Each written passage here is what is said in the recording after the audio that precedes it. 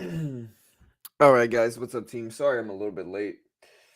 Woke up late today. All right, guys, we got bank earnings today. We have Bank of America and Charles Schwab earnings dropping this morning. Let us know what you think the predictions are for those, and hopefully we get some bullish responses to the stock market. We'll see. Um, Let me get the music up. We're gonna get the charts up as well. I got to go make my coffee. So bear with me here.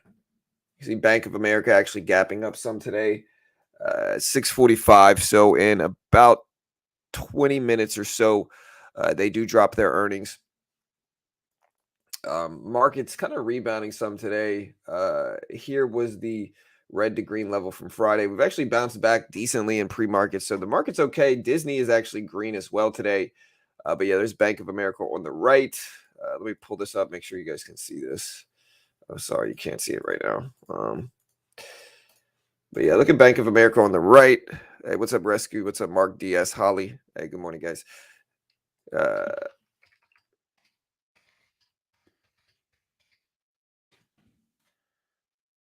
Let me get the music playing.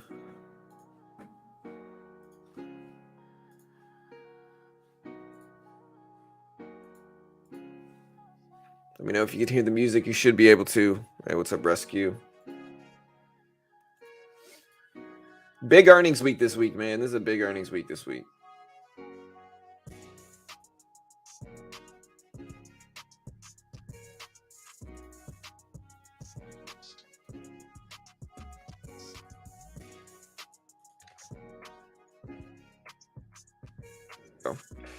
Let me know if you think I should have 3 charts up. What's up, Car Guy? Hey, hopefully, dude. Yeah. Today is earnings. What's up, DS? Hey, good morning, bro. Rescue. Hey, what's up, man? But yeah, today's big earnings day today. So we got a lot of stuff happening. I know I'm a little bit late to start the stream, so my apologies. But today we got Bank of America, Charles Schwab, Bank of New York for BK earnings. This evening, we don't really have any big ones this evening, but we do have these bank earnings today. Bank of America specifically, that's going to impact markets, certainly making things relevant for the day. US Well Digital, we had a pretty good week last week.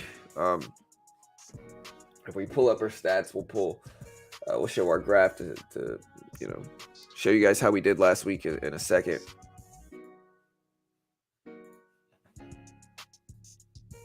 What else do we have going on this week? I know we've got big earnings this week. Today's a little bit slower. I mean, we got bank earnings, and that's important. And so we're going to watch that and pay attention to that. But aside from that, we don't really have any big, stuff going on today.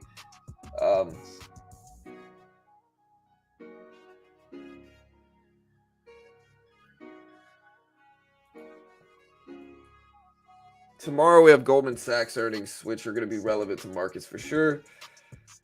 Johnson & Johnson, Lockheed Martin, Hasbro, Albertsons, Truist,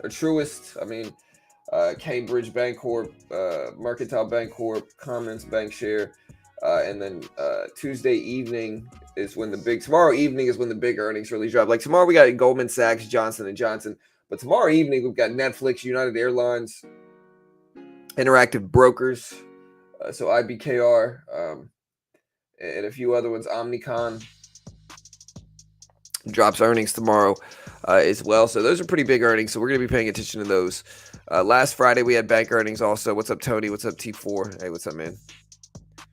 Hey, you have a good and profitable trading day as well, Digital. So, yeah, we did pretty well last week.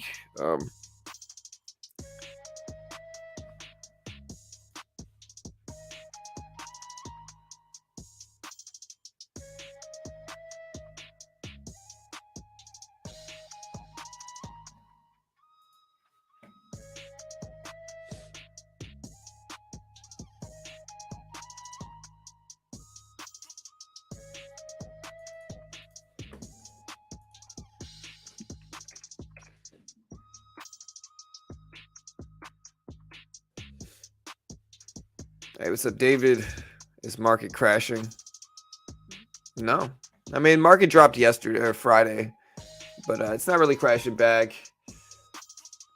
if we look back at this 10-day chart right here, I mean, market dropped pretty sizably, but it's been falling. I would say it's been objectively falling since the 5th or 6th, pretty heavily, you know, since CPI and since the 7th, whatever happened on the 7th, market's been falling pretty dramatically. Miss Fresh, what's the symbol, Vinny? Long oil. So buy 20 Bitcoin. I don't know, Teresa. I might buy Bitcoin. Let me see where Bitcoin's at. I don't know about 20 of them. That's a lot, you know.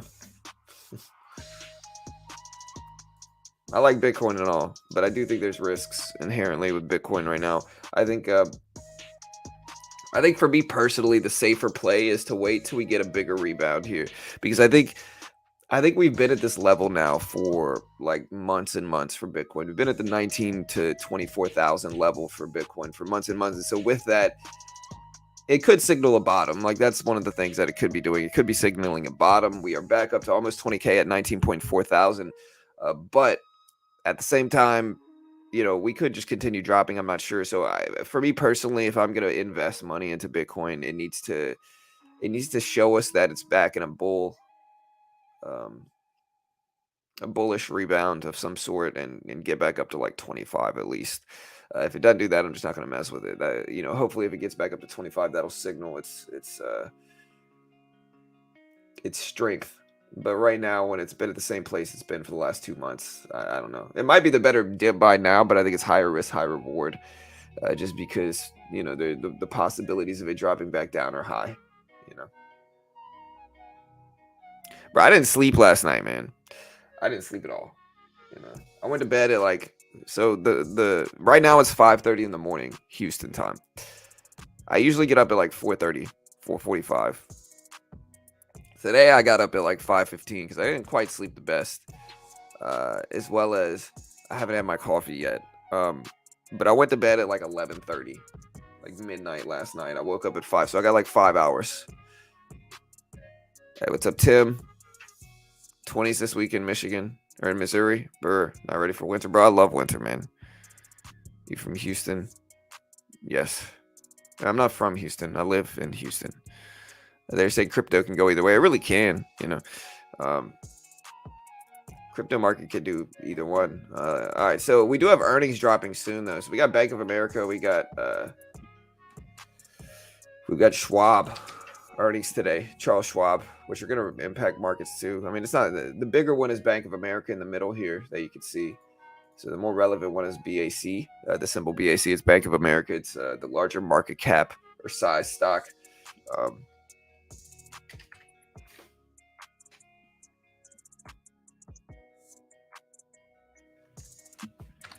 Bank of America here. It drops their numbers this morning. Bank of America's got about 8 billion in market cap. Schwab, on the other hand, has about 2 billion, a little bit less than 2 billion in market cap. No, I'm sorry. My apologies. That's not market cap. My apologies. So BAC has about 8 billion float is what it is. So that's how many shares are available to the public to trade. The outstanding shares are just all the shares. The float is how many are available to the public. But yeah, so I'm sorry. So Schwab has a market cap of about 130 billion, and Bank of America has a market cap. You can tell I'm tired. Has about 250 billion, 254 billion, which is big. You know, these are sizable banks and companies, and so in that regard, they drop earnings. BAC drops their numbers in about 15 minutes. Schwab drops their numbers at 8:45 market time, so that's in a longer period of time. Bank of New York drops earnings at 6:35. So Bank of New York drops numbers in about 3 minutes. So we'll stick around and cover the Bank of New York drop here. You know, and we'll see what they say regarding earnings. These are all pretty big cap companies which are relevant to impact markets, and we'll see if they do. Schwab doesn't move that much. Bank of America's up sizably this morning. Again, we are in our Disney swing trade. You know, we took a couple hundred shares of Disney, and we're still just kind of letting it make us money. If you look at our Disney price here, like here's our Disney trade, and we got in this. We've already scaled out of almost all of it, though. Okay, so just to put it in perspective, we had a couple hundred shares. We only have about 25 now, but our entry is really nice. Our entry is 91.68. It's currently at about $96. So our entry on this last little bit, we decided to hold on to this little 25 share position just in case it continued to go in our direction, and it did. And so a pleasant surprise for Disney. But again, when you look at Disney objectively, people can hate on Disney, and I get it. I understand people hate on them politically and all this stuff. I understand, but Disney makes so much money it doesn't matter. Disney, ESPN, they own ESPN, they own Star Wars, they own Marvel. Disney dropping down at $91 is an ATM machine to me. Of course, I have no idea what it's going to do, but objectively speaking, I think there's value there. And I think if you look at it and you have patience and you're able to hold it long enough, it's almost certainly going to be over $90-something within the next year or two. And with that, there's obvious value for it. And that's kind of what we've been capitalizing on with it. That's the idea, at least. So we'll take that. We'll see if it continues. Hopefully it does. Let me know. Oh, what's up, Teresa? I need sleep too, honestly. I got no sleep. Hey, what's up, Space? Earnings vary, John. So Bank of New York drops earnings in 1 minute. So Bank of New York drops numbers in 1 minute. And so we'll cover that when it comes out.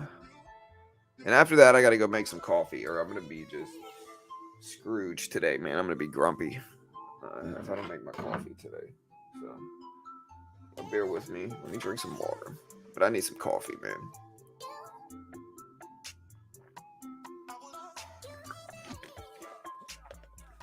I'm usually super energetic right now, about 5:35 in the morning. But man, hey, what's up, Space?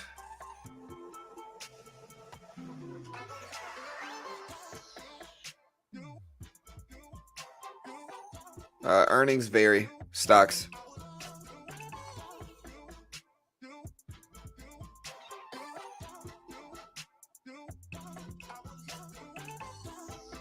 All right, guys, so let's look at Bank of New York. Should have dropped their numbers already. They expected 110 for EPS, which is profitability. They should drop their numbers right now for Bank of New York. Let's see if they said anything. All right, so yeah, third quarter 2022 EPS is 121. Expectations were for, let's look at this up. This is BK. So this is their numbers. It doesn't look like they're going to move that much. Or no.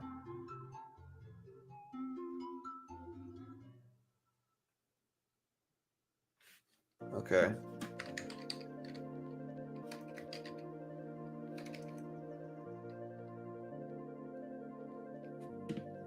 Okay, here it is.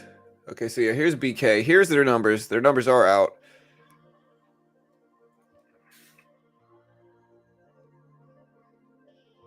So here is the Bank of New York Mellon Corp third quarter results. They dropped third quarter results that were as follows here. Wait, where did my Benzinga screen go? Oh, here it is. All right, so yeah, guys, BK, which has about 800 million market cap, a noticeably smaller company than Bank of America or Charles Schwab. But Bank of New York Mellon Corp dropped numbers that were better than expected. Again, if we look at this here, they dropped EPS. They expected about 110 EPS, which is profitability, which is earnings per share. It's essentially profitability is what it's a gauge on. They dropped better than expected profitability numbers at 121 versus 110 expectations. Revenue came in at 4.28 billion, expected 4.2 billion. So higher than expected for BK, but again, it doesn't look like it's a high moving stock with a ton of volume or volatility here in pre-market. Right now, it's at 38.40s. Hasn't really moved much on this drop, but from all intents and purposes, this looks like they were better than expected here. They declared a dividend and did better than expected for third quarter results for BKS here. So not bad. Hey, what's up, Williams? What's up, Johnny? Hey, good morning, guys. All right, guys. So we got about 10 minutes before the other numbers come out. I will be right back. Bathroom break or coffee break.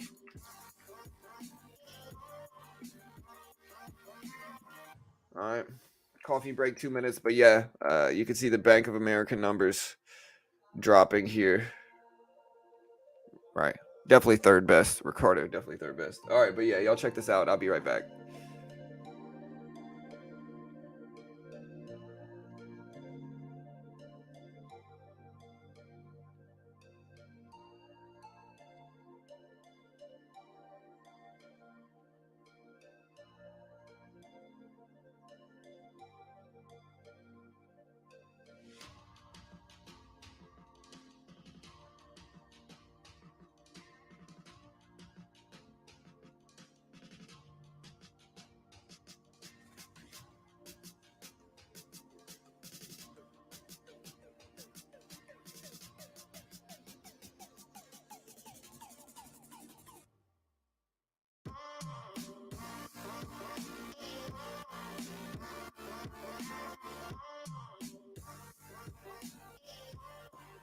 All right.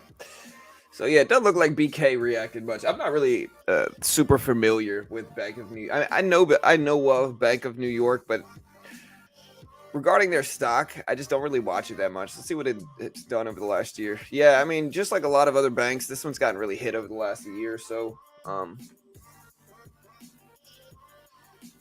There's BAC. It's at 3170s right now, 3170s.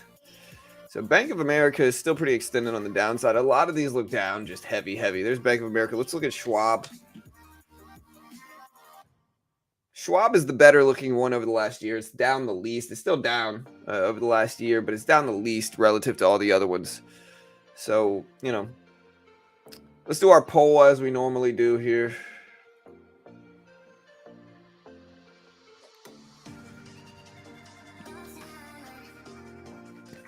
What is the market in green or red this week? Green, red, neutral will be the three options. Does the market in green or red this week? Hey, what's up, Beach? Hey, good morning, man. Hope you're doing good, bro.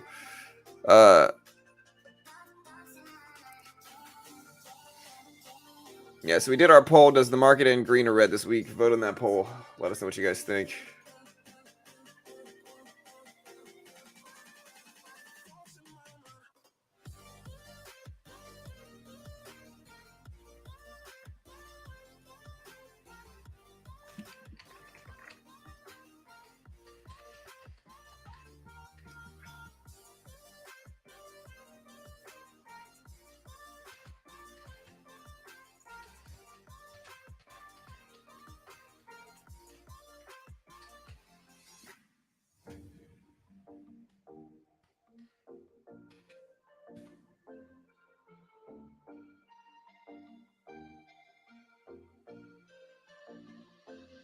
All right, yeah, guys. So apparently, there's a fake me going around Discord trying to send people to some sketchy site to steal their passwords and information. It is not me. I'm never gonna message you randomly trying to sell you anything. Okay, I don't sell anything anyway. Like, if you look at my handle on my YouTube, if you look at the banner on my YouTube channel, it literally says 100% free trading content. I'm not gonna message everybody in Discord randomly trying to sell them something. So if you get messaged by some guy that pretends to be me that has beginner trading chat room in his handle, it ain't me. Do not send him anything. Do not join their site. Do not click on their site. Do not enter your password on their site.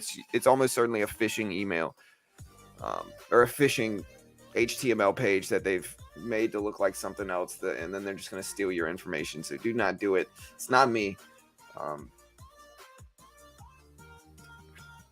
Green or red today, guys? What do you guys think? Y'all check out Beach Bum's channel. Great channel. Great swing trading content. Y'all want to find some good swing trading content here? Check out Beach Bum's channel. It's got great free swing trading content. Really good information on how to inflation proof your portfolio,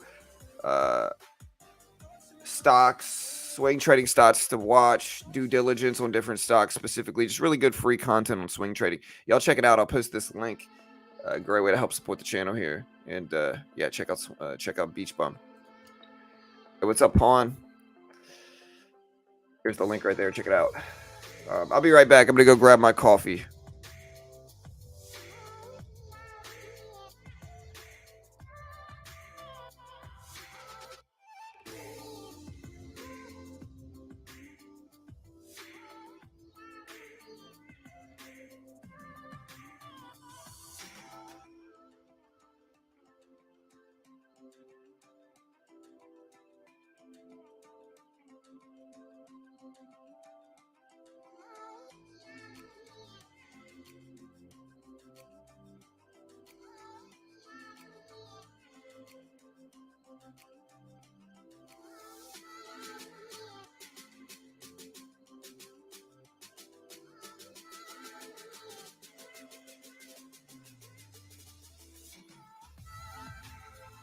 All right, guys. I got some coffee. Maybe this will make me feel better. Honestly, I'm hoping this helps me wake up a little bit, guys. How'd you guys sleep last night? Personally,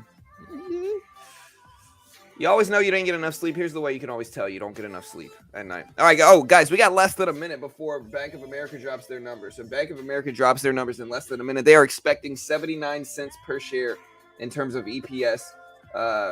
Sales revenue is expected to come in at 23.53 billion, minus 2% growth. Let's see what BAC shows for their numbers. They're about to drop right now. Hopefully, this is the biggest market cap company that's dropping earnings today, and so hopefully it's good. But yeah, this is the biggest company dropping earnings today. Is Bank of America. Here they go. They just dropped. So they dropped third quarter EPS of 81 cents, which is lower than expected here. So lower than expected for BAC. They ended up expecting 79 cents per share. Oh, no. They came in better than expected. I'm sorry. They came in at 2 cents better than expected for EPS. Third quarter net sales revenue came in at 7.1 billion. Third quarter revenue came in at 24.5 billion. So yeah, better than expected on both metrics here. They had better than expected EPS and sales. I'm waiting to see if we can see some guidance numbers here to see how influential those are going to be. But yeah, so far positive numbers for Bank of America. Hey Paul, that is not the prime. That is not the Chart Prime CEO, Paul. That is not the Chart Prime CEO, dude. It is a scammer. Okay, there's a fake. His name is Alexander. His name is Alex. There's a fake Alex going around. He is not the CEO of Chart Prime. Let me alert everybody about this as well.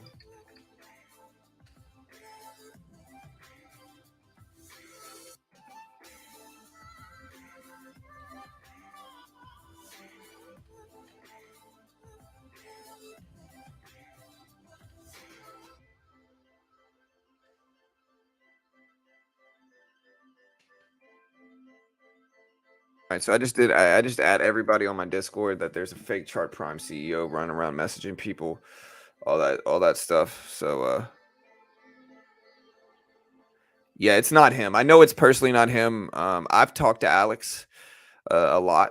So like Alex and I have chatted over the last couple weeks. When Alex and I first started linking up when they sponsored me a couple weeks ago, I spoke to Alex, but apparently one of the fake scammer Chart Prime, like one of the fake Chart Prime Alexes, ended up sending me a friend request. So I accepted that friend request and I messaged them and I was like, yo, and it was referencing like the sponsorship. I was like, hey, what's up, Alex? And they sent me some generic response back. And then I reached out to the real Alex on Telegram since that's how they originally reached out to me. And I confirmed what his real Discord handle was, and that wasn't it. And so it was just somebody pretending to be him. So y'all just be careful, man. There's a lot of people pretending to be me. They're pretending to be my mods. They're pretending to be my sponsors in my Discord. Like I said, it's unfortunate. They should be ashamed of themselves. They have no skills, and they're resorting in life to pretending to be other people to try to scam them out of money. It's sad. It truly is sad. I feel bad for them. I pity them. But it is what it is. You're always gonna have scumbags everywhere, and that's just one of them. So do not join their message. Do not join the link that they send. It's not, it is not them. Here's Bank of America numbers here. Bank of America hasn't really reacted a ton to this, but I think it was already front loaded here for Bank of America. You could always see that we're gapping up today nicely in pre-market. So I mean, hey, not too bad. Earnings are right now.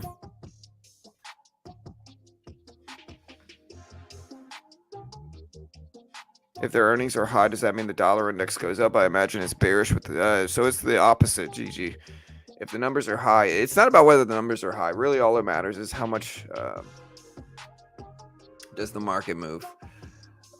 Does the stock move with it? If the stock moves up, then the dollar index will probably go down. But since it's bank earnings, there could be a little bit more nuance to it than just general earnings. Let's put the dollar index up here. Here's the dollar index. You can see over the last year, we're just incredibly extended. And we actually want to see this fall right now. We do not want to see this go up. This is incredibly extended on the upside in a time of high inflationary fear and pressure. It's just not what we want to see, man. We just want to see the opposite of this. We want to see this reverse and head down, and we'll see if we get that. But yeah, not good. Not good. Are you currently using the Discord auto mod? I'm not.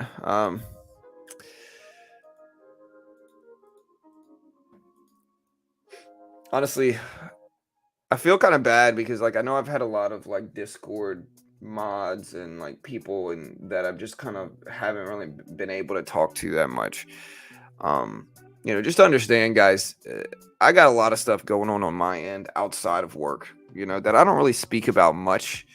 Um, regarding my kid, that my son in school, and it's been a big stressor in my family. And, we also have mold remediation being done in my house. And like, it's just a mess right now, man. I don't have much free time as it is. And so I'm really not meaning to like, I'm not trying to blow people off. And if that's what happens, it's certainly not my intention. But yeah, dollar index is rebounding a little bit over the last like 10 minutes, and maybe bank stocks are having that effect on the dollar index here. You can see Bank of America starting to push up to test the highs of pre-market 62.50 right now. 62.50. We got the dollar index pulling back to the 200 EMA.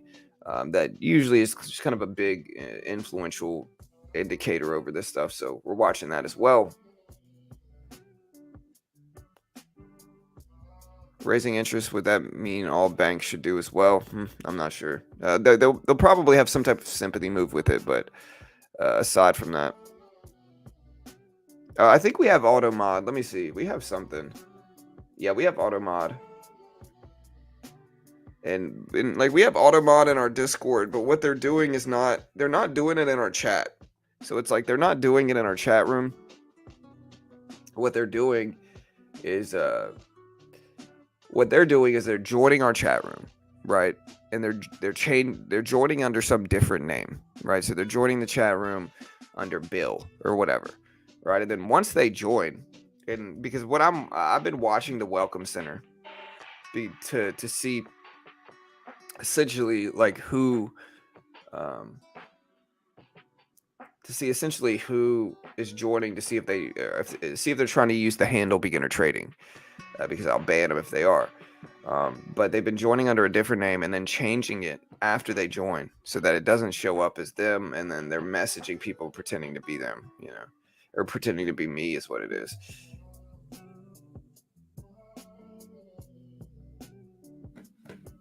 But yeah, I know 100% that the Chart Prime guy is not the real Chart Prime guy. If somebody messaged you claiming to be Chart Prime Alex, it's not him. Yeah, exactly, Pawn. Yeah, so we have, yeah. So look at Bank of America, guys, popping up. It's at 32.70s right now. Just had a huge pop. A little bit late of a move here. Earnings dropped like 7 minutes ago, and we're just now kind of breaking past that. Let me hit my coffee, man. I'm tired.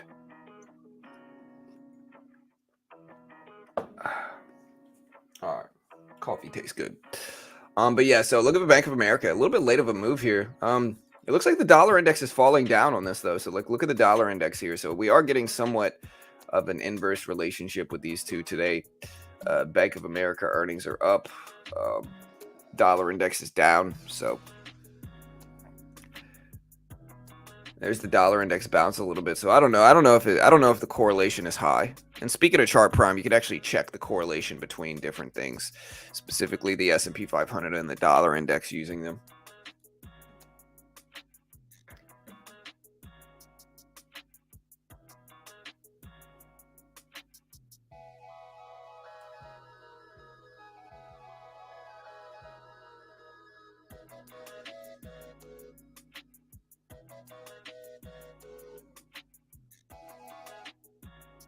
Yeah, do me a favor, hit the like button if you haven't already.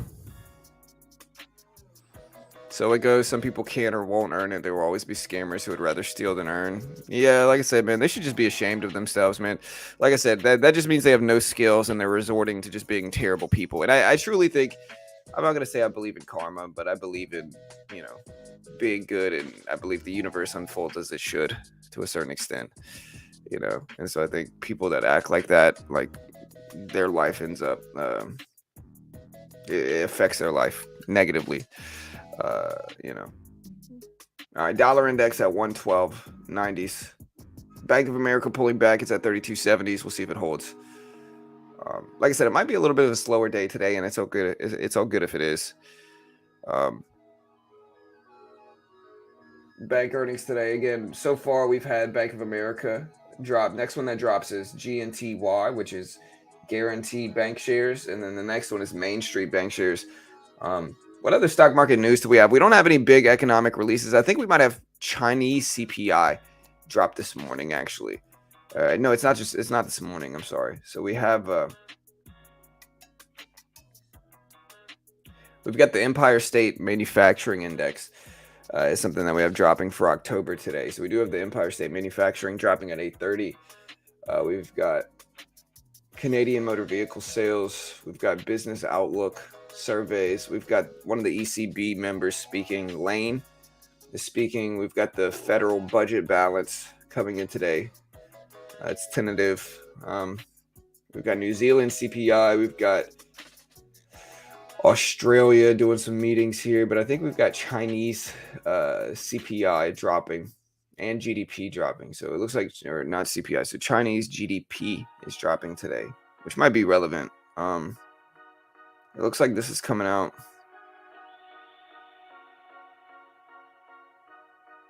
early tomorrow morning, though.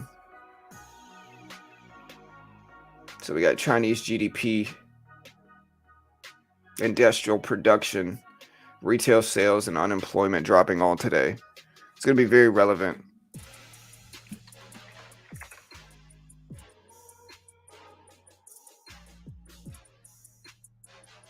All right, so all these numbers drop at 10 p.m. this evening. 10 p.m. this evening.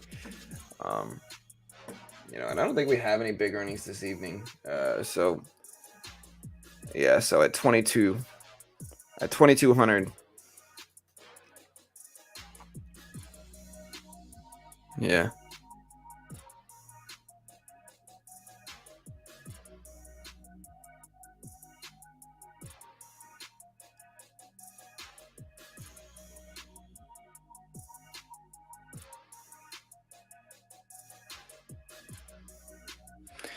Yeah, I don't know. I just think it depends, man. I think what happens, I think the people that are the most vulnerable to these type of scams are older people who,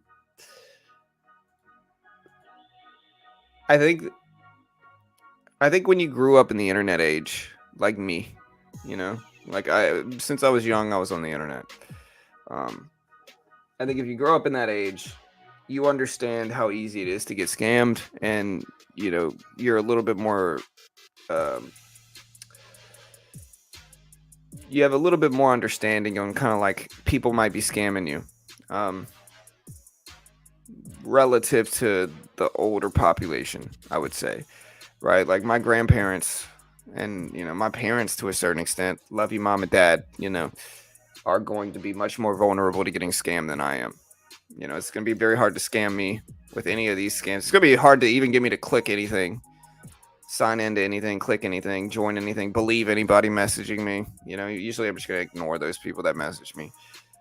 But sometimes what happens is confirmation bias is a very strong thing. All right, guys. So look, Bank of America pulling back here. It's at 3260. So we got dollar index breaking under the 200 EMA as well. So maybe they are having some type of sympathy with each other as opposed to regular stocks for bank earnings moving. But they do look like they could move in a little bit in sympathy with each other for the dollar index and the bank stocks. But yeah, what I was going to say is confirmation bias is a strong thing, right? And so some more people that might be vulnerable to these scams are people that want me to message them, people that want to talk to me for whatever reason. Those are the people that are going to be the most vulnerable because, again, confirmation bias is strong. You tend to want to confirm what you want to believe and what you want to happen. And so in that regard, if somebody wants me to message them and they see me messaging them and they say, oh, it's John from Beginner Trading, those are the people that are going to be the most vulnerable. And I don't think that's most people. I'd love to pretend that was most people, like I'm just some, huge person, but like I'm not. And so it's certainly not going to be everybody. I'm definitely top 3 in the world, I should go Warren Buffett, Bill Ackman, John, Beginner Trading.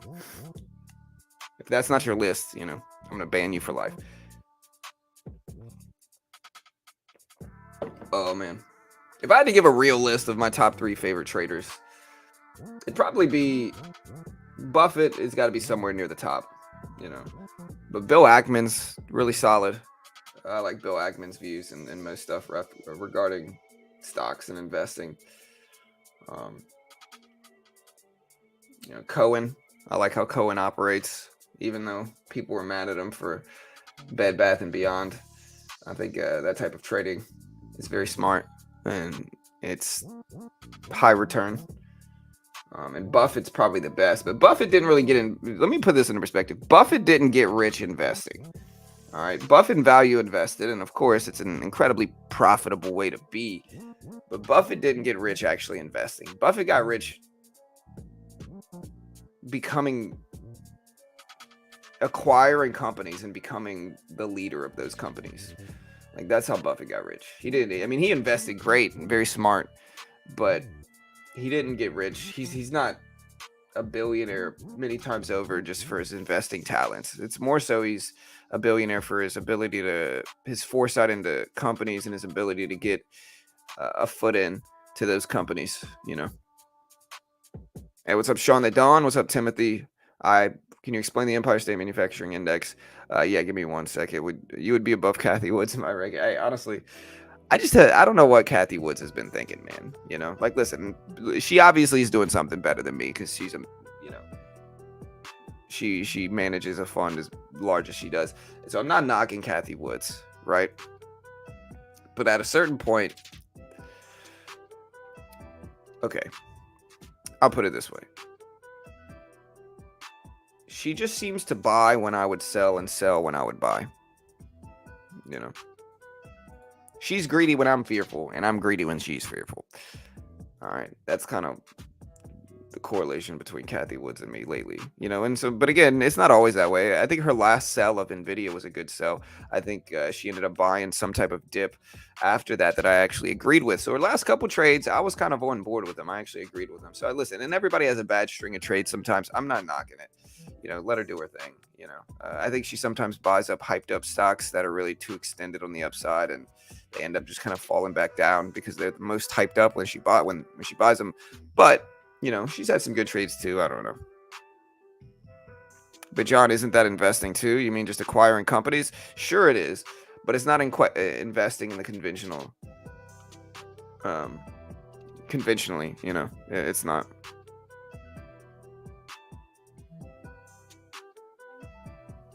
Hey, John's thoughts on Fubo stock? People are starting to sell AMC and load Fubo. Yes, it should do earnings map for this week. Hey, thank you, Pawn. Let me check that out, bro. Thank you, sir. All right. So it's a big week this week, man. It really is. We got tomorrow's when the craziness starts. Thursday, Friday, So this is the plan for the channel. Tomorrow we're covering Nflx, of course, and Goldman Sachs and Johnson & Johnson and Lockheed Martin in the morning. Wednesday we're covering Tesla in the evening. Tomorrow in the evening we're covering Nflx. Wednesday we're covering Tesla, and then Thursday we're covering Snapchat. Those are going to be the three we cover Tuesday, Wednesday, and Thursday here on this channel. Those are going to be the evening streams we're going to be covering every day.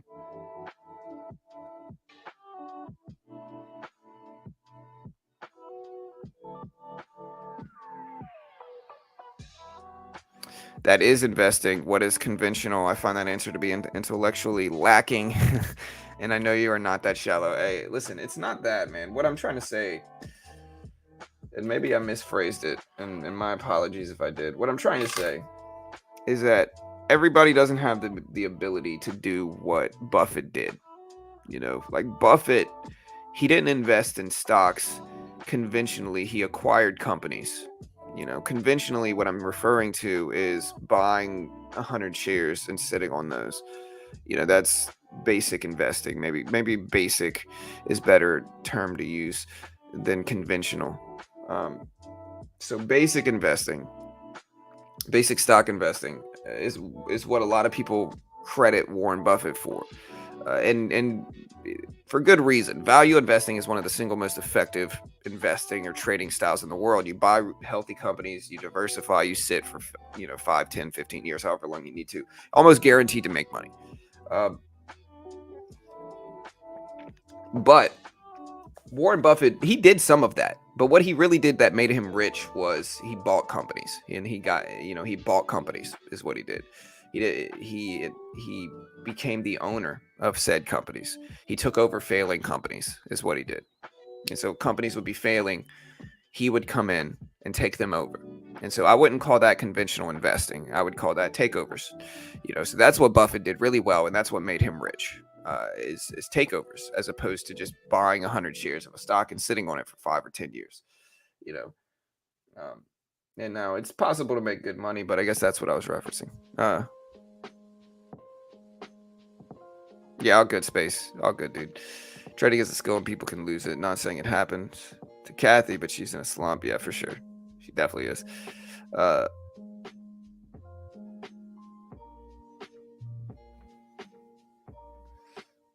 All right, guys, look at the dollar index pop. Let's see what Bank of America does here. I'm curious to see what happens here. Let's watch SPY as well. We had BK, Bank of New York. Here's the SPY. Green day today. Again, we're up in Disney.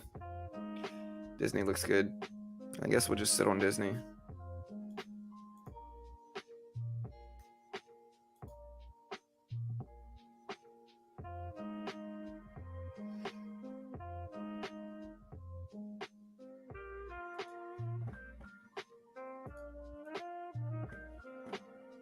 Right, exactly, Webb. Now he's a money manager. He's point is, Buffett didn't get rich by investing in stocks. Not what people really are thinking,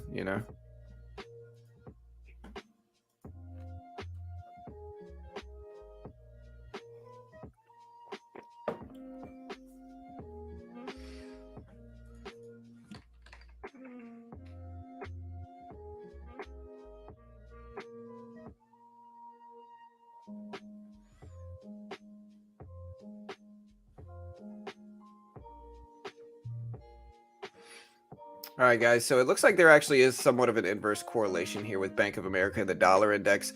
Dollar index last 2 minutes has dropped. Bank of America last 2 minutes has popped up. So that's good. I do want to see an inverse relationship between these two. I don't want to really want to see them trending together, because that'll make something where banks will drop really good earnings and then the dollar index will still move up, which is not really what we want. We want to see the dollar index fall.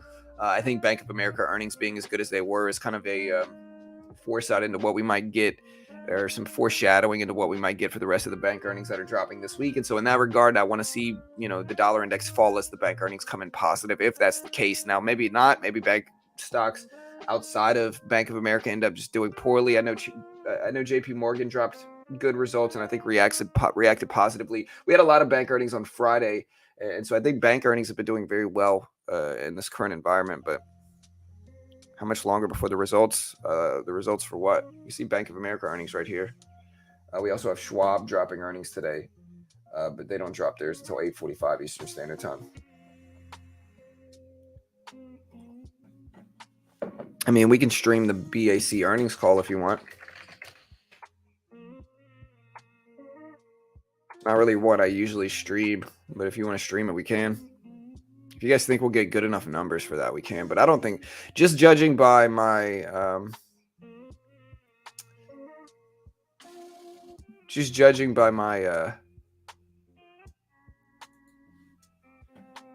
my keywords and all that stuff, I just don't think we're gonna get that really.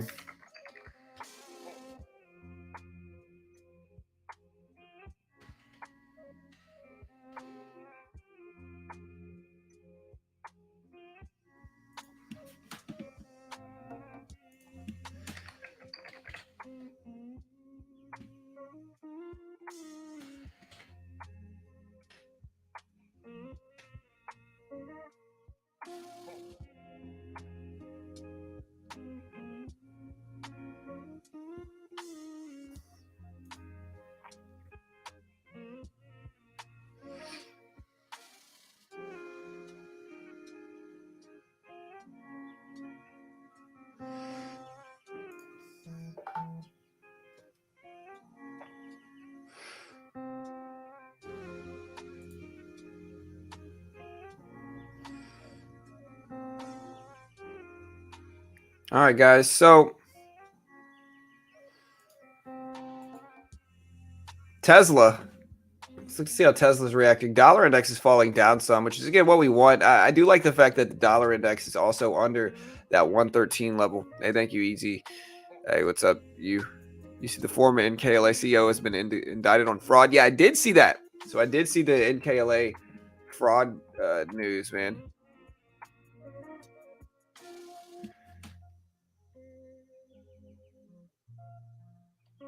So yeah.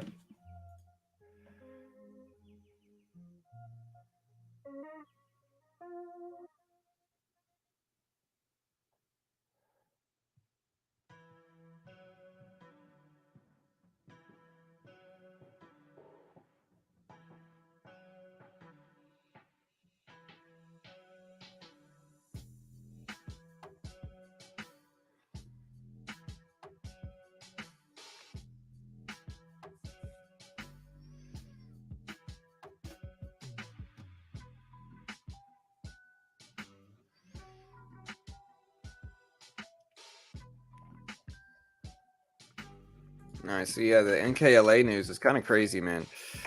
I mean, this was the guy that literally rolled the 18-wheeler down the hill or whatever it was, the semi truck down the hill. All right, so yeah, Nikola founder Trevor Milton found guilty of defrauding investors on 3 or 4 charges, faces 25 years in prison. Wow.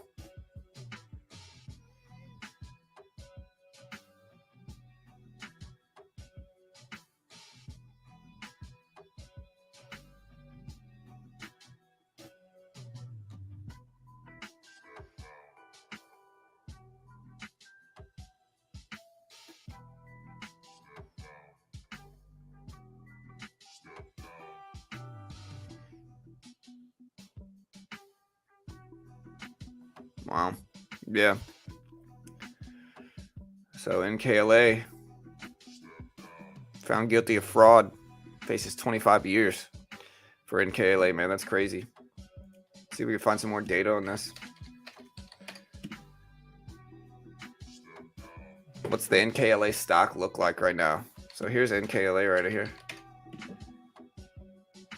Massive drops when this news came out yesterday or Friday at 307 right now. Yeah, so a federal jury in New York convicted Trevor Milton of securities fraud. So his repeated lies about the development of the company's zero-emission trucks and technology. He founded Nikola in his basement in 2015 and took it public in 2020 at a valuation of $3.3 billion. The company at that point in time had not sold one truck. Its market value briefly exceeded that of industry giants such as Ford and more. Jurors convicted him of 1 count of securities fraud and 2 counts of wire fraud. They acquitted him of a second securities fraud count. And after the verdict was read, Milton shook his head repeatedly and then turned to look at his family. He is scheduled to be sentenced in January on the 27th. He resigned from Nikola, which is his company, in 2020. A short seller report alleged he made a litany of, misrepresentation and lies about the company which he founded. He said NKLA, which said it cooperated with government investigations, settled a Securities and Exchange Commission probe for $125 million. Prosecutors told the jury that Milton was essentially a con man who lied to investors, basic investors, ordinary investors, into buying NKLA stock, making himself a billionaire in the process. He said he fueled the company's rise on campaign of lies on social media, podcasts, and TV. He falsely claimed that the inoperable prototype was fully functioning and that it had a long roster of truck orders, when in reality, most potential customers had registered only non-binding expressions of interest. Prosecution witnesses included investors and other employees. The company testified that they had worries about his lies, essentially in public interviews and statements. One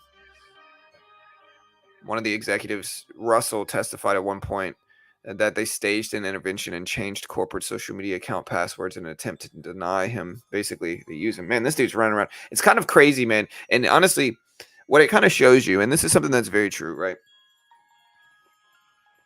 The end game for a lot of companies is public. right? You want to go public. Why do you want to go public? A lot of people say, hey, well, why don't you just go public or why don't you just stay private instead of going public? And there's some good things about staying private, trust me. But the reality of it is going public is money, right?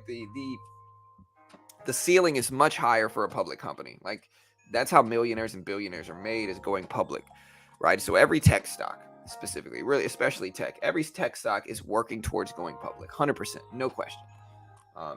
Now the really big boys, the ones that are really going to be billions and billions of, dollars worth, billions in market cap, all that stuff, they're going to wait the longest to go public. They're going to stay private the longest and wait the longest to go public. The sketchy ones are going to go public fast, like Nikola. And so in that regard, you kind of see what goes down. But yeah, so this dude's running around, but it kind of shows you, like, public companies, man, it's kind of really interesting to see a company turn on its founder. Like, this dude founded Nikola. He founded it, created it. It's his company. And yet, they are testifying against him. And he's about to go to jail. My question, is are they going to freeze his money? Like, are they going to freeze his money? Like, listen, a 25-year sentence is terrible. But if you were a billionaire, taking away your billions and then sentencing you to 25 years, that's worse. So it depends on how much money they're going to let him keep in that regard.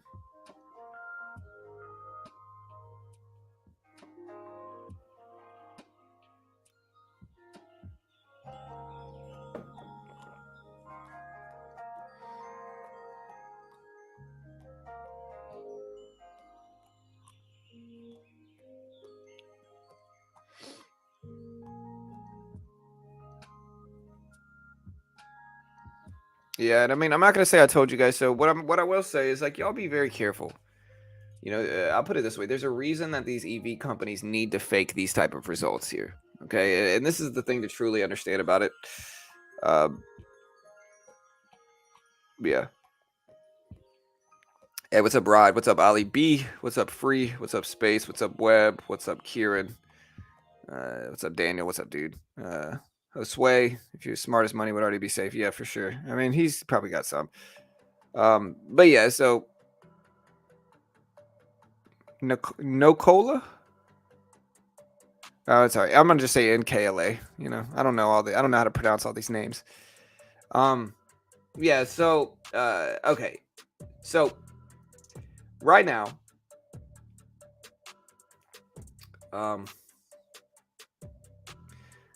the Empire State Manufacturing Index gives a rating on the business conditions of New York, is what it does, right? Basically positive. Anything over 0 means good conditions, and below 0 means bad conditions. And to the extent that they're over or under 0 is relevant to the extent of how good or bad the conditions are. And so that's essentially what it's reading. So it's an important one, but it's not super important. It might move markets some. But yeah, so this is the big thing to understand about EV brands, man. Like, listen, there's some up and coming EV brands that look really nice, but the problem with a lot of them is that they're simply not going to have the consumer base that they need in order to really have a great shot at succeeding, in my opinion. Tesla, of course, is the exception to this. Maybe NIO as well. NIO and Tesla, I would say, are the exceptions to this. And any EV by a major brand like Ford, Mercedes, Porsche, the big boys in terms of EV are going to be fine. But what I'm referencing is these small up-and-coming EV brands like Mullen or NKLA or Rivian to a certain extent, Polestar, Lucid. These are vehicles that are going to have a very difficult time building up the consumer base that they need to survive long term. They're just not going to have the consumer base. And people will say, nah, I would buy one. A lot of people, if you didn't trade the stock market and you didn't watch these stocks specifically, you would have no idea what these companies were. And in that way, you would not be buying them. So the consumer base is going to be a hard success point for them, because frankly, again, a lot of people just haven't heard of these small brands, and you can look at their production numbers to confirm that. and it is what it is. So we'll see Bank of America up there again. NKLA at 307s. At 361.90s right now for the SPY.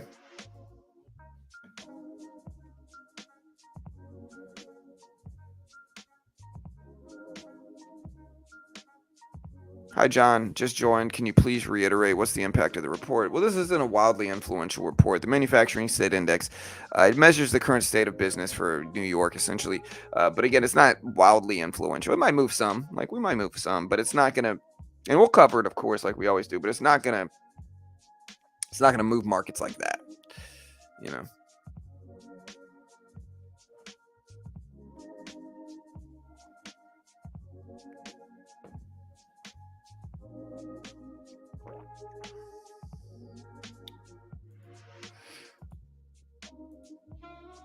Bitcoin pumped up big just now, guys. Look at Bitcoin here, man. Wow. Here's Bitcoin. Bitcoin ripped up to 19.5K. So what do you guys think Bitcoin is doing up here, man? Y'all know the news for Bitcoin? I hope it's time, man. SPY moving up, so it might just be moving up with the market itself. Yeah, Rivian's big. I mean, Amazon is what you mean by huge investors. But again, Rivian's big, but it's still going to be hard to build the consumer base up, in my opinion. Hey, what's up, Ricky?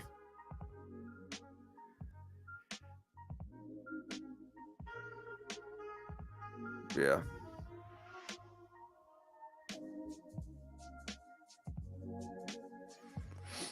Hey, guys, so how about the Padres, bro? How about the Padres, man?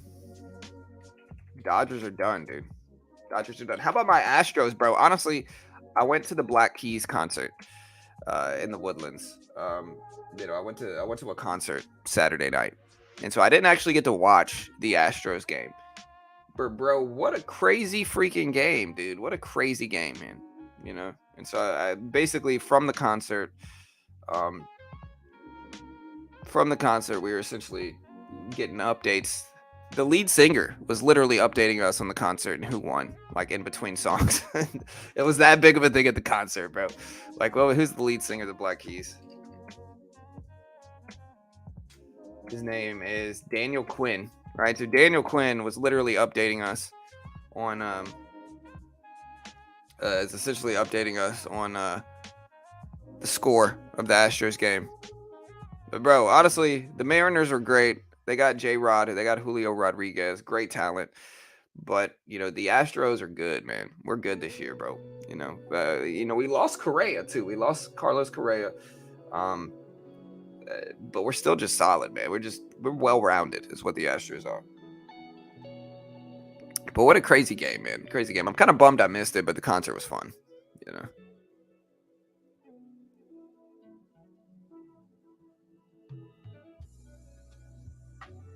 How much should I save before trade? 3K. I'm saving up, no trading. I think that's the right move, Bullseye. Again, I'm going to tell you this, Bullseye. Okay. You might like penny stock trading, and I'm probably just biased against penny stock trading, to be honest. But in my personal subjective opinion, the futures market is going to be a better move. Like you could save up, but you're always going to be restricted by the PDT, no matter where you go. Even if you have a cash account, you're still going to be restricted. It's going to be hard to trade. Penny stocks are also just more difficult to trade as a whole, and you could trade the futures market with a couple $1,000s. With leverage, you could trade a futures market with a couple $1,000s. And so again, it's going to be cheaper. It's going to be more consistently liquid, and it's just not as risky as trading penny stocks. But do your thing. I know you trade penny stocks, so all good. But I think the futures market is where most people want to go. Yeah, we're green today, man. We're slightly green. It's neutral right now. I mean, we're consolidating around the previous close. Or no, this is the previous close. This is the weekly close from yesterday. I got to remove this now. But yeah, I mean, I'm biased, of course, but I just think the futures market is where most people should be trading. If we look at Quant Tower, we look at my results last week. We had a pretty solid week too.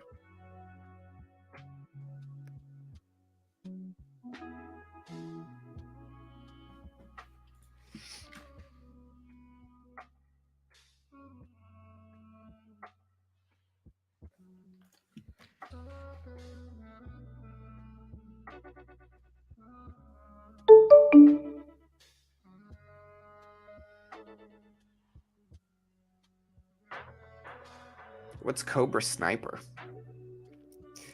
All right, guys. So let me log in here.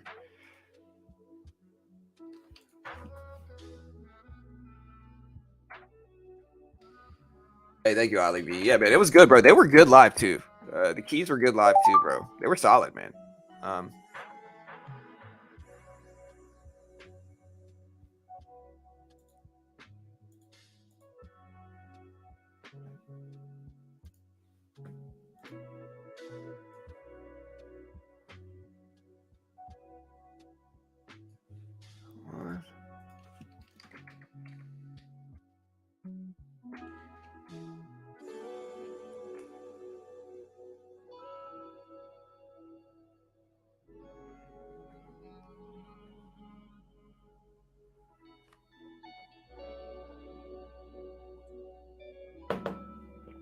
All right, guys. So, all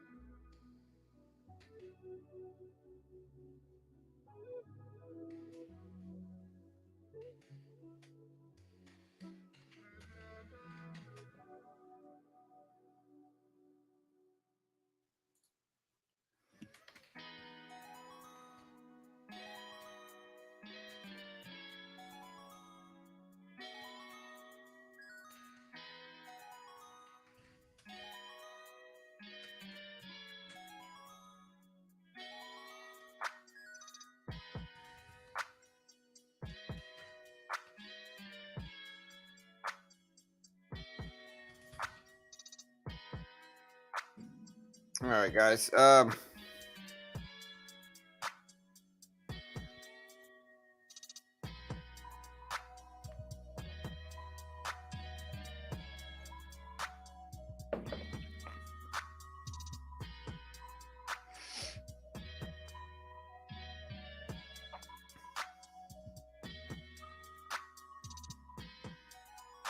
Sorry, I'm checking something on Topstep. Very strange here.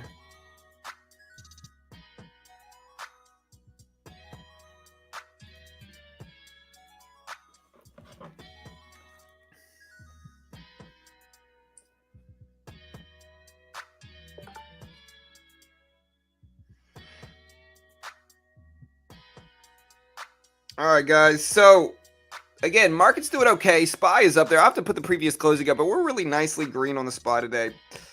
Hopefully we continue.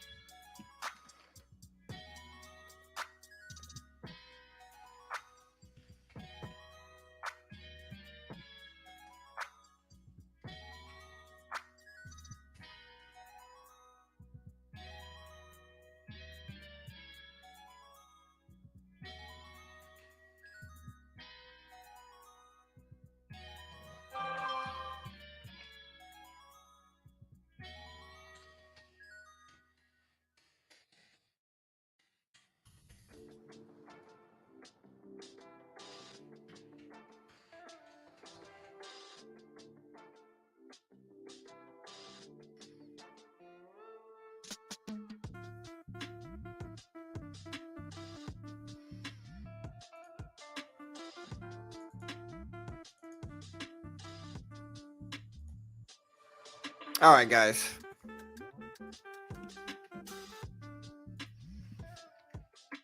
Sorry, I'm trying to check my dashboard with Topstep here.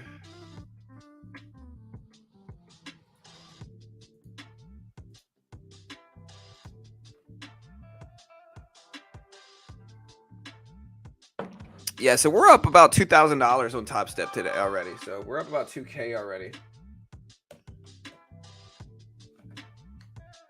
You can see we're checking on our stats here. There we go. We got it up. All right. So yeah, you can see checking on our stats.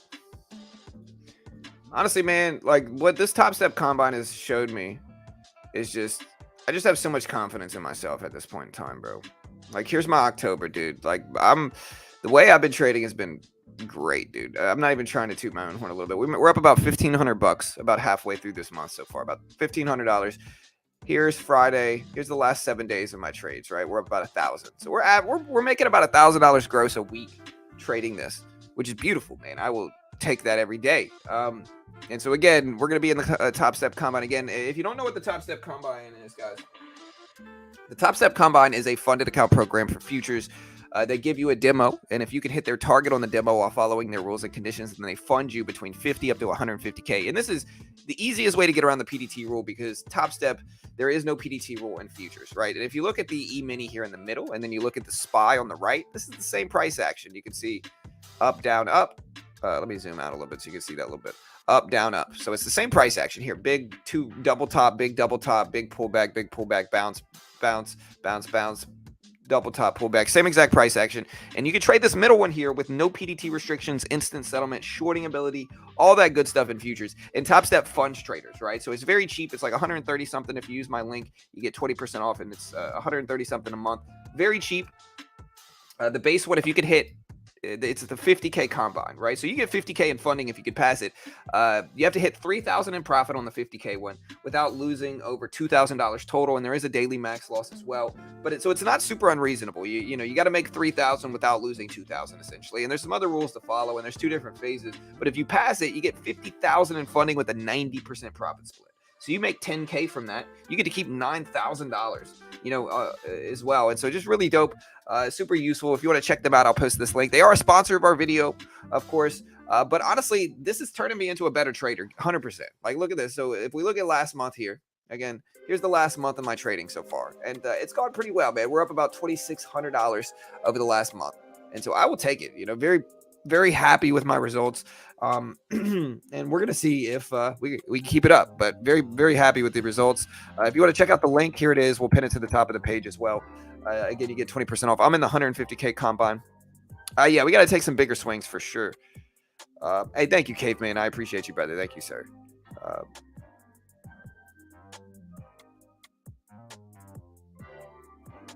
But yeah, I appreciate that, brother. Thank you, sir. Oh, wait, here's the link if you want to check it out. My bad. I mean, I still trade my regular account, Larry. Like I said, I can trade it right now. I'm tempted in buying the SPY right here. So it's not like I can't trade my regular account, because I can, Like this is a 30,000 account right now. So yeah. I mean, it's not like I can't trade my regular account. I'm going to buy this dip actually right now. So yeah, we're in 25 shares of the SPY here. We'll see what we get. But yeah, I still trade my regular account. So it's not like I'm restricted to one or the other. Honestly, I'm just challenging myself right now, man. And I'd really like to get funded. Like, I'm challenging myself. I know what kind of money I make outside of the combine, And so in that regard, I want to see if I could actually do it. And I want to see if I can do it first try is what I'm actually trying to do. I'd love to see if I can do it first try. That's the goal. That's what we're trying to do.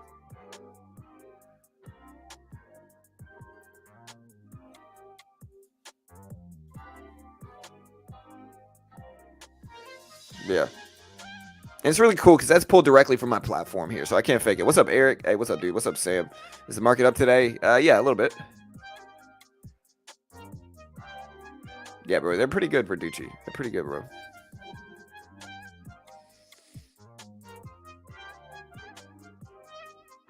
Market up. Yeah, market's up solid. You like to see it. Yeah, dollar index is falling, which is good. That's what we want. We want to see the dollar fall here. We don't want to see the dollar strength. I'll put this up so you guys can see it. But yeah, we're going to buy the SPY here. I might add a little bit more. Maybe get 50 shares. Take a little swing here. There's 50 shares of the SPY. We're looking for a VWAP bounce right now. We're pulling back to it. We'll see if it does. Hey, thank you, Robert. Yeah, again, this is what I'm really proud of, right? And this is my goal here. Okay, so I'm in the 150K one. All right. But this is my goal here. Okay. So it's like, okay, so you got to pass two different phases, right? And I do think I need to scale up in that regard because, frankly, it's moving a little bit too slow. We're up about 2,000. I still need, 7 more to get funded. So we do need to scale up, which we kind of did last week. But at this point, we have a nice cushion. But even if it takes me a couple tries to get funded, even if I get eliminated and have to start over again, that's okay. Because ultimately, what we are seeing here is if I could get funded, I could rinse and repeat these results constantly. So this will turn into an ATM machine if I can get funded. I mean, I could do this on my regular account anyway. But the futures market is a little bit more liquid. It is a little bit more liquid. And honestly, it forces me to size up some, And so, yeah, if I can get funded, man, I can make $2,000-$3,000 a month just from Topstep alone, which would be great. Just great. And again, this is my actual equity graph pulled directly from the platform. Here's last week. It was a little bit more swingy of a week, with CPI dropping and all that stuff last week. So it was a little bit more volatile of a week last week in terms of that, but still solid, still solid.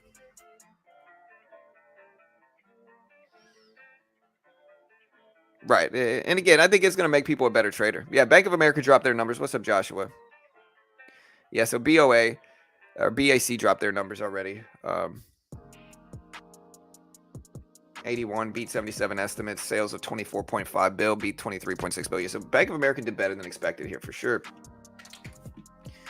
And it's starting to rebound up a little bit. All right, so we're probably going to get ready to cut this SPY here. We're not going to hold this. We break under VWAP. We'll cut it, and it's all good. It doesn't matter too much. I'm excited for earnings this week, man. Earnings this week are going to be wildly influential. Again, Bank of America, Schwab, Bank of New York drop earnings today. Today's a slower day for earnings, but tomorrow, Wednesday, and Thursday is when the big stuff happens. So again, tomorrow we've got Nflx earnings, which are going to be big. The next 3 weeks, 3 weeks are going to be huge. It'll always give us something to do here. So again, right now we have bank earnings today, but tomorrow we have Goldman Sachs, Johnson & Johnson, Hasbro, Albertsons, a few other ones here. Tomorrow evening is the big one. Nflx, United Airlines, Interactive Brokers, Hancock Whitney, United Community Bank, Pinnacle Financial, Omnicom Group, Equity Bankshare, Fulton, First Horizon, all that good stuff tomorrow. And then Wednesday, we've got Abbott, we've got Ally Financial, we've got NASDAQ, Procter & Gamble in the morning. In the evening on Wednesday, we've got Tesla and IBM, which are big. We got Alcoa, we've got Las Vegas Sands, so we got the Sands Casino. But the big one that we're going to be streaming Wednesday is specifically Tesla. That's the big one. And maybe we'll cover IBM and all the other ones too. Thursday, guys, Snapchat. Honestly, one of my favorite ones to stream is Snapchat. I like Snapchat. I do like Snapchat long term. I think Snapchat's cheap. And relative to where it's at now, I think there could be some value just considering the amount of daily active users Snapchat has. Snapchat has about, if I remember correctly, Snapchat has hundreds of millions of daily active users. And so in that regard, I like Snapchat long term. They have monetization problems. It's hard for them to monetize themselves. But aside from that, it's interesting. Thursday we got Snapchat. Friday we've got Verizon, American Express, HCA, and a few other things dropping in the morning. But then next week we got some big stuff here. Next week we've got nothing really big Monday morning, but a lot of stuff happening the next day here, man. Wow. Maybe they just haven't confirmed it. But I think Logitech Tuesday evening. Or no, that's Monday evening. Monday, okay, so yeah, Tuesday of next week, it's even larger. So Tuesday, we've got UPS, Coca-Cola, GM in the morning, Cleveland, General Electric, JetBlue, and that's Tuesday morning. Tuesday evening, we got Google, Microsoft, Alphabet, Visa, ENPH, Spotify, Texas Instruments, and a few other things. So Tuesday's big. Wednesday, even larger stuff, Boeing, Waste Management, Bristol Myers, Hilton, Kraft, Harley Davidson. And that's just the morning. CME Group. Evening, Meta, Facebook, TDOC, Teladoc, eBay, QuantumScape, Upwork. So that's Wednesday. Thursday of next week, we got Shopify, Caterpillar, McDonald's in the morning, MasterCard, Merck, DQ. In the evening, we got Apple, Amazon, Intel, Pinterest, T-Mobile, Just big earnings next week, man. Friday, we've got Exxon, Chevron, basically oil earnings, AbbVie. If we look at Monday of the week after that, on the 31st, we've got nothing really big in the morning. Avis in the evening. Herbalife, man, hopefully they do terribly. Tuesday, the 1st of November, we got SoFi, Uber, Pfizer. In the evening, we got AMD, which is one of my favorite. EA as well in the evening as well, video game company. Chegg. Wednesday, we've got CVS in the morning. A few other ones in the evening. Ferrari. You know, if you guys knew Ferrari had a stock, they do. In the evening, we got Qualcomm, MRO, Fastly, MGM, Robinhood. Thursday, we've got mRNA, DDOG, Crocs, Goldman Sachs, Gold, I'm sorry, NKLA. Speaking of NKLA, their earnings drop. Kellogg, PayPal, Block, so SQ, Coinbase in the evening. So, man, basically, essentially, guys, I'm going to be busy from Tuesday to Thursday evening, every evening this week and next week and the week after that, it seems like. So that's all good, bro. I truly do like earnings season. You know, earnings season, wildly influential over market activity. We'll see if we get something good. But again, right now on Topstep, guys, these are my stats so far here, team. These are my stats. Right now, we are running about 68%. About 68% accuracy in terms of daily accuracy. We're running about 68%. Will it show me my actual trade accuracy here?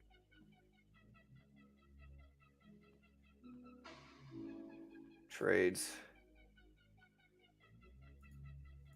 Will it show me my actual trade accuracy here? So my trade accuracy, everything in terms of what I'm trading right now, everything that I'm trading, my accuracy is over 60%. Except for the mini NASDAQ, which I've only traded once or twice, I think. All right, so again, on the E-mini, on the regular E-mini, I'm running 78% accuracy, which is actually really nice. Like, look at this. So here's the regular E-mini right here. So here's the ES. I don't know why I did that backwards, but there's the ES right here. So again, you can see here, I'm running 78% accuracy just trading the E-mini. All right, if we look at the micro E-mini, doing a little bit worse, but I'm certainly more active trading here. So doing a little bit worse, but I'm certainly more active trading. So again, in the regular E-mini, we're running about 63%. 63% accuracy. Could be better.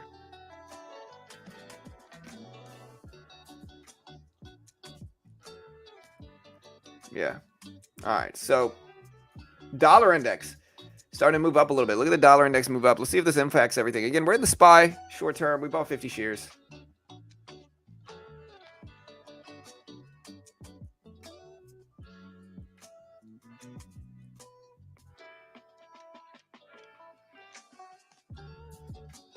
I'm up 2,300 for the month. Bought Tesla and Apple puts on Friday. Gonna lose some profits. Hey, do you, bro?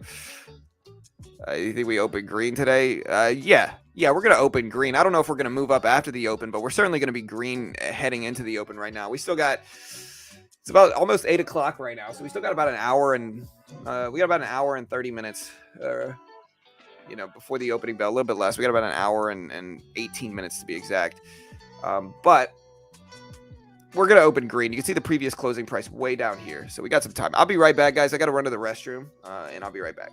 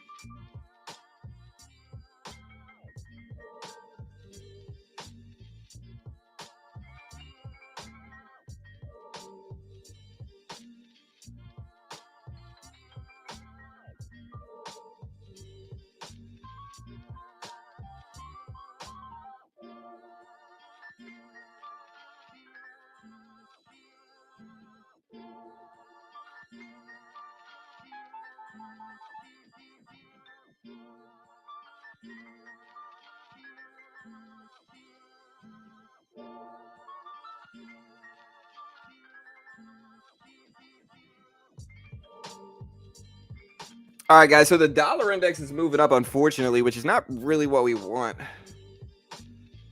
Hey, what's up, MJ? What's up? Thank you, David. I pride myself. So wait for the confirmation of the uptrend. We'll see.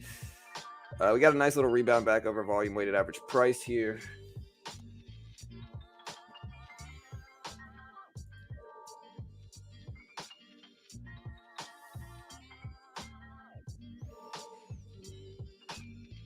Wow.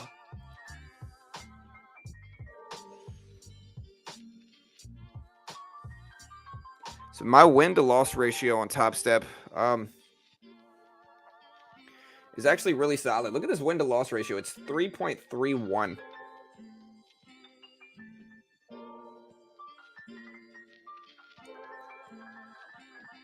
Not too shabby here, man. Look at that. So again, this is our stats here. We won 141 trades. We lost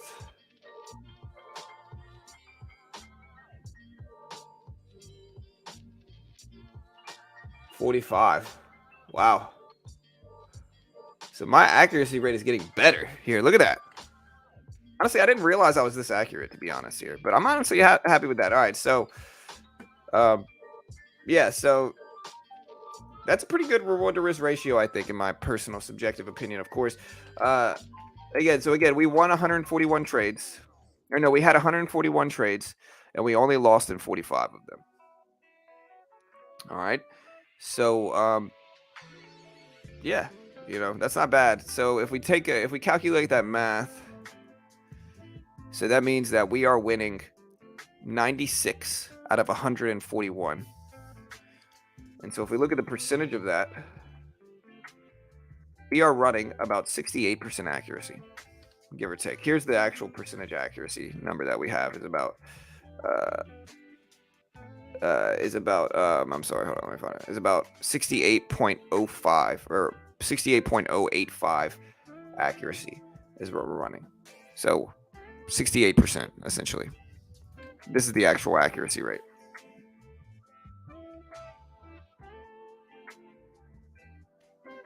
The 8%.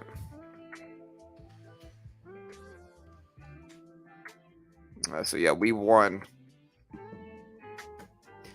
Again, we won 96 out of 141.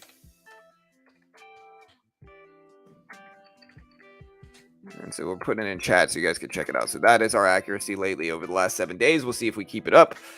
Dollar index moving up, though, not exactly what we want. You can see the Bank of America stock falling down a little bit short term here. Let's put up some indicators here so we can see. There we go. Again, dollar index was weak this morning, but it started to rebound, unfortunately. We are on the SPY with about 50 shares. Be cool if it was, yeah, it would, for sure, Andrew. You want the dollar index to rise? For what reason?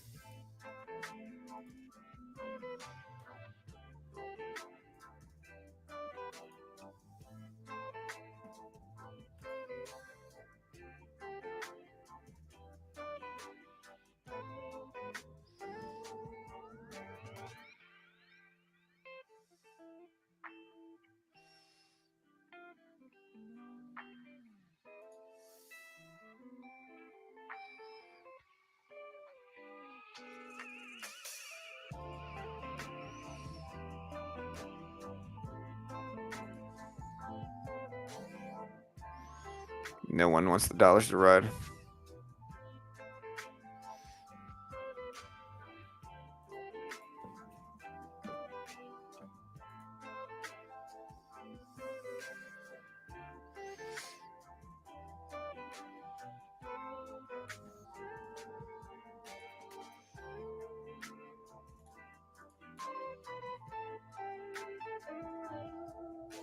All right, guys. SPY moving up. It's at 361.68 here. 361.68, guys.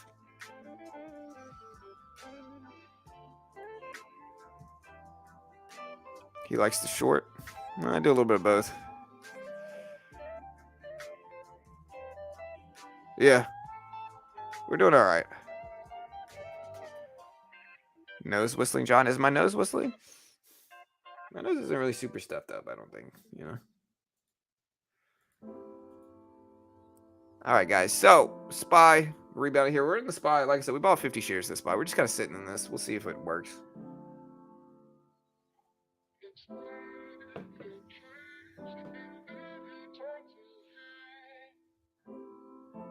Natty gas, Michael. I'm sorry to hear that, dude. But yeah, we're up about 2,000 in the combine right now, like net. So not bad.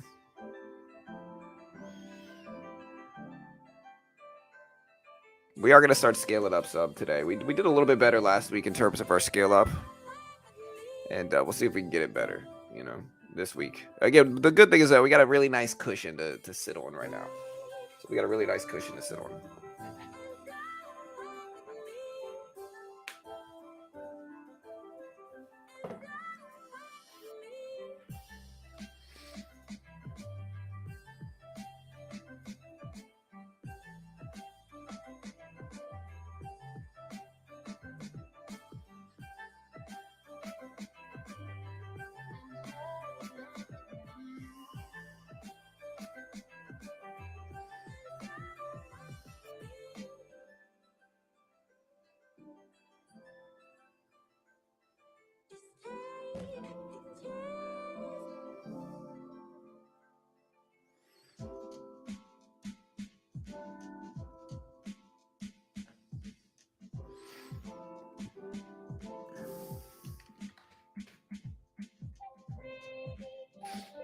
All right, guys. So, again, what's your play today? What's your play this week, guys? Y'all have a play that you're interested in? Let me know.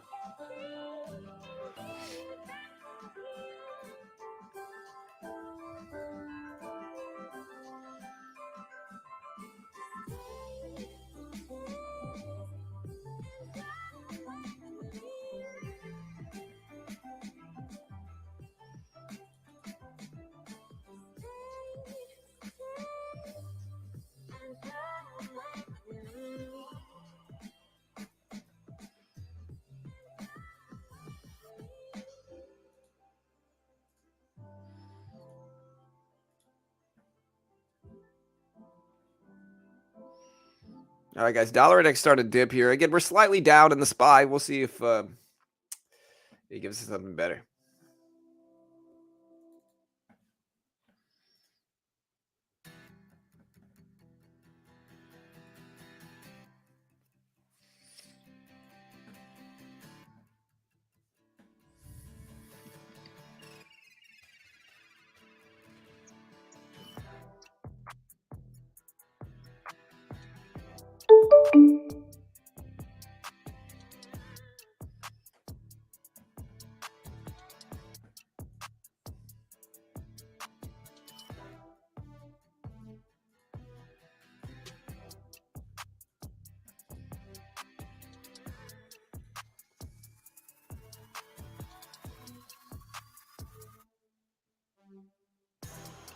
Again, we're consolidating here. We have built up a low that we can analyze and watch.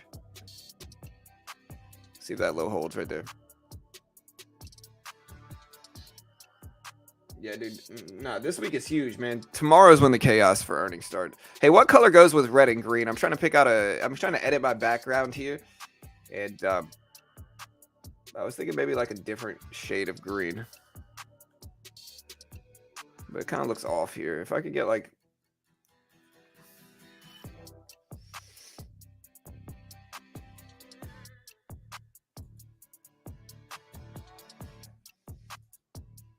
There we go. That's actually much better.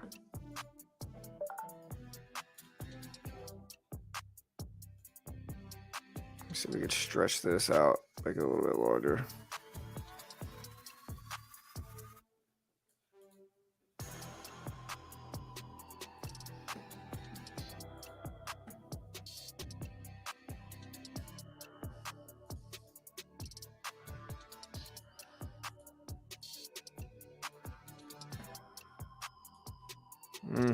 All right, guys. So we don't want to underline it. Let's see if we can find...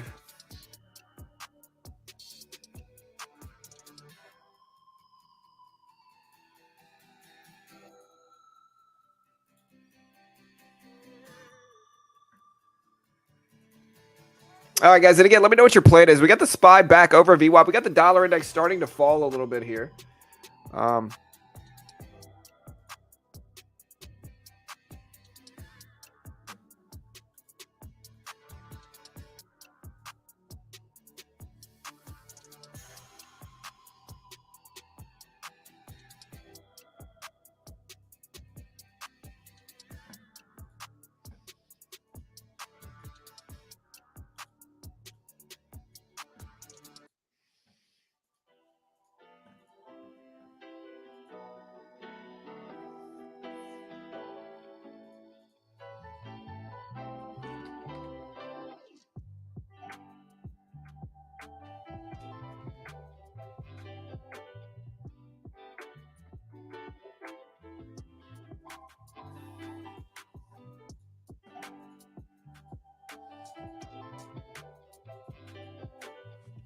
There we go. We're starting to get a pop. We're finally green on the trade.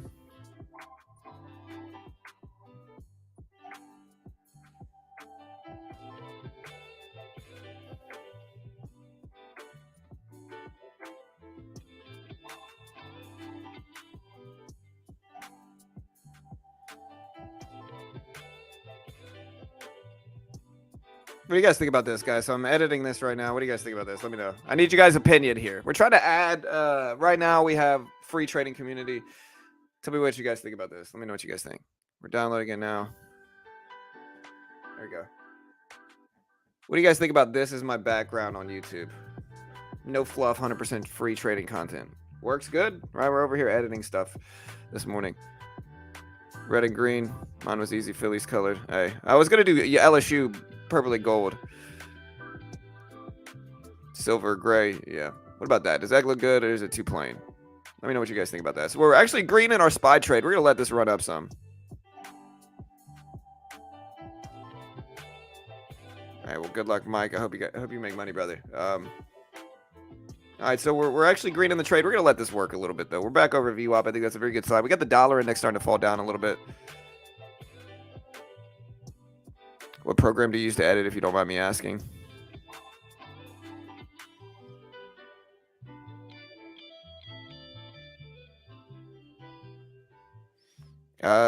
If you interpret fluff as added value content, of course not. But, hey, what's up, Spec? But fluff is meant to be filler. Or like nonsense. Fluff. Let's look up the. Now you got me looking up the definition of fluff. I thought I knew what fluff meant. It's entertainment or writing perceived as trivial or superficial. That's what we're calling. That's what we're referencing as fluff. All right. Yeah. So.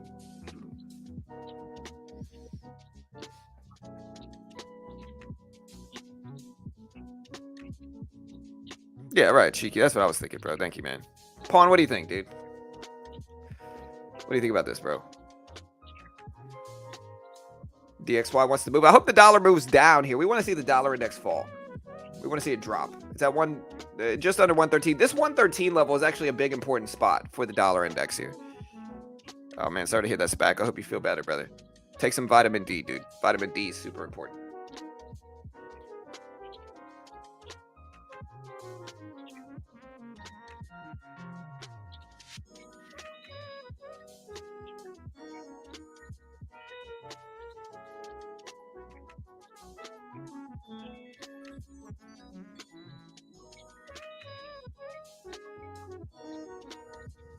Hey, thank you, Gia. What is that for? It's just for my background on YouTube. Get your mind out the gutter, Daniel.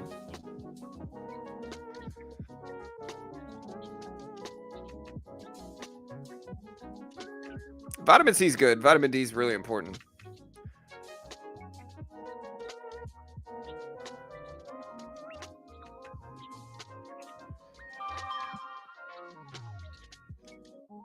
Yeah, I mean, my big thing, though, Chris, is so I could see it's kind of your first day joining us here. And that's all good, brother. Welcome to the community, man. It's all good, man. I appreciate the advice, regardless of whether, I end up using it. But what I mean by that is, like, what we try to do here channel, and kind of this started out as kind of like a pet project for me, kind of like a passion project, if you will, where I wanted to. So when I first started trading, I looked around and there were just so many people selling people nonsense, right? They were just selling complete nonsense to people, right? Publicly available content that you could Google and find for free easily. They were selling for thousands of dollars to unsuspecting, like brand new, like naive retail traders, right? And they were just getting wrapped up in it. And so what I wanted to create was a community that was just completely free, right? Where we didn't sell our content at all. There was no paywalls behind any of our content. And that's a huge theme here at Beginner Trading, is like, we're just free. We don't cost anything. We're just a resource for traders. I don't even claim to be a good trader. Maybe I suck. Maybe I'm terrible as a trader. Who cares? That's not what it's about here. What it's really about is just creating a free community, And so in my tagline, that's what we're going to put, I think, just to create a free community.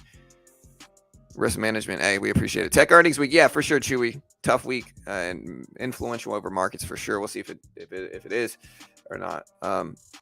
And you do a damn good job. Hey, thank you, Mike. We appreciate it. We try, bro. We try. Like I said, man, again, people underestimate. With the amount of views that I get and the amount of subscribers that I have, I could easily sell some sleazy course for thousands of dollars and probably make millions and millions from it. I really probably could. People want to pretend or whatever, but like, I certainly could be sleazy and sell some sleazy content if I wanted to, right? And to some ways it's tempting to do so. But again, I've kind of backed myself into a hole here where I've talked about being free so long that I could never sell anything at this point in time. People would go super hard into me if I did. And so because of that, it's a good thing. And, everything's free. I keep everything free here, and it's the right thing to do. In order to morally justify the channel, I got to give things for free. I got to tell people the truth, and I got to put out things for free and help traders. That's the whole point, And so in that regard, we're going to make it free. We're going to make all of our content free.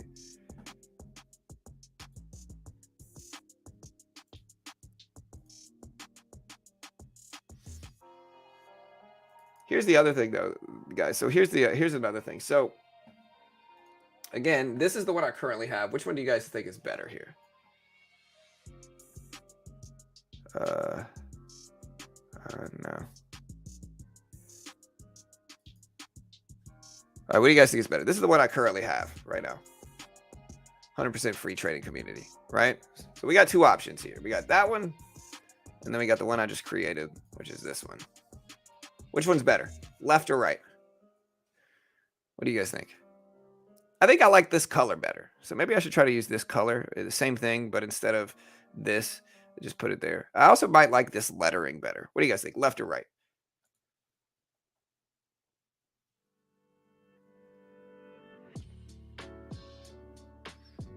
Yeah, man.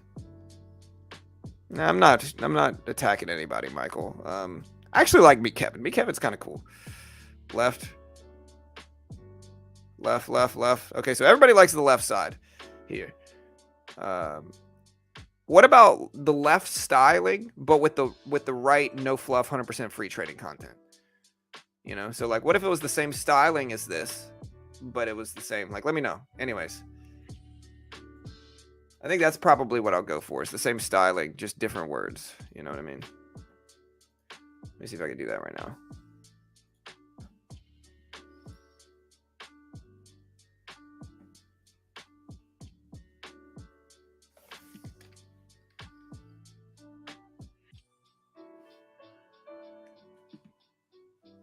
Now I got to figure out what kind of wording I used before, man.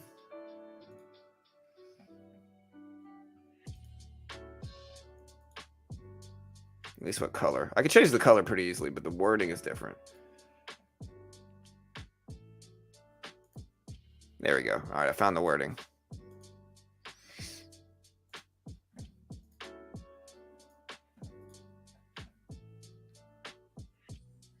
All right, guys, so the SPY actually went all the way against me. Luckily, I took profit, so we're completely break even on the trade. But SPY is very choppy right now, not really doing anything. Dollar index started to bounce up. You can see here, it bounced specifically right off of this 200 moving average here. So you can actually look at this. Whoa, that's too big.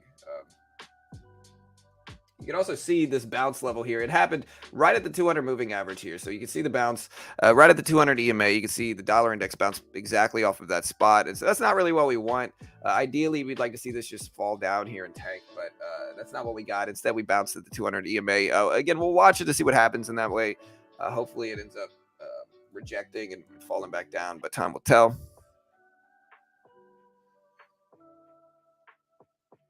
Rosie's pretty big.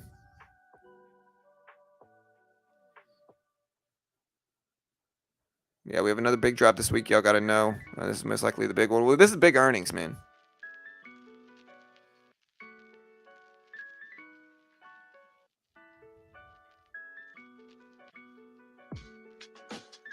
Yeah.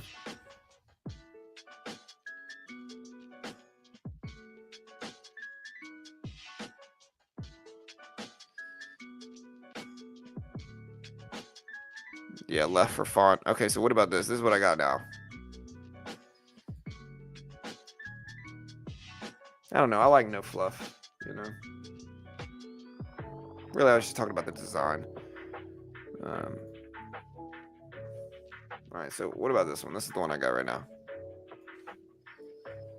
All right, guys, so the SPY trade is actually breaking down here. You can see the dollar index actually start to move up. Here's the dollar index start to go up here.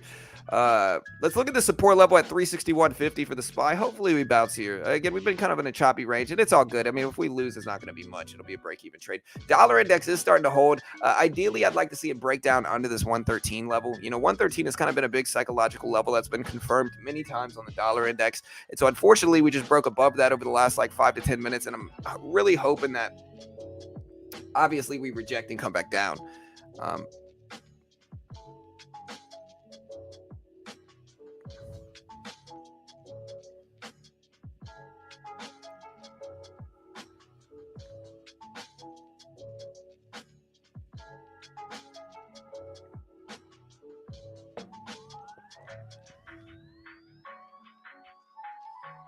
Well, I don't have room to fit 100% free trading tips and honest analysis, so I just don't have enough room. Yeah, Joshua, you see that, brother. And you can see my Disney trade right now, man. Here's my Disney trade.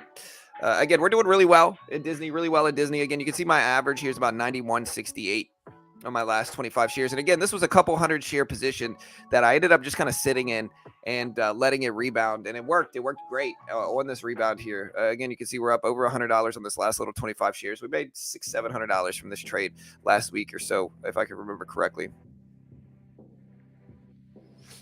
So we're doing pretty well in Disney here. Again, we're currently in the SPY as well, slightly down. But, you know, we'll see if we get something good here.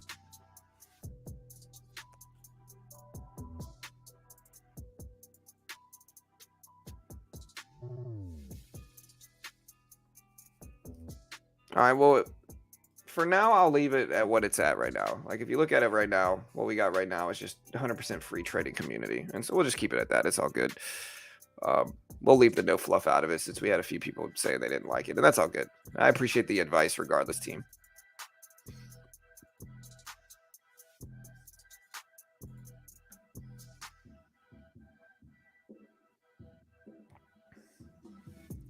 All right, guys, again, we're completely break even on the SPY. I want to see the dollar index fall and break down today.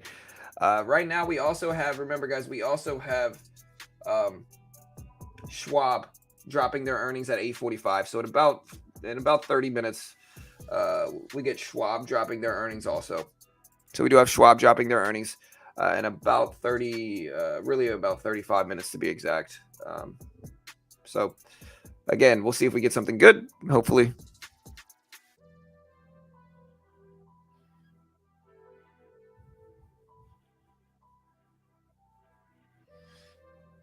The beginning of economic collapse? I don't know. Hope not.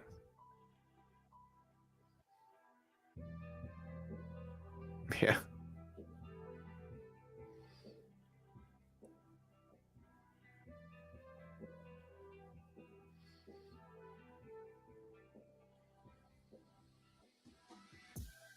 Yeah.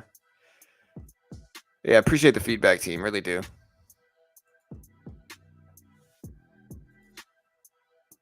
What do you focus on more when taking profit? Certain percentage or dollar amount? Dollar or certain percentage. Neither one of those really. What I really look at is resistance ahead. Now, of course, I use how much I'm up to gauge it. If I'm up any significant amount, I usually take profit. So I guess I would go by percentage. But it varies. It depends on what's going on in the chart. Usually what happens is as soon as I get into a trade, if I'm up in the trade, I'm usually trying to take some of it off to lock in that profit and get myself into the most favorable position you can as a trader, which is a green trade that you've already taken profit in. That way, if it turns against you, you're still protected from taking profit in that way. In that way, and so that's essentially what we're doing. And we'll see if we can, you know.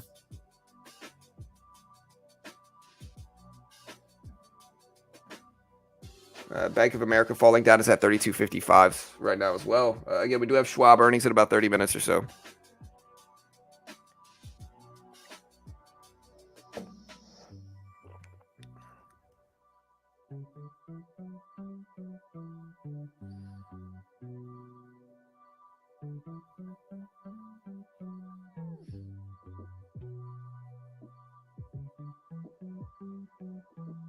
Yeah, before what it used to say was free day trading streams.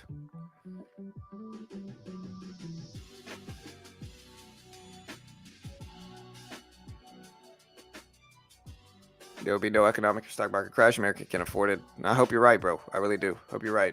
How'd you guys do last week? Were you guys green or red last week? Let me know. Again, we do have Schwab earnings.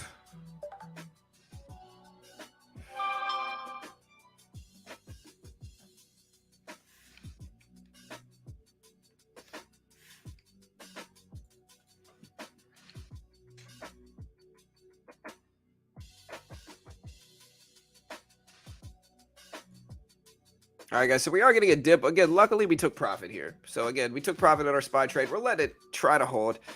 Do you guys think I should take more profit in my Disney trade, or what do you guys think? Hey, thank you, Tony.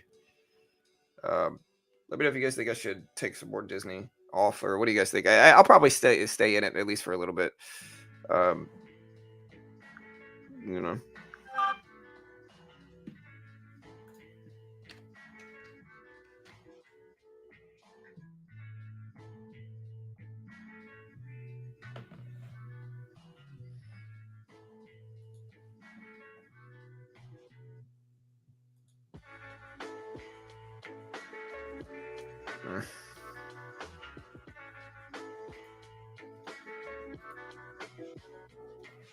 Every time I look at the IRS, bro, our prey taxes. Oh my goodness, man, what is going on with the SPY right now, bro?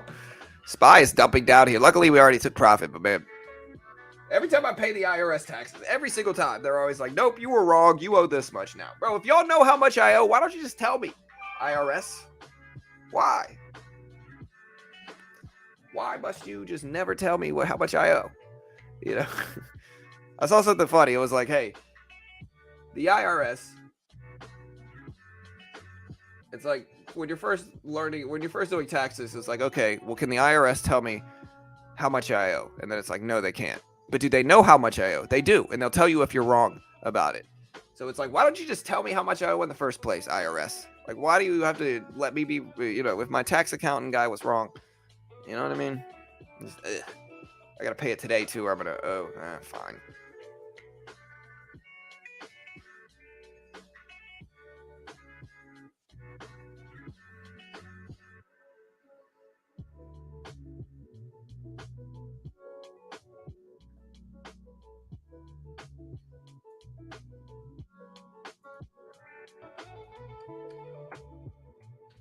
IRS, man. All right.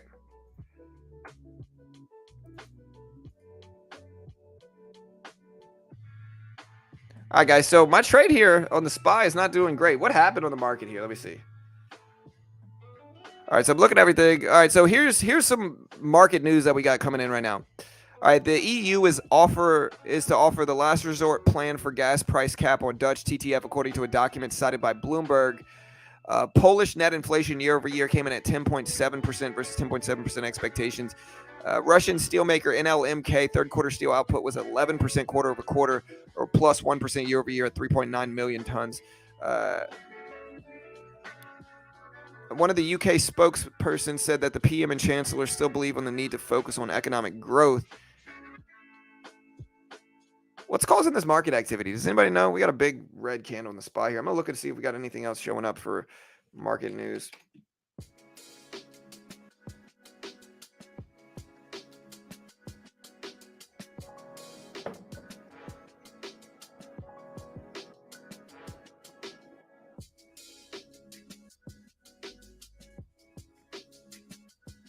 All right, there we go. We got a quick and sudden rebound here. We didn't really get any echo data here as well. Maybe Schwab dropped their earnings. Let me see. Was that Schwab? No, Schwab didn't come out with their earnings yet. Nothing really did. I don't know why the market's moving like this. Maybe it's something going on with some type of speaker. Hey, what's up, Chris? Hey, good morning, bro. Hey, what's up, Nicholas? Yeah, man, you see the market pop here. I don't know why.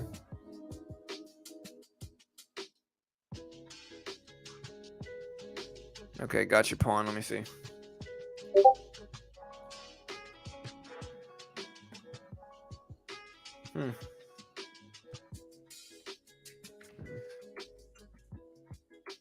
Free daily news and trading. What about free daily news and trading?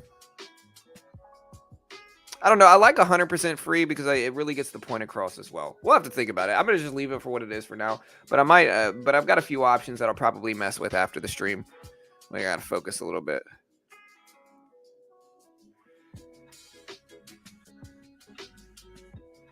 Yeah. The Empire State Manufacturing Index isn't dropping until 8:30, which is in 13 minutes. So we do have the Empire State Manufacturing Index, but it's not dropping yet. It drops. Again, it drops in about 13 minutes for the ESMI release.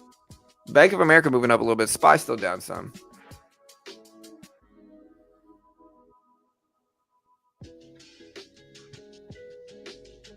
Yeah, that could be what it is, Taha.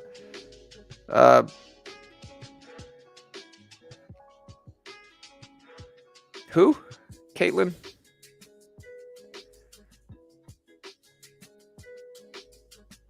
Bank of America dropped already. So Bank of America numbers were as follows here. So Bank of America came in at third quarter EPS at 81 cents, beat the 77-cent estimate. Sales of 24.5 billion, beat the 23.6 billion estimate for Bank of America. So they came in better than expected.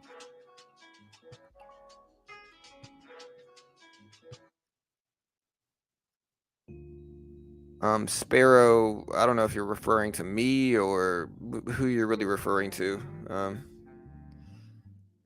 Never seen you before, so it's kind of a random comment. Find me the law which states that we have to pay federal income taxes. Find me the statute. I always laugh when people say that, man. Like, listen, regardless of whether you can find some loophole in the books, try not paying taxes and see what happens, bro. You know what I mean? Like, try not paying taxes and see what happens, bro. You can find that loophole and see if it works. And that's all good and fine and everything. Like, it's kind of like the sovereign citizen, people. They're like, oh, I'm a sovereign citizen per some random rule from the 1700s. I don't have to follow laws. It's like, okay. But the problem is not whether there's some obscure law or loophole. The problem is whether the justice system believes there is. So you can find some random obscure stuff from 300 years ago to justify not obeying stuff, and that's all good. Same thing with taxes. You could say, hey, well, we don't really have to owe taxes. But the point is that we do. And if we don't, we go to jail. And so I always laugh at those, man. It's like, okay, yeah, I pay my taxes, bro. My taxes are paid already, I get the October extension, my taxes are paid. In which tens of thousands of dollars in taxes are paid. I'm happy I'm making more money, but taxes are never fun to pay.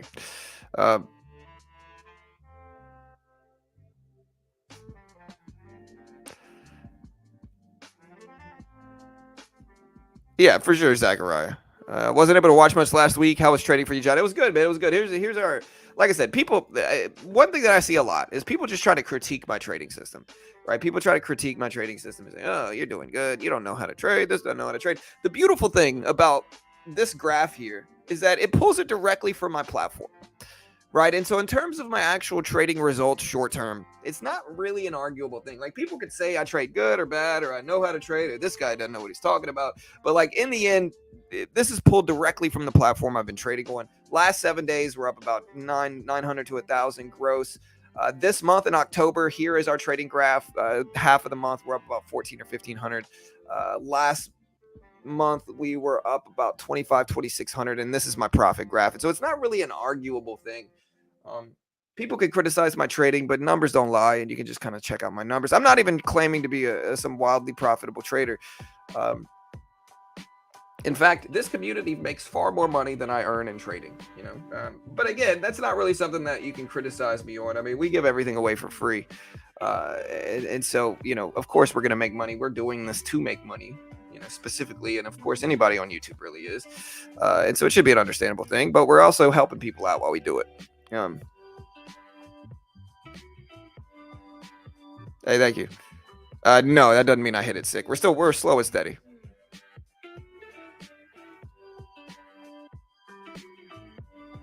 Right.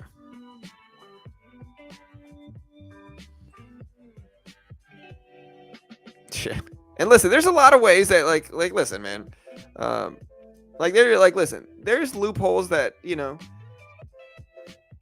that you can write off things. And I write off some stuff, right? But I'm not egregious with it. Like, I write off justifiable. If anything, when I pay taxes, I'm actually very careful with what I write off. Like, I only write off legitimate stuff.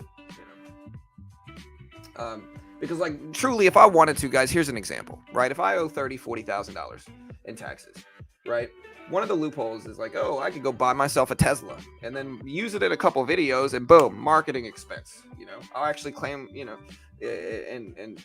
but I don't do that because that's just asking to get, in trouble. You know what I mean? So, like, I could do that, but I'd rather just pay my taxes that I owe. You know what I mean? And not pretend to be losing money or whatever it is when I'm actually making money. I'd rather just be real and pay my taxes and not worry about it. You know what I mean? With all that said, I have no idea what I'm talking about. Ask your CPA, not an investment or tax professional.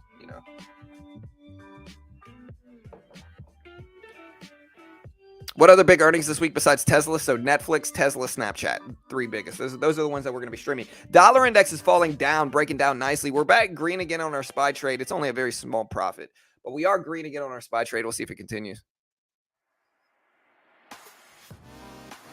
Well, yeah, an S corporation is incredibly powerful. It means that you essentially get you around the self-employment tax,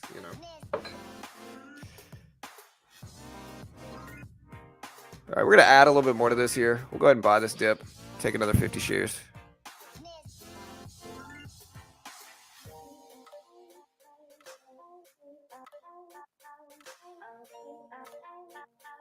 Yeah. Yeah, I don't have clients, so I don't write off food either, bro. I don't write off any of that stuff, bro. Like I said, I really only write off legitimate stuff. The biggest write-off that I have on a daily basis is business subscriptions of some sort. Like, business subscriptions are really what I write off the most. And, like Canva or Photoshop or whatever,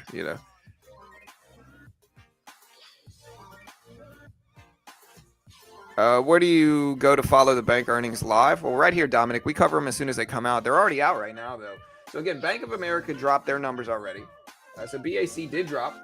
BAC came in at 81-cent per share EPS, better than the 79-cent per share estimate or expectations. So Bank of America came in better than expected on that front. You can see it right in the middle here.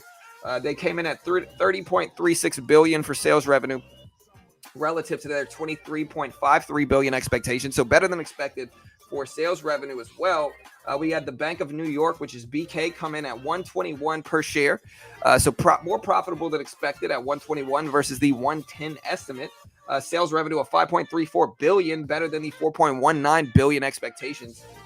We had Main Street Bank share come in at 97 versus 72 EPS and 23.3 versus 17.5 million sales revenue expectational numbers. We had GNTY coming at 115 versus the 91-cent estimate. So most of the bank's shares came in noticeably better than expected in that regard. So most of the bank shares came in better than expected. And so again, I think it's plausible to assume that when we got Schwab numbers jumping out here, so we have SCHW, I think it's plausible to assume that we might get positive earnings here because the rest of these bank companies did noticeably better than expected here. So better than expected numbers for a lot of these banks. And so I think, I think it might be something where we get better than expected bank numbers here for Schwab as well. I'm not 100% sure, of course. We'll see. But what do you guys think?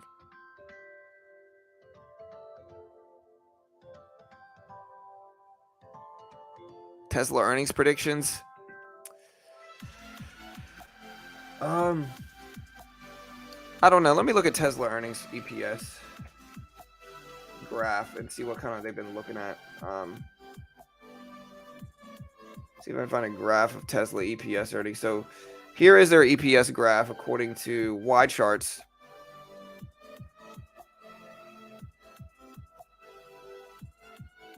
Here's Tesla earnings so far. And so as regarding like trending EPS, which is profitability. So March, that quarter was good. They came in at 95 cents, 95 EPS for Tesla. So better than expected. Then they came in worse than expected in June at 65 cents. If we look at the yearly chart or the 3-year chart, I think is probably the best way to do it. I really don't know. I think there's always a gambling aspect of taking big positions ahead of earnings. You know, there's very little edge in terms of earnings for you to make money in terms of just getting in before the earnings are released and trying to essentially guess what the earnings are going to show up as. I think there's very little edge in doing that. And it's always better, in my opinion, to have what's called a predictive to take predictive or to take reactionary trades as opposed to predicting trades on a short-term basis, especially with regards to earnings specifically, because earnings, a company can have great earnings and still tank, and a company can have terrible earnings and still, fly up. And so sometimes they're nonsensical. And so in that regard, you need to just be very careful of taking any front-loading positions ahead of the earnings reports. So y'all just be careful. This is essentially what I'm saying. Speaking of that, though, guys, y'all check out a company. One of the companies we have been talking about and using and trading. We got 3 minutes until the manufacturing index comes out. One of the companies I've been using is called Chart Prime. And honestly, this company is a sponsor, so I'm certainly biased in their favor. But this company makes my trading day very, very easy. It's one of the reasons I've gotten the results that I have here. And if we look at this here,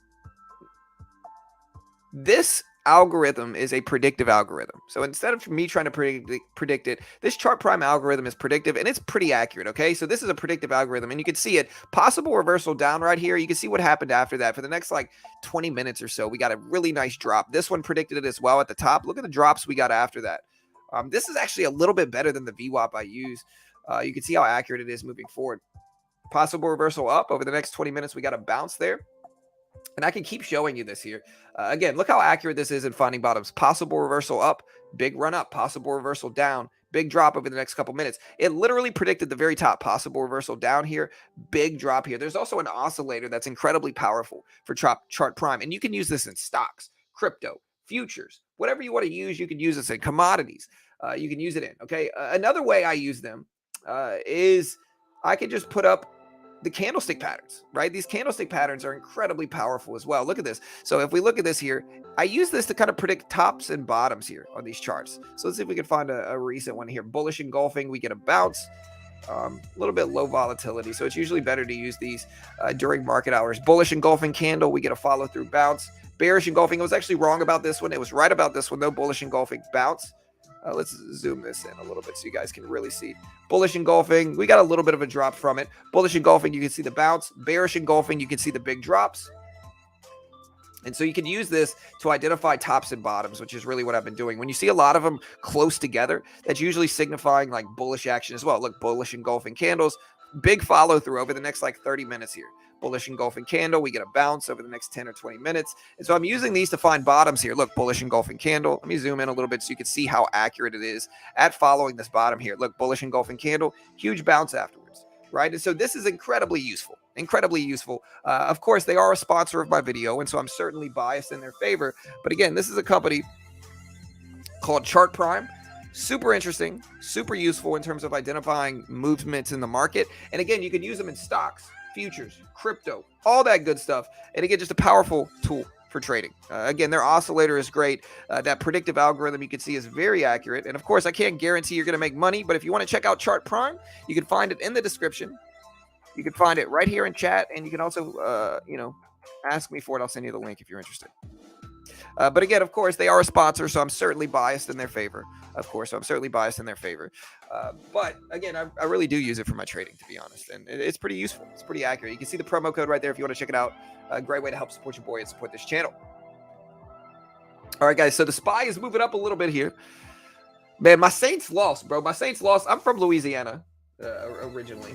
A lot of people think I have like a Philly accent. It's not. It's actually a Louisiana accent, if you guys are wondering. But my Saints lost, man. At least we lost to the Bengals and my guy Joey B. At least we lost to Joe Burrow and the Bengals. If we're going to lose to any team, I'd rather us lose to the Bengals, okay? But we just need a new quarterback, man. We need a new quarterback. SPY pulling all the way back down here again. All right, so the New York State Manufacturing Index did drop here. We can show you guys what it is. It came in at minus 9.1 versus minus 4% expected here. So this is influencing markets negatively. Again, this is bad. This is not good. Again, it came in at minus 9.1 versus minus 4, which means that the overall state of business in New York is worse than expected.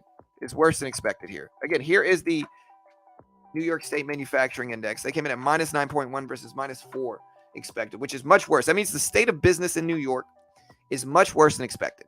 Again, the Empire State Manufacturing Index rates the relative level of business conditions in the state of New York.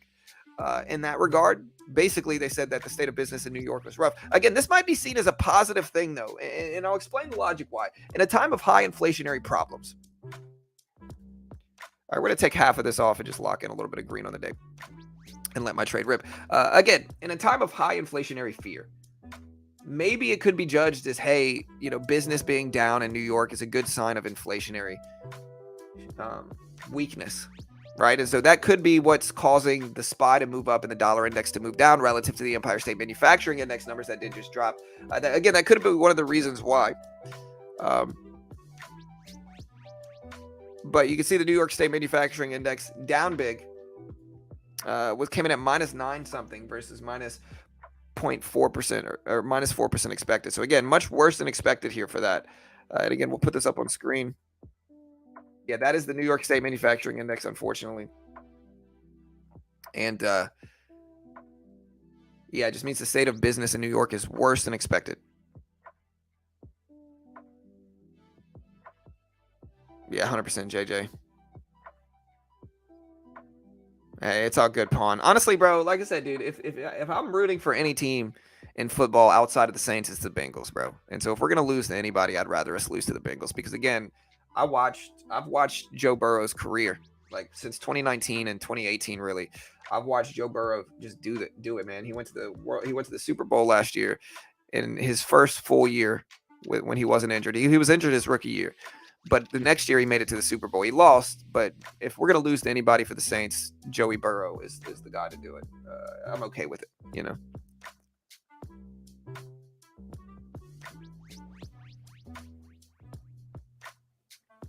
Yeah, it might hurt interest rates as well, yeah.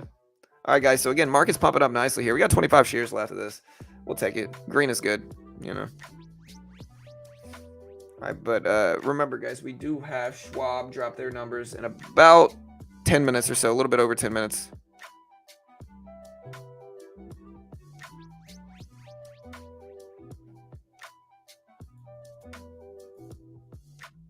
Hey, y'all do me a favor, guys. Hit that subscribe button if you haven't already. Hit the notification bell. Listen, everything we do here is completely free. And so we don't charge a penny for anything. We're trying to hit 89,000 subscribers today if we can.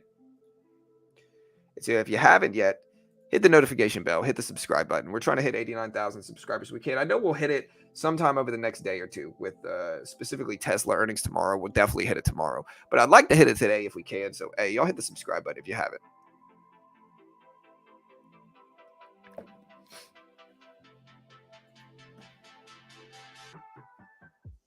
How much of an impact will this lead to in the markets? It's not going to be wildly influential. It might impact it some, but the New York State Manufacturing Index, it's big, but it's not super big because it just gauges New York and that's it.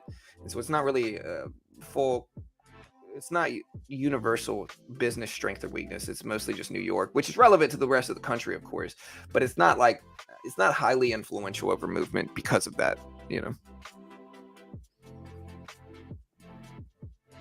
Yeah, for sure.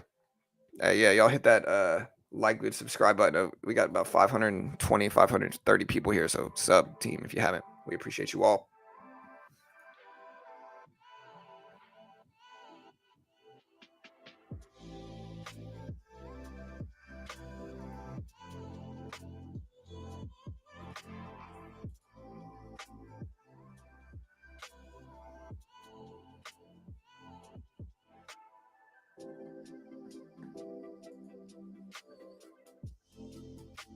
Yeah, all good, pawn. Any event celebrating 100K? I don't know, man. Probably not. Just probably business as usual. We might do a stream or something as we hit 100K or something like that. But aside from that, probably not. Dollar index falling down here, which is precisely what we want to see. Dollar index down at 112.70s. Really cool, man, because again, I started this community, man, like years and years ago. It's kind of like a pet project, like a passion project. Again, I'm a real estate agent and a software developer, so I kind of started this as a pet project, and it's really cool to see it grow to where it's at now. It's really cool, and so I appreciate you all. Certainly wouldn't be able to do it without the really cool community we have here. So we appreciate you all, guys. We really do. Yeah, I don't know about that, pawn. Not today, bro.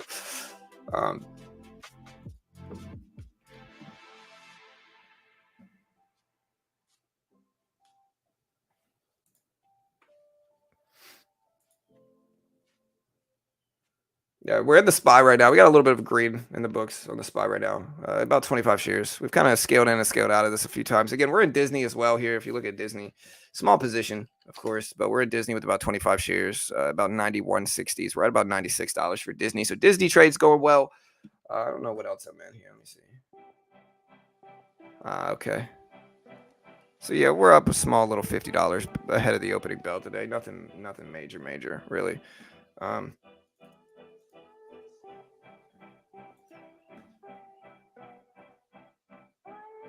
What language do you code and program in?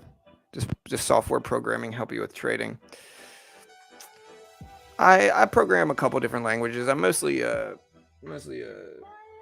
JavaScript and React Native mobile developer. But I also know Python, a few other languages as well. But JavaScript is certainly my main language that I work on, front end development mostly. As for programming, I haven't really gotten into I know Python and I've built some trading stuff with it. But lately it's mostly been focused on JavaScript and React.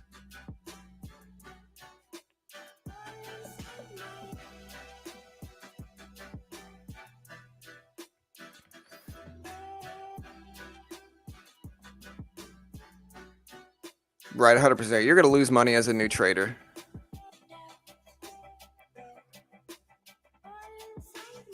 West side, yeah, so BitGet doesn't accept US users at the time being. The old users can still use it, from what I understand.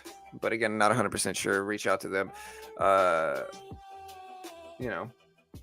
would never recommend using a VPN, or anything like that. Of course, why would I ever recommend that? But,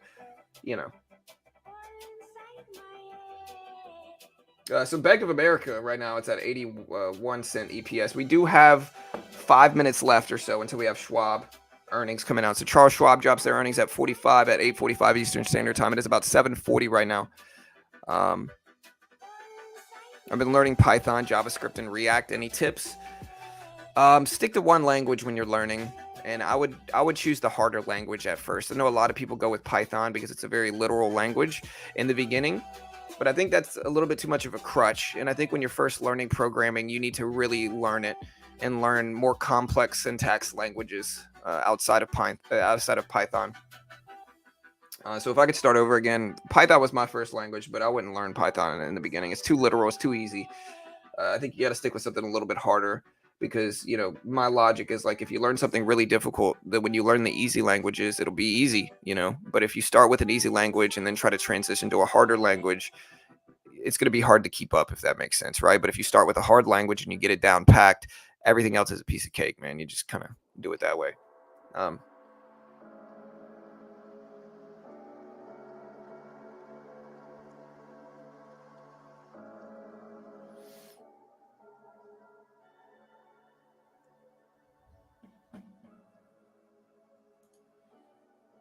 Yeah, it came in worse than expected, Joshua, unfortunately.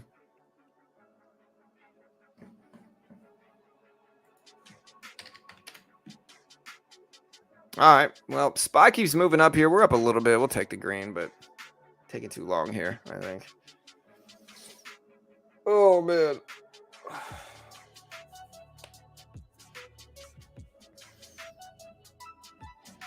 You guys can see here, we're moving up on the spot. I'm going to go ahead and take another 10 shares off. We're just kind of scaling out of this little baby trade in pre-market right now.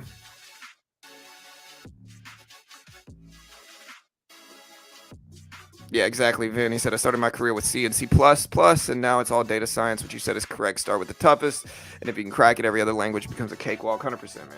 Again, a lot of students right now do it backwards, and I did it backwards. But if I could start over, I'd learn the hardest language first, for sure. What do you do for fun besides trading? Man, I'm married with kids, man, so I got a busy life, man. Don't have much free time here. Speaking of that, hey, what's up, man? How you doing, dude? How you feeling today, man? Feeling good. Love you, man. You okay? All right, I love you, buddy. All right. Maddie said she gave the watch to you. I gave your mom the watch last night. So you wanted to wear the watch, right? Yeah, I gave it to your mom. So ask her where it's at. Don't do that. That'll make my mic fall, buddy. But yeah, ask your mom where the watch is, dude. You can wear it today, okay? I love you, buddy. Love you. All right, have a good day, man. All right. Yeah, my son wants to wear one of my watches.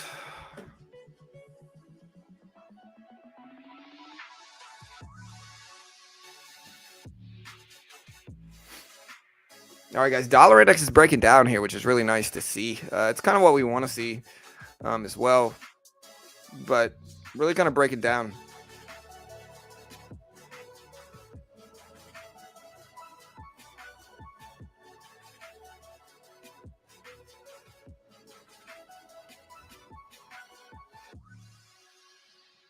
Get a huge week for earnings this week. Today, we don't really have much earnings, but we have some bank earnings today. We got 3 minutes before Schwab drops their numbers. We're also going to put it in sub-only mode, guys, for this data release for the Schwab earnings. We are going to put it in sub-only mode. Try to hit that 89,000 subscriber number today. So again, we are in the sub-only mode now. So announce yourself. Show us that you're supportive. Everybody talk about all my subscribers. Announce yourself in chat so we can know who you are. We appreciate you all. Son wearing the Rolex today. Nah, never. I'm not going to let Jack wear a Rolly. But he can wear – the watch he's wearing isn't cheap. You know, it's like – I mean – it's not incredibly expensive. I like watches. And so, SPY rip it up here. Again, nice little $25 bill here. Take a little bit more off here at the top. Let the rest slide up. Got a little cushion on the day to start. Small trade, man. $30. But, you know, we're just kind of... I'll go ahead and cut it right there. $25. We'll take it. We'll see if the market continues to rebound. That's great. Dollar index falling down, breaking down here. Hey, what's up, JD, Ricky, Westside, GM, Brent, Zach, DS? Hey, thank you so much, guys. We appreciate it. And again, if you haven't already, subscribe. We're trying to hit that 89K level. We'll see if we do. Again, channel's been growing like crazy. We're hitting about 250,000 views a month. Right now, about 250,000 a month. Growing by about 3,000 to 4,000 subscribers a month right now. You know, averaging about 5,000 to 10,000 clicks a day. And so, hey, we appreciate you all, man. It's growing really nice. Kind of really shows you that giving away free content is the future. Hey, what's up, Tim?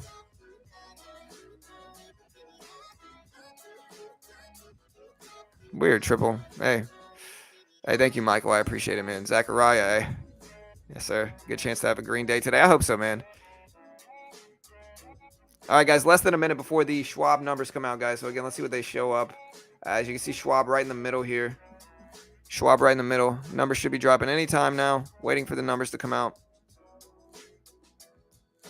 Looking at a few different sources here for this news. All right, there goes Schwab. Schwab dropped third quarter net revenue of $2 billion. Third quarter EPS of 99 cents versus a 105 estimate. So it looks like Schwab actually missed. They're gapping up some. They're at 72 cents, 73 cents. It looks like they missed on EPS. Their sales revenue expectations were 5.34 billion. They ended up showing 5.5 billion. Where's the actual number? Okay, so actually their adjusted EPS, came in at 110 versus 105 estimates. So adjusted EPS came in at 110 versus 105 estimates. So they actually came in a little bit better than expected in that regard. They're up to 72 cents right now, or $72 per share. So again, third quarter adjusted EPS came in at 110 versus 105 estimates. Sales revenue came in better than expected as well at 5.5 billion versus 5.34 billion estimates. So Schwab came in better than expected on both metrics there. I don't see any guidance numbers yet, but again, they did come in better than expected. Again, they came in at 110 EPS, which is profitability, so more profitable than expected. Again, their expectational numbers for EPS were at 105. They ended up showing 110 in terms of expectational numbers. Revenue at 5.5 billion here. And again, you can see these links right here if you want to check them out. Here's the Schwab numbers. Again, better than expected on both metrics. And again, like I told you guys, I should have taken my own trade idea. I told you guys that we might get some sympathy moves, that it might be plausible to assume that we might have positive Schwab earnings relative to the other bank stocks that came out. And that front loading ahead of time and riding it up on the gap up from the earnings release might be a good little strategy. And that's precisely what happened. I should have taken my own trade idea, but we were right. Builds my confidence a little bit, and I'll take that, I guess. But yeah, Schwab gapping up pretty decently on these numbers, up about $1.50 per share or so since the release about a minute ago. So not bad. Let me know what you guys think about this.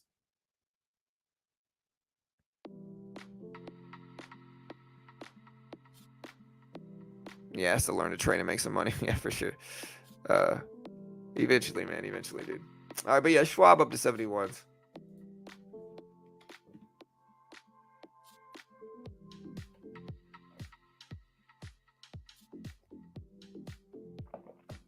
Oh, man.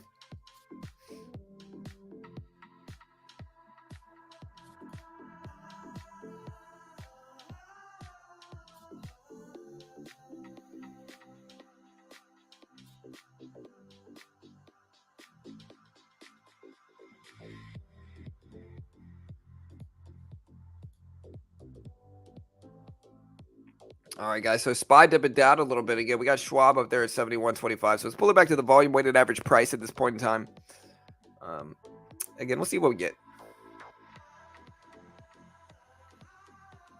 Did y'all see Game of Thrones last night, man? Oof. So good, dude. So good.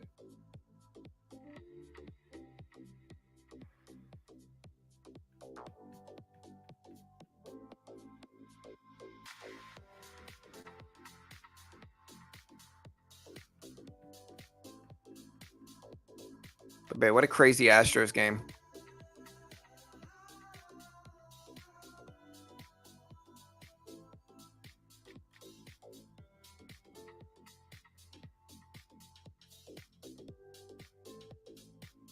All right, guys. SPY at 362.60s here.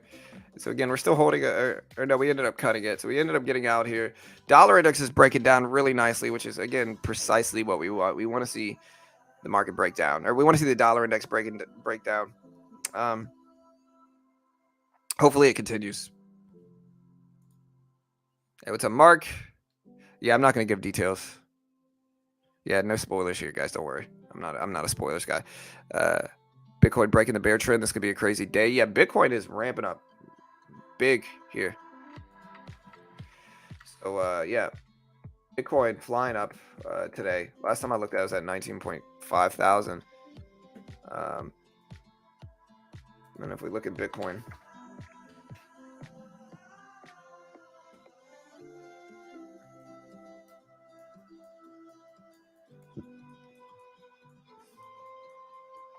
yeah, Bitcoin all the way up to 19.6K here, which is really nice to see.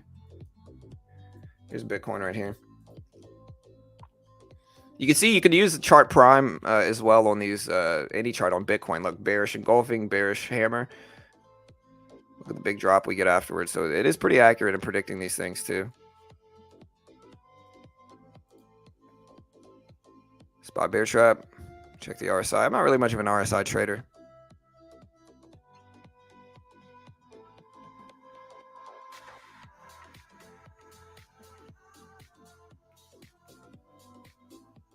$19.6 is resistance. Yeah, for sure. But yeah, we got Schwab numbers out. Schwab's at about $71. The big thing is that the dollar index is still falling, which is what we want to see.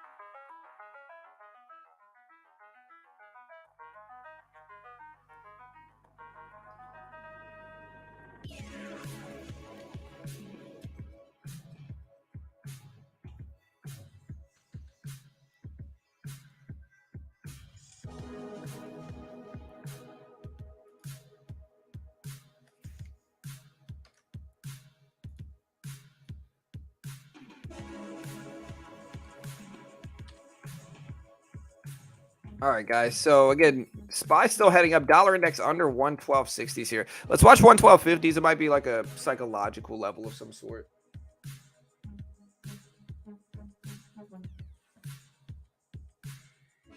What does the dollar falling mean? Well, the dollar falling means less inflation. Yeah. Dollar falling is good right now in a time of high inflationary problems and fears, right? And the logic of it is pretty simple. Number one is that with inflation so high, the dollar being as strong as it is relative to other places around the world is not good for that inflation. Also, when the dollar is gaining value, people are less likely to invest in all different asset and investment classes. So it's like if the dollar's gaining value, if somebody's sitting on cash and their cash is gaining value, people aren't really going to want to take their cash and put it into something else like Bitcoin or stocks or crypto or equities or whatever, futures. And so in that regard, a lot of the time there's an inverse relationship with investment asset classes and the dollar. And so if their cash is losing value, if people are sitting on cash and their cash is losing value, they're more likely to invest it into other things, but when their dollar is gaining so much value, it doesn't make a lot of sense to take that and put it into other stuff. And so it's, again, there's usually an inverse correlation with the dollar index and asset classes as a whole. And so that's kind of what we watch here. And I use it to trade as well. Like we get a big drop in the dollar index, I'll take a long on the SPY or something like that. Yeah, so again, we got earnings this week here. We got Netflix tomorrow, Tesla Wednesday, Snapchat Thursday. So big earnings week, huge week for earnings. So it's something that we are going to cover. So y'all be ready.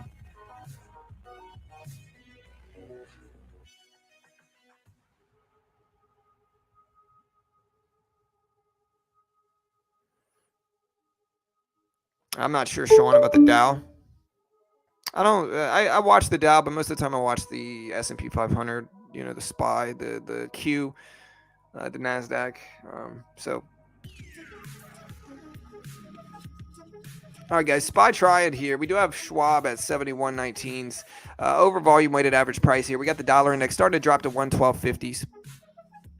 SPY still moving up. We've had 3 or 4 green candles in a row starting to test the previous high of pre-market, which we had hit earlier, right around here. And it might be a relevant level. We got that 363 level above us here. If we look at a longer term chart,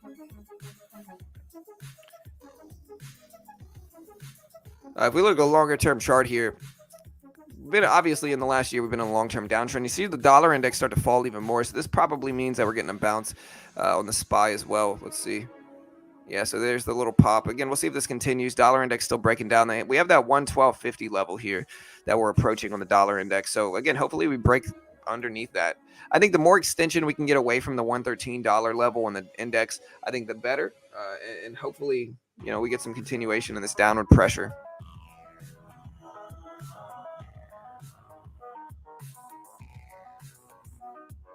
Other day traders on YouTube have me thinking I was going to retire early. John's the only real one, not the first or last time saying it. Hey, you guys know me, man. I try to be real with people. There's just a lot of sensationalized predatory marketing out there in the day trading community. In day trading, I get it. Like, I get people want to do it. And it's, I day trade as well sometimes, so I'm not against day trading, of course, but I just think there's so many sensationalized courses. Because in order to sell you a course and make you spend thousands of dollars on some type of content when there's so much free content out there, they have to give you unrealistic expectations. And so they're going to promise you the world and say, oh, if you take my course, you could turn $1,000 into a 50K in 2 months, just like me. And that's going to make a lot of people that are desperate for money, like a lot of people that are struggling financially, to spend their last couple of dollars on that sleazy course, right? And then they're going to be even more upset afterwards because they're going to realize, man, I just spent my last couple thousand on some nonsense. Again, so in order to morally justify running this community, I got to be real with people. And the reality of it is you can find almost all day trading, swing trading, and investing content for free online. You don't have to buy a course. It's all free. Most of the content you're going to find in all of these really expensive courses is already out there. It's publicly available. And of course, they'll try to convince you that it's not, but it is. 100% it is. You can find all of it available for free for the most part out there. And so, of course, you're going to have those type of communities talk a little bit of smack about me because I'm threatening their business. And you need to see it for what it is. Again, sometimes you're going to have people in those communities that have spent that type of money kind of get mad at the messenger, which is me, because the truth hurts, man. If you think you're going to get rich in 3 months buying some nonsense course, and somebody like me comes along and says, hey, yo, you're not going to, it's probably not going to happen, that might make you emotional. You might get mad at me for it, even though it's not really reasonable to. And I understand that as well. And so again, I try to repeat this many times a day because it's the truth. People need the truth, and that's the truth.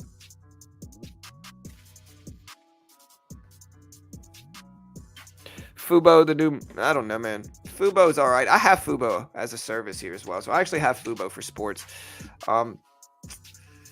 I don't know. It's got a big following of traders that are interested in it, but I think there's risk holding it long term. To be honest, that's my take on it.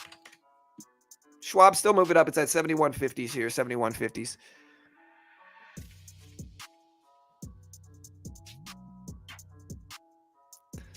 Well, the reality of it is this is why it's so difficult to make money in short-term day trading.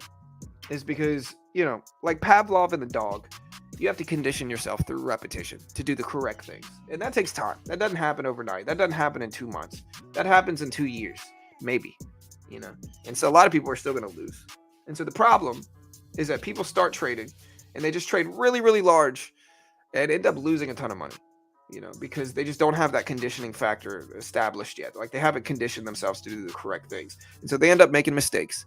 They end up having big drawdowns in their account that are avoidable. Because they haven't conditioned themselves to cut losses most of the time is what it is.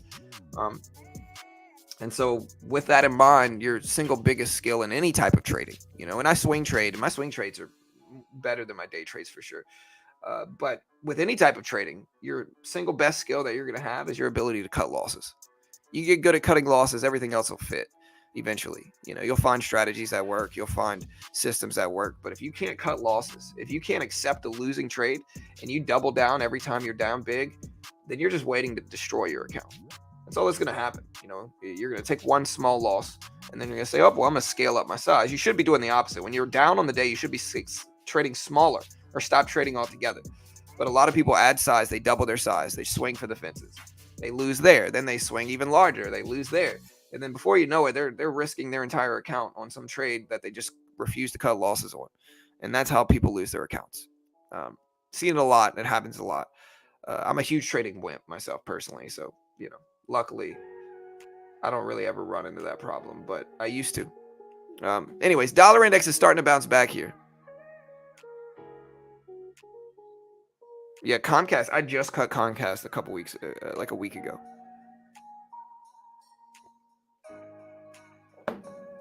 All I see on the Tesla chart last week is massive stop loss flushing before they drive the price up. Yeah, but here's the thing with Tesla, and I like Tesla as a company. I think it's a groundbreaking, amazing company that is changing the game for sure. And I think EVs are simply more efficient. If you look at it objectively, there's a lot of political, arguments for EVs or for against EVs. I'll put it that way. But when you look at electric vehicles, they are simply more efficient vehicles. Tesla Plaid, 9 seconds flat, quarter mile stock. I think it's actually 9.2 seconds. I'm sorry. But 9.2 seconds stock quarter mile time is obscenely fast. Obscenely fast. And it also has amazing gas mileage as well. And so the fact that you can have a car that is quiet, runs that type of speed, stock, and has amazing gas mileage means that it's more efficient than its gas-powered counterpart. It's not really arguable either. Now, of course, the big dark spot on EV is their battery disposing, aspect. Like disposing of the battery is bad for the environment. It takes a toll on the environment. And it's the biggest argument against EVs as a whole. But in my subjective opinion, I think over time, we're going to become more efficient at that. We're going to figure it out. Anytime we have efficiency in one way, we make efficiency in others. And I think in Tesla's in regards to Tesla, I think that's what's going to happen, is that we're just going to get better at disposing of them, but I do think EVs are simply more efficient, in terms of, outside of environmental implications. They're more efficient in terms of just driving. They're more efficient in terms of the actual automobile driving aspects of it.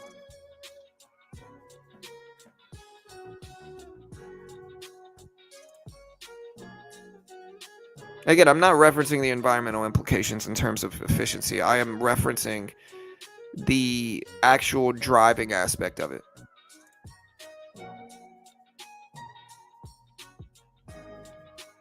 No, I don't really use Bollinger Bands. I most of the time use volume weighted average price, previous closing price, 200 EMA is what I use.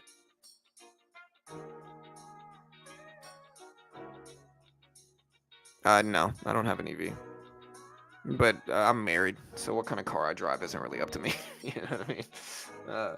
Not anymore. I mean, it's mutual, and I tried to get a Tesla. Trust me, I tried, but my wife wanted we needed a. My daughter's in softball, and so we needed a SUV for the last purchase. We have a truck. We need a truck, and we have a truck, and then we needed a SUV.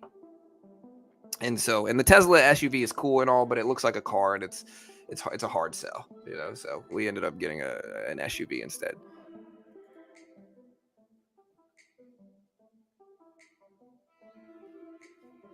Yeah, hey, you guys know.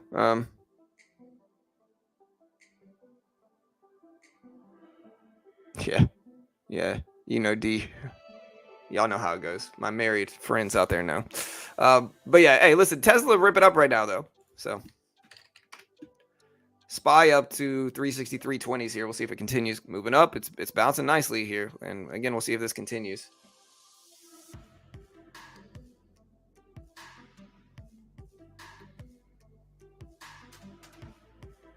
Solid state. Yeah.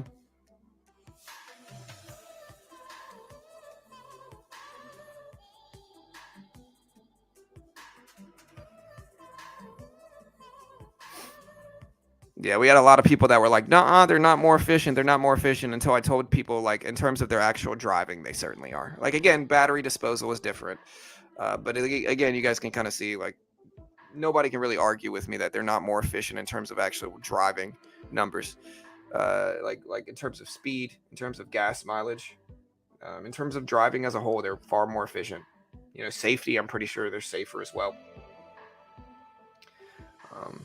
And so everything else will catch back up. I think whenever you have something that's more efficient, it'll catch back up.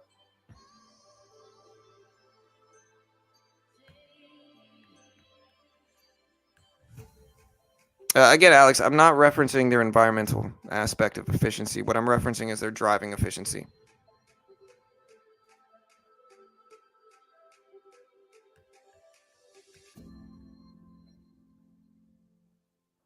Man, look at the market fly up, though, guys. Again, dollar index is still breaking down nicely here. Look at the SPY all the way up to 363.50s. Yeah, Bank of America beat earnings. You could see the Bank of America numbers came in at 81-cent EPS for the third quarter. 77-cent estimates are better than that. Sales revenue of 24.5 billion beat the 23.6 billion estimate. So Bank of America was a slight beat, only slightly better than expected. Schwab, on the other hand, actually came in noticeably better. And so again, when you have driving efficiency, and efficiency as the driving aspect, gas mileage, speed, comfort, safety, when you have all those efficiency benefits, then the environmental aspect of it will get better over time. 100%. Like, not a question. Like, anytime you have that type of better efficiency, everything else will move over time. SPY at 363.20s.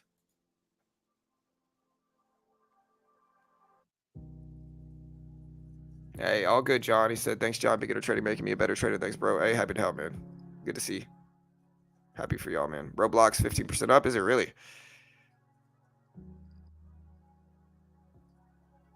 Why is Bitcoin pumping? I really don't know why Bitcoin is up. I could try to find out reasons why. Chat's usually a better resource, though. Chat, why is Bitcoin up right now? What news came out for Bitcoin here?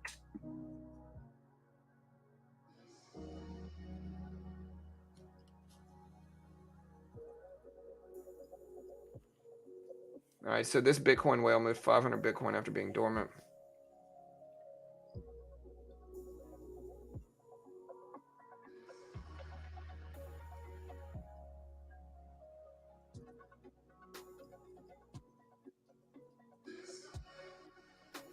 Yeah, I don't know why Bitcoin's moving like it is. Chat, you guys know? Dollar down, Bitcoin up. Yeah, it's probably, I mean, the SPY and everything else is kind of up with it. So the S&P, the Dow, the SPY, everything's up today. In the futures market, the E-mini, the NASDAQ 100, all that stuff is up today. And so dollars down. When that happens, again, investment and asset classes move up like Bitcoin, stocks, so forth. Yeah. Yeah, that makes sense. All right, guys, we got about 23 minutes until the market opens, guys. About 23 minutes. We'll see what we get. Like I said, it should be a fun day, and we're going to get ready to trade the futures market.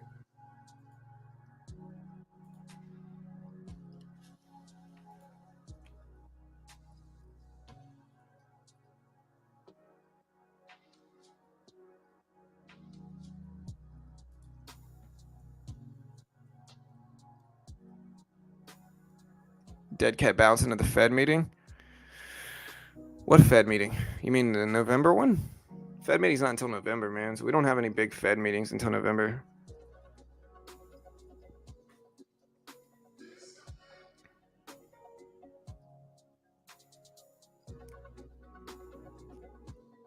Yeah, we don't really have anything else going on today.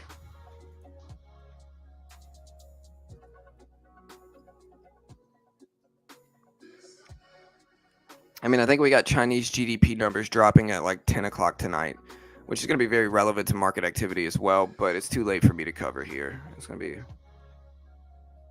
a little bit too early. Tomorrow, we don't really have anything either. We got Red Book, we got industrial production numbers, manufacturing production numbers coming out later. Wednesday, we got England CPI and PPI, European CPI as well. Wednesday of this week, we got MBA mortgage application numbers for the market and housing starts and building permits at 8:30 on Wednesday.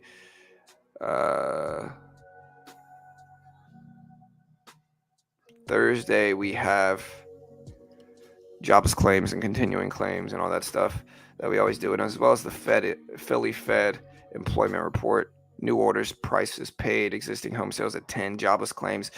The Philly Fed manufacturing index is 8:30 on Thursday, so that's relevant. Dollar index still trying to break down. It's at 112.50s. And then Friday we have nothing really. So not really a big economic data release. We got jobless claims Thursday and then some of the manufacturing index numbers. Dollar is starting to fall down. It's at 112.50s. Really what's going on this week and next week is earnings. Earnings are big. You know, we got huge earnings today, tomorrow. We got huge earnings tomorrow. Wednesday and Thursday are the biggest. We're going to be streaming the evening earnings reports for Netflix, Tesla, and Snapchat. Love your stream, bro. I've learned a lot from you. Keep you doing your thing. Hey, thank you, man. I appreciate it.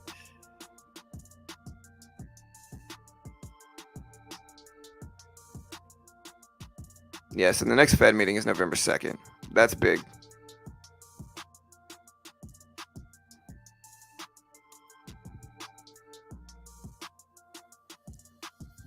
But really, again, the big stuff coming out right now is earnings. Earnings today, tomorrow, all week essentially. So again, it's gonna be a busy week in terms of straining earnings in the evening.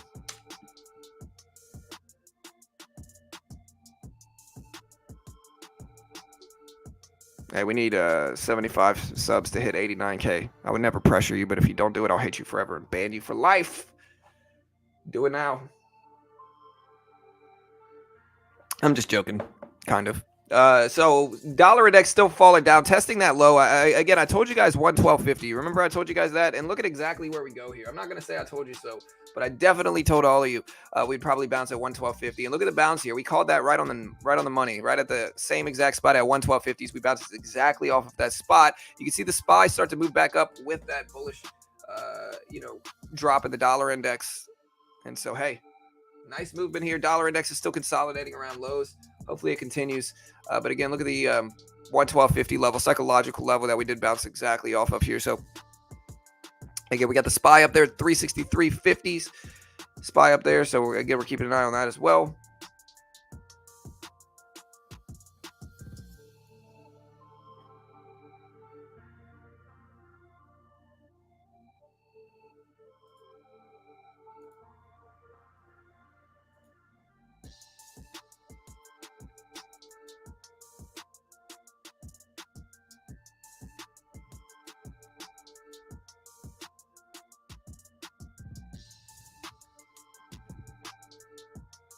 Again, SPY up to 363.50s here, 363.50s.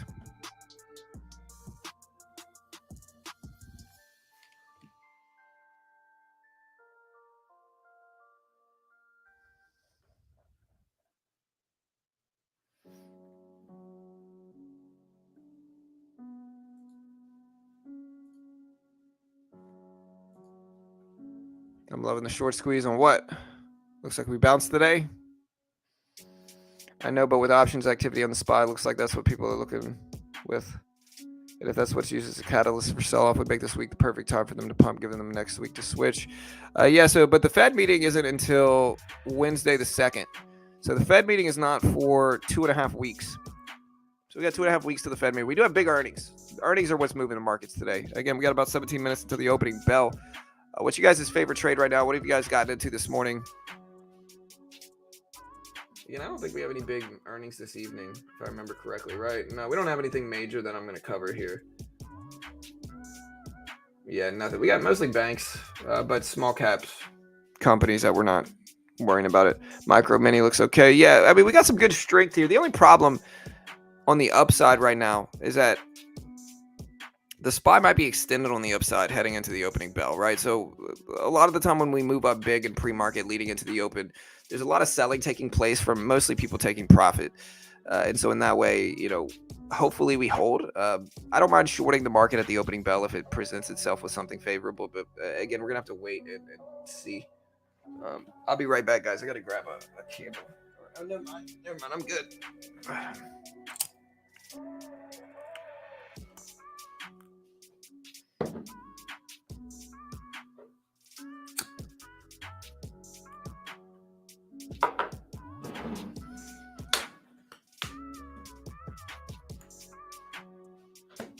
I believe one of the reasons Bitcoin is heading up is because it just snatched short liquidations around 2 billion USD from between 19.4 and 19.8. Yeah, maybe.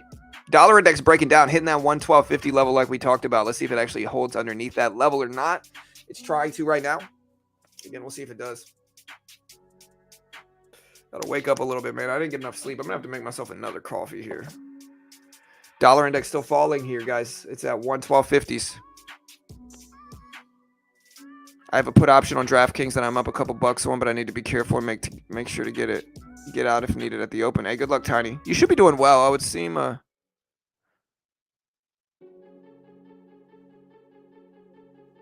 yeah.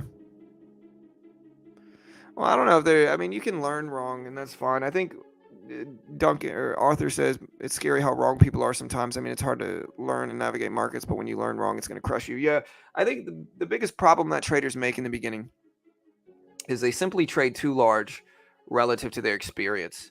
I think a lot of marketing is sensationalized, where you got gurus on Twitter flashing big gains, and I get it. But I think young early traders see that and they want to emulate that. They want to mimic that. And so what happens is that they just trade really large to try to throw up and flash gains on Twitter. And that makes them take larger risks than they really should be. As a brand new trader in your first 6 months of trading, you should be trading incredibly small. But nobody wants to. A lot of new traders get it in their head, hey, well, I'm in this to make money. And it's like, okay, and so I need to trade large. But it's like, okay, well, you're going to lose money, though. New traders lose. That's what they do. It's not even a arguable thing. Like new traders lose money. And so the larger you trade in the beginning, the more you're going to lose, And that's something that is very hard for people to accept.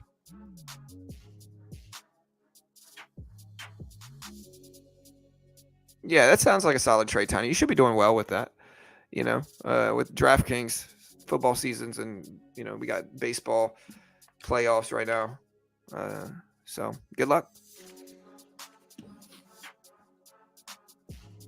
Again, my Disney trade's doing really well. I'm going to take about 10 shares off of Disney here. No. Okay, yeah, so I'm going to take about 10 shares off of Disney if it'll let me out. Disney's not really the most liquid pre-market stock, though, unfortunately. So we'll sit in it and see if it'll fill. But if not, I could just wait until the opening bell to get filled on Disney. I think I will. We'll just wait for the open to get filled on Disney. Dollar index started to bounce at that 112.50 level. And again, we told you guys about this a few different times. Schwab's still up. SPY all the way on the right. So we're keeping an eye on that as well. Let me get my Topstep ready. So we're going to get ready to trade on Topstep's Combine here, team. So let's get this ready here. Again, we've got a pretty nice little run. What? No data. Let me refresh this. Close. All right, so let's get Quant Tower set up.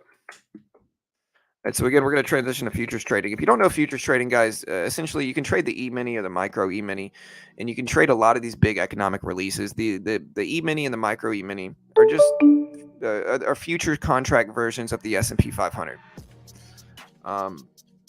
And so in that regard, like, you're essentially trading the S&P 500, and you can trade these big economic releases, these big, essentially the sympathy from some of these earnings reports that move markets. Like if you look at Tesla and you look at the SPY, it looks pretty similar. Tesla and the SPY look pretty similar. And so you can trade the sympathy moves from the SPY in the futures market with no PDT restrictions. And so you can day trade, you could short them, instant settlement, shorting ability, longing ability, all that good stuff. And again, there's no PDT restrictions there. So you can day trade short with everything.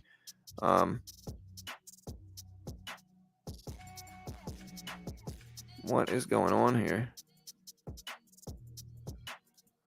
Whatever reason, ESZ2.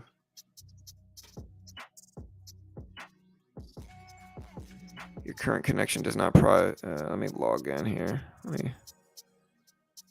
All right, Topstep. What is going on here? What about the NASDAQ 100?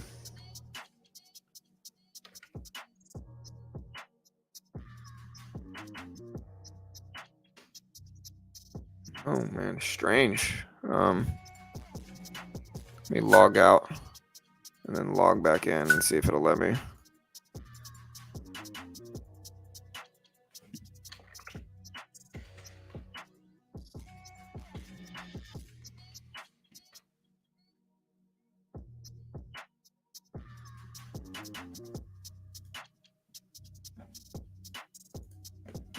All right, guys, we're trying to get this set up. Dollar index getting tighter curve. Yeah. Again, we're patiently waiting here. Dollar index has started to break down even more, which is great. That's what we want to see.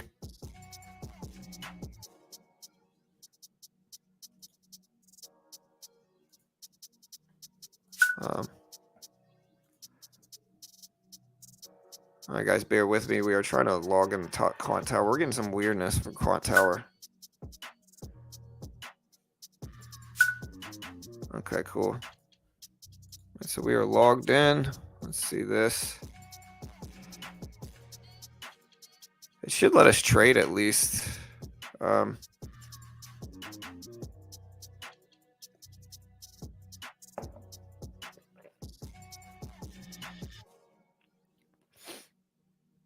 me see if it'll let me at least take a trade. If it lets me trade, then we can just trade based off Thinkorswim.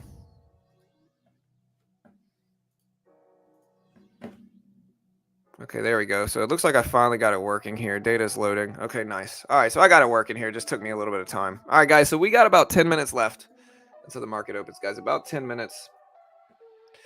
We're going to get ready to trade here. There's our position list. Move that up. We'll put our actually trade list here. Man, our Disney trade is doing really nice right now.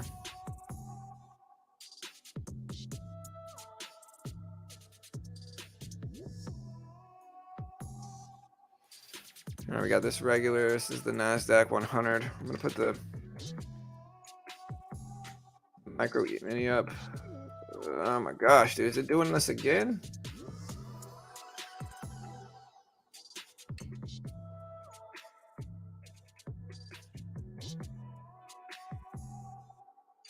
Oh my gosh, dude. Why, man? Why is it? Let me see if it'll let me take a trade, I guess is what we got to do. All right, so here's the micro E-mini. It says it's loading. Sometimes it takes a while. So we'll just let this chill. Let me see if it lets me trade is the big thing. Let me see if it'll let me trade. All right, so we can see our positions there. Let's try buying one contract of the micro. Let me see what the SPY is doing real quick. SPY pulling back. Let's short a piece. Okay, so it will let me trade. I can see my P&L updated. For whatever reason, my charts are just not showing up.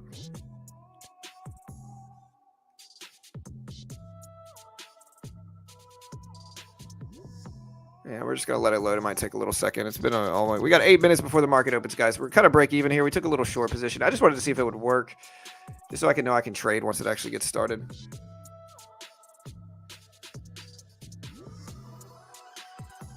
Yeah, I already logged out and logged back in, though. That's my only problem, is that I already did.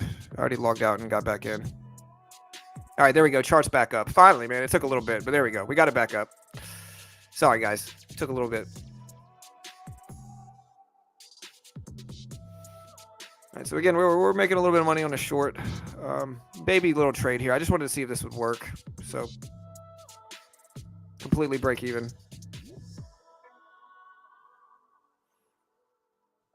Again, Disney's looking lovely here, so we'll take our Disney trade. But again, you see the this S&P 500 right here. Just try to be patient and see if we can get something favorable. Again, we're shorting right now. I think in terms of extension levels, we're up there. If we're looking at the dollar index here, dollar index is starting to bounce up, which is good for my trading at this point in time.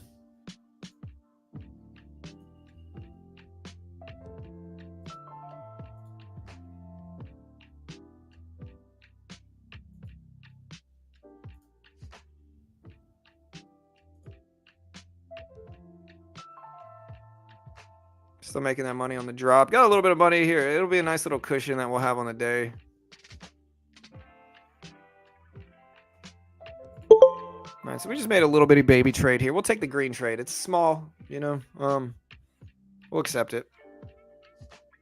Again, I just wanted to see if it was going to work. But again, what we're in right now is a funded account program for futures. And so what they do is they give me a demo. And if I can hit their target on that demo with following their rules and conditions, then they fund me between 50 up to 150,000 with a 90% split, right?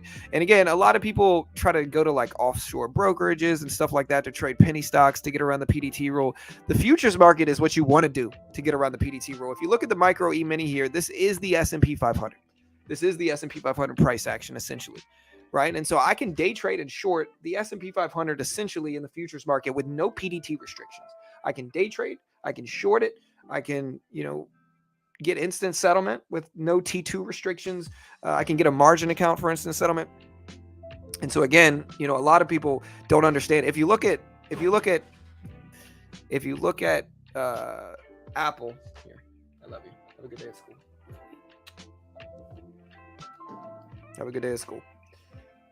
But yeah, if you look at Apple or you look at Tesla or something like that, you'll see it looks exactly like the SPY or the S&P 500, right? And so essentially you can trade these big economic releases in the futures market with no PDT restrictions in futures. A lot of people don't realize this, right? And what Topstep is a Topstep is a funded account program for futures. So they'll give you a demo. If you can hit the target on the demo while following their rules, they'll fund you between 50 up to 150,000 with a 90% split. Regulated by the Chicago Mercantile Exchange. They pay out millions, fund thousands of traders a year, kind of like a proprietary firm. They are a sponsor of my video, though, so I am a sponsored trader by them. And so they do, of course, pay me to promote them, of course. But like I said, I only really accept sponsors from people that I think are actually good for traders. And I think this is going to save traders money. I think if you think about what I said earlier about most traders trading too large, rushing profits, I think Topstep is a perfect middle ground for trading. Right, you can either put up the $10,000 or $15,000 yourself to trade the futures market and lose a ton of money potentially, or you can spend $130 for the base package, the 50K package, and have some pressure on you to succeed, but not the full extent of like a live $10,000 or $15,000 account with real money. As well as have the chance to get funded, and a lot of people are not going to be able to get funded. It's difficult to do, but at the very least, you having to follow the rules that they give you is usually going to make you a better trader. And again, you can see my profit graph here. You can see it pinned to the top of the page. If you want to check out Topstep, you can see it pinned to the top of the page. But again, you can see my profit graph right here on Topstep, and we're doing pretty well. Of course, like my Thinkorswim account's a 30,000, 120K buying power account on my regular account where my regular charts are up. So I trade that every day as well. But if you look at my actual performance in terms of like results, again, last 7 days, this is my profit graph. This month in October, this is my graph. Last month, this is my graph. It won't even fit on the screen. So we're doing pretty well. We got 3 minutes until the opening bell, guys. Wish me luck. Again, trying to scale up in size some today. But again, we've been doing really well. So hopefully we get this continuation and movement.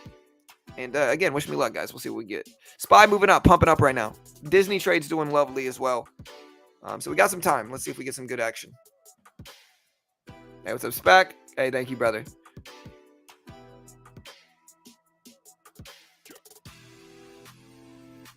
What is the liability to be funded for trading and somehow lose 10 to 50K? So they don't let you. So there's an algorithm that stops you out if you lose too much in one specific day.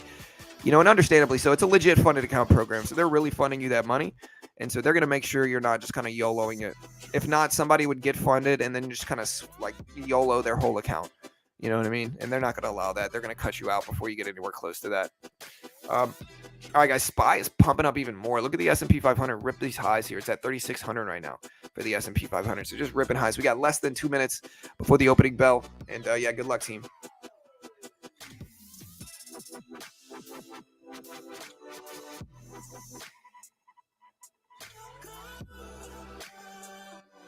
Does chart prime work on the futures market? So I can't guarantee you're going to make money, but yes, the indicator service does. You can look. It's a trading view indicator service, right? So anything that's on trading view, it'll give you, you can use it on, right? So you can use it on the E-mini, the micro E-mini futures, and I do, use it in the futures market for sure. But yeah, you can use it on any of that stuff. You can use it on Forex, crypto, stocks, futures, equities. All right, guys, here's the opening bell, team.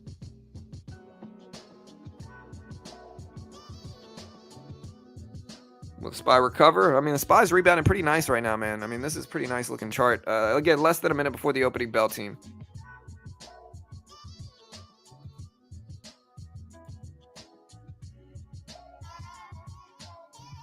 Again, less than a minute.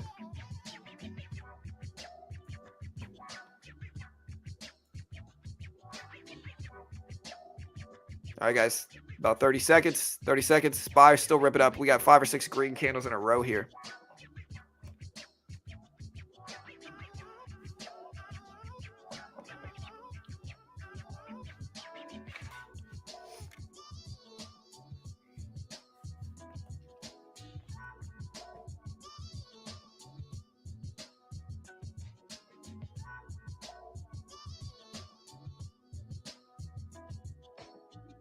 All right, guys, big rip.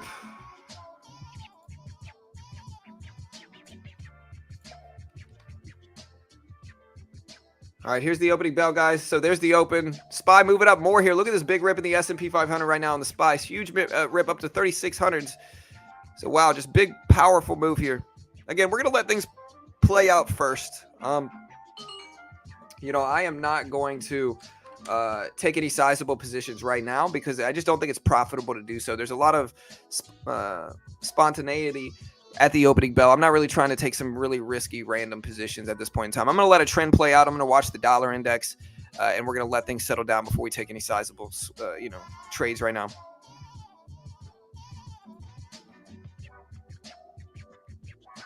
Again, SPY's moving up big though. Look at the SPY rip here. Huge move on SPY. Wow.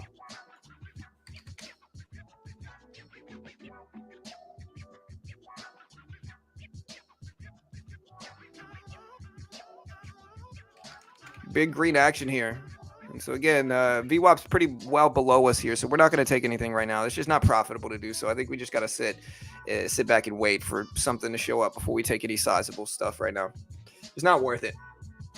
Again, too much volatility. We're gonna let things play out first. The dollar index look like it's trying to break out of the 112.50 level. So if we can break under that on the dollar index, that's good for strength in the market.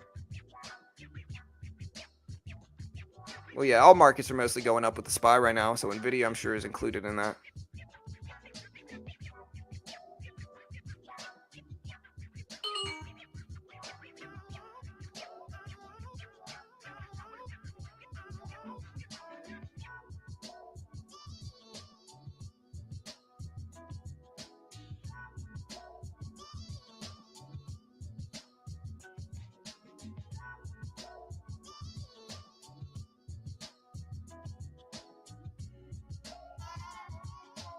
All right, guys, big red candle. We got a little 1 minute pullback candle here. And so again, we're not going to attack it yet. It's just not worth it to do so. We got to let things settle down first.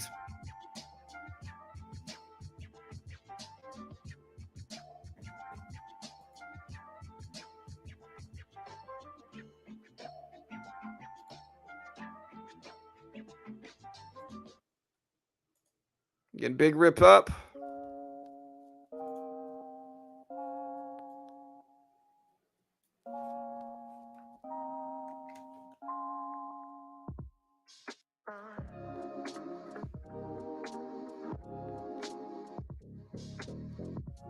Huge rip up in markets here, guys. Big green strength, 365.30s on the SPY. S&P 500, obviously, as you can see here, is up pretty big. Again, we're a little bit too extended on the upside for me to take any positions right now. I'm just not really trying to push like that right now into this. It's just too much risk at this point in time for me.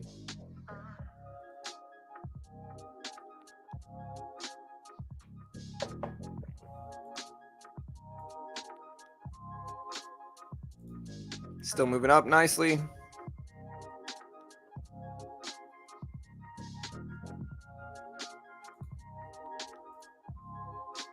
Huge push, testing high still.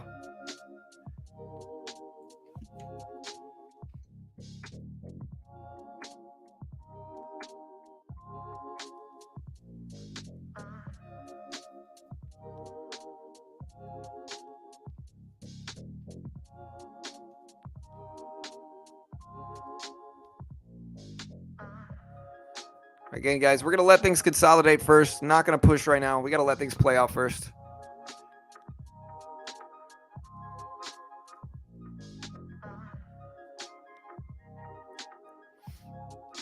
Again, we're pulling back to a small support level here. I'm going to buy a small little dip right now in this and see if we get a pop. We can try to build up a little cushion on the day here. You know, with how much strength we've had, I think it's an okay position to just kind of swing into small.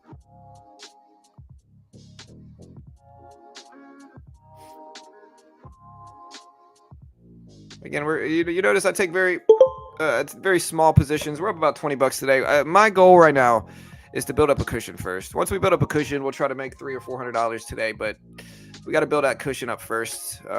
Small green so far.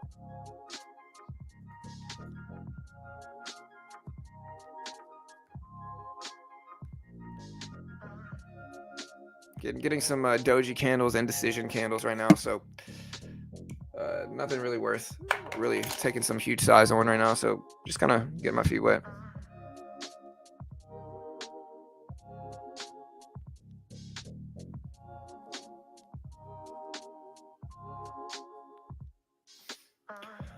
All right, well, bull action at the open.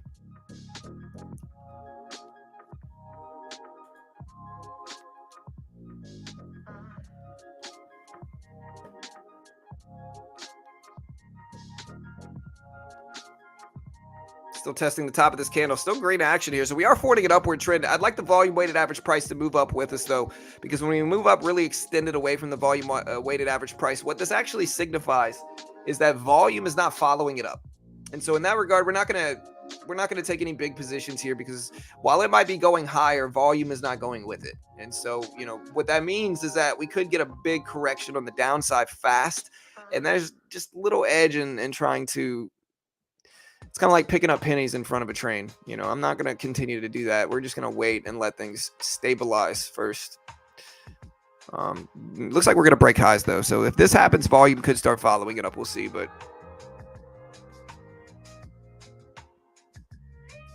yeah, what's up short?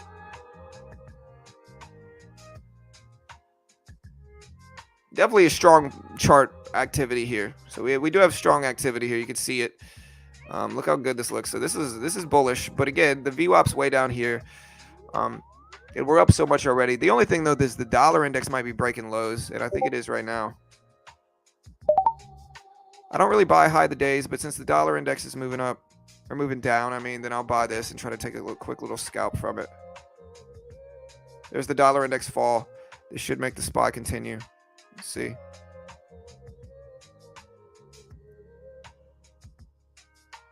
All right, so we just made him another $15 there. Small little scalp.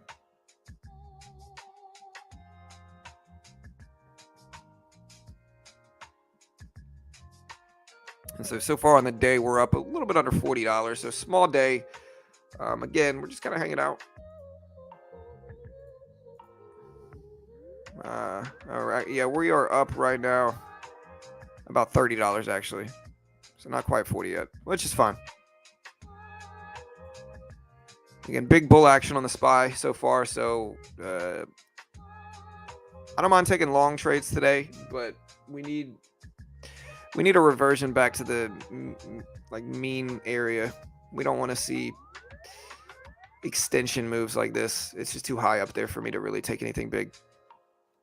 So I'm just gonna sit back, hanging out. We'll see if we can find something favorable.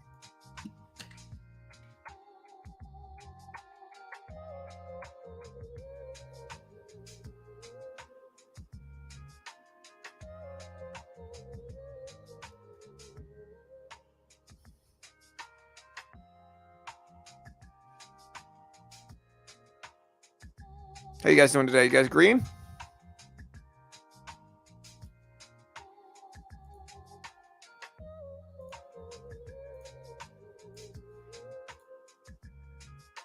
Getting a little bit of a dip here.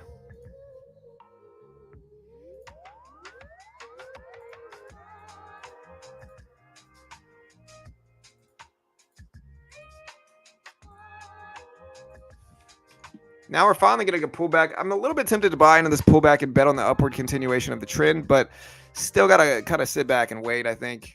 Dollar index is breaking lows, though, so dollar index actually looks okay right now. I really don't mind the dollar index breaking down like this, of course. But we got to wait a little bit longer, I think.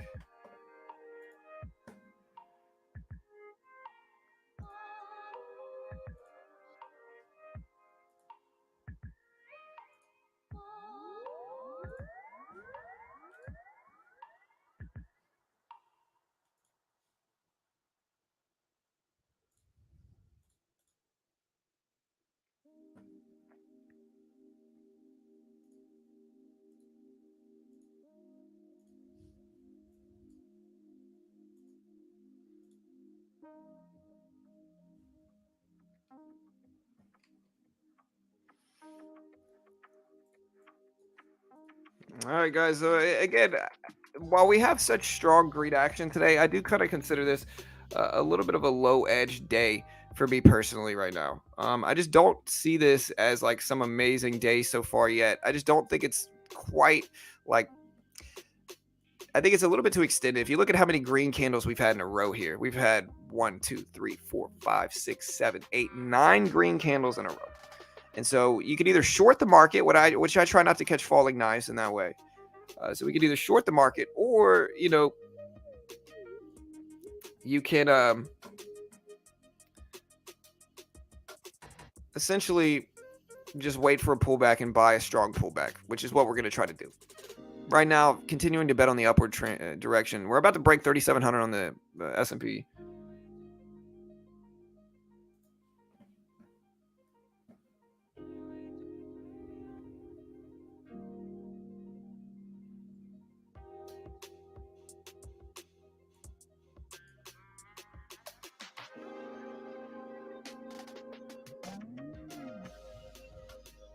Still getting a really nice move up. We're right at 3,700. Very strong.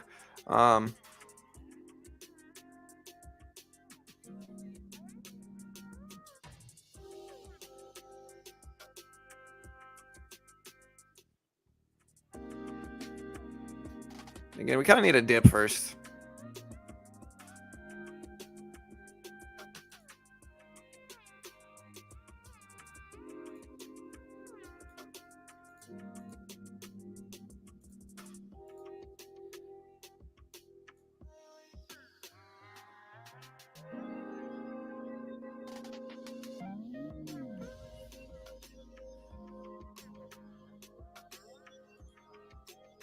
Again, patiently waiting here, team. Patiently waiting.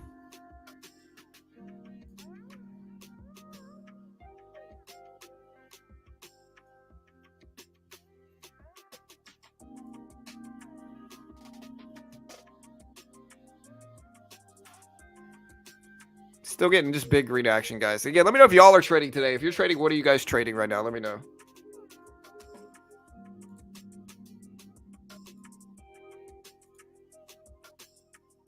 Bitcoin mooning. Hey, that's nice. The dollar index is falling. Yeah, this is what kind of is dragging everything else down. The dollar index is at 112.30s. And again, I would attack this, but we're just a little bit too extended for me to take some positions right now.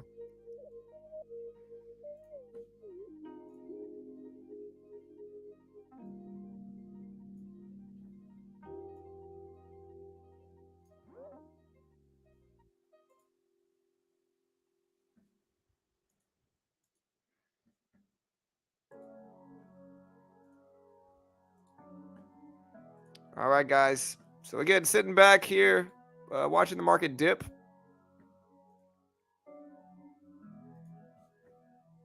SPY finally starting to pull back a little bit here. I will buy this dip right here and see if we get a bounce. And it might be a little bit overzealous. I still think I need a little bit larger pullback, but I might take some sizing into this at this point in time. You know what I mean? So I can essentially catch a bounce. There's one contract here. We'll take two. See if we get that rebound here. Dollar index has looked really weak. So again, we'll take a little swing, see if we get a rebound. Two contracts. Again, we're not trading super actively today. All right, so we're slightly green. There we go. All right, we took half off there. Go ahead and take the rest off there. So just made another $25, $30 on that. Again, goal is to build up a cushion and then swing into that cushion. Here is the P&L so far today. We are up about $55. So we got a little bit of a cushion now. Again, we're going to let things play. Start to take some larger size as we get into it.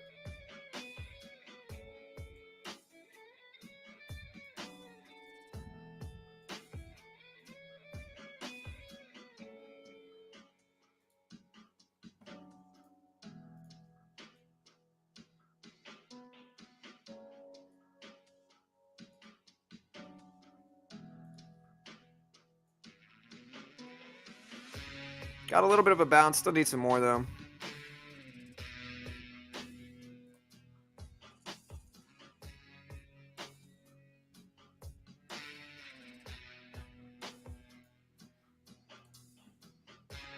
We got a nice little dip. I might think about buying this dip. We might.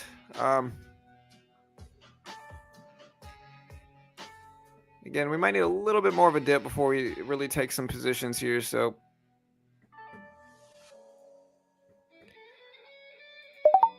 all right, we're going to take one contract on this dip, maybe add some more, take some more size.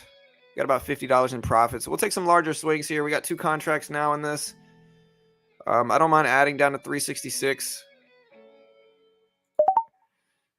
All right, that's three contracts. I'm not going to add any more than this. Looking for a quick bounce back up is what we want. You know, we have a cushion that we can swing into, and we'll continue to rinse and repeat that as we build a cushion, swing into it, and if we lose, we'll start back over, build up another cushion, try to use that cushion to add some more risk to the trades. But for now, we're down in this one. I'm trying to give this one time, though. Hey, thank you for the sub. Whoever subbed, we appreciate you all. We're pulling back to 36. Hey, thank you for becoming a member, man. Hey, thank you, Cashville. We appreciate you, brother. Thank you, sir.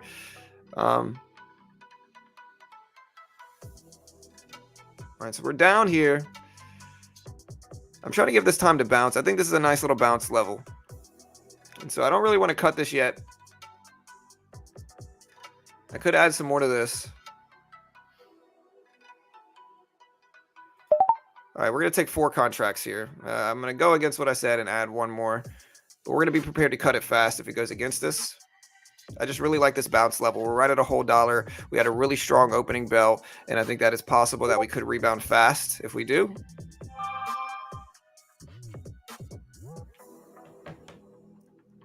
Consolidating back and forth. Gotta give it time though. But I really like this bounce level. And again, we're taking some size because we do have a cushion in the account now.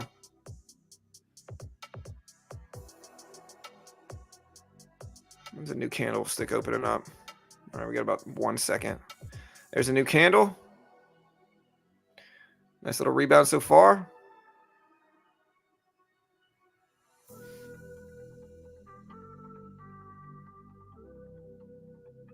Again, we got patience, a little indecision going on, but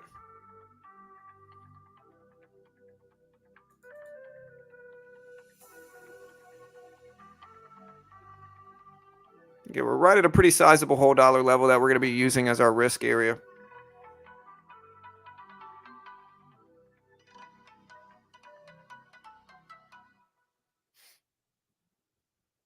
Yeah, we're about sideways, neutral in this. I would like to see a really big rebound here. Is kind of what we're shooting for.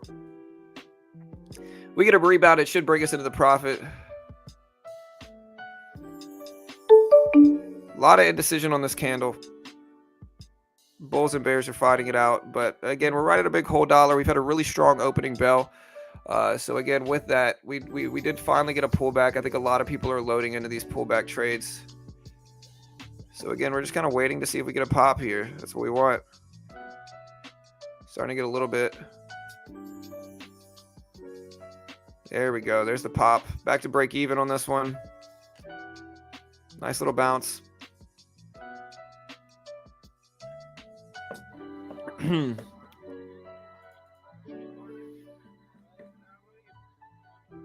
Nice little rebound here. Again, back to break even. If we get anything in profit, since this is like such a long trade, we'll take profit fast. There we go. All right, we just took half off. We got 1 contract left. Patience. All right, so we just made about $50 on that trade, about 50 bucks. We are now up about $95 on the day. So we will take that. Here's our profit graph. Again, we were patient in it. We thought we had a nice little pullback level at 366 whole dollar on the SPY, and we did. So we were able to ride that to bounce back up. And yeah, we'll see if we get some continuation. Now we'll buy another pullback if it sets us up well, but a small size first. So we'll buy another pullback, but we got to wait for it. But we are now, in fact, building up that cushion, you know, on the day. So we are, in fact, building up that cushion. And so that's doing okay so far. Again, if we can buy another pullback, we will. But aside from that, we're going to have to just sit back and wait here.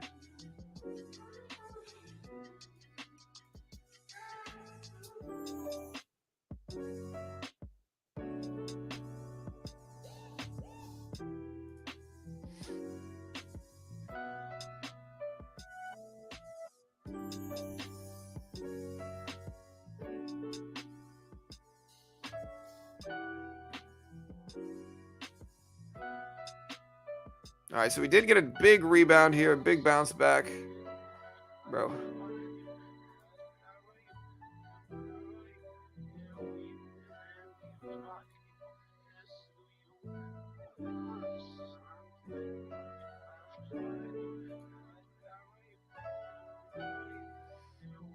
All right, so we got a little dip. I kind of like this dip. We're going to take 1 contract on this small little pullback here if we can.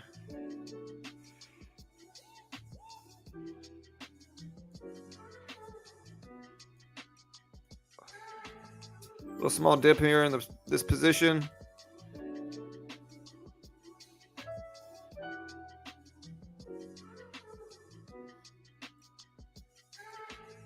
All right, catching a little bit of a bounce.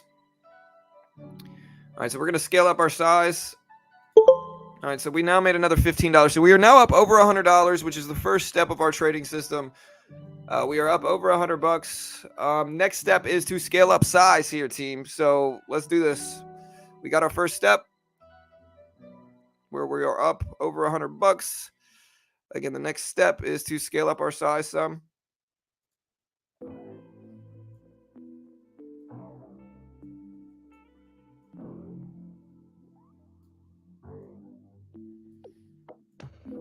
Yeah, we could buy this pullback, but I think we're just gonna wait.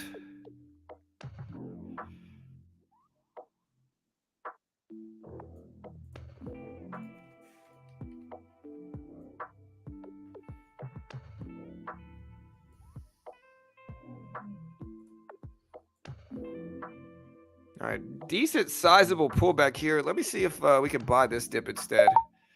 We're gonna buy this dip. 3 contracts. Again, try to scale up our size. See if we get a quick rebound back up. This is what we want. Small green.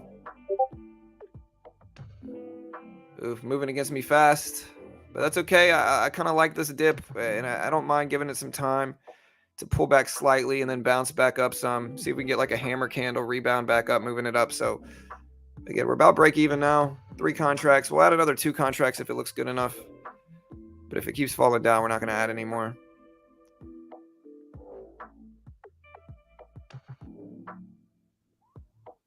Again, patience. We have a cushion on the day, so no need to get too worried about it.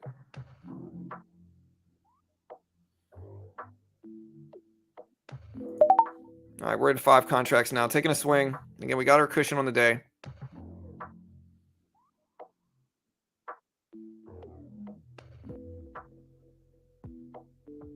Swinging into the cushion that we built. See if we get a nice little hammer doji candle or something like that to push this up.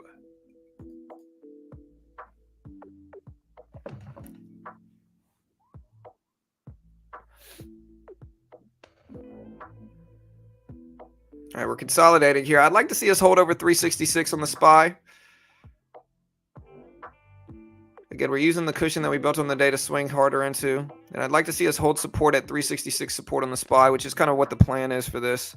We break that support, we're going to have to get out of here, which is all right. You know, if we break support, we'll scale back down to small size, build up another cushion, rinse and repeat the system so that we're not risking too much, but also we're actually able to take some risk, which is the whole point of it. All right, we're starting to get a nice little doji rebound hammer style candle here. Nice little upward movement. But I like this candle. See if we get a pop back up. There we go. There's the move back up. About to break even again on the trade. Green now on the trade. We're going to give it a little bit more time. We want a little bit more green than this. Not quite green enough for us yet. All right, we took at least half of that off here, but we actually lost on that, so I'm not really happy with that fill. But we got 2 contracts left, and we'll be patient on this since it's less risk.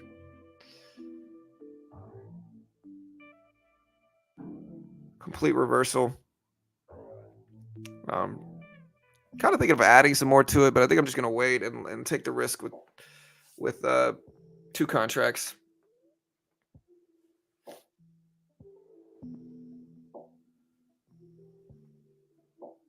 All right, so we're getting some rejections here. Almost added some to it, but never got the shot. Again, ideally, like kind of the trend that we want to see, the flow that we want to see is a move back up to break 367s. There we go. We're starting to see it now. Again, I could add some more on a pullback, but I'd like to give this time to work. That's not really the drop we want. Did get a nice bounce. If we get a doji candle or something like that, yeah, we're going to add more to this. We bounced right off at 366. So 3 contracts.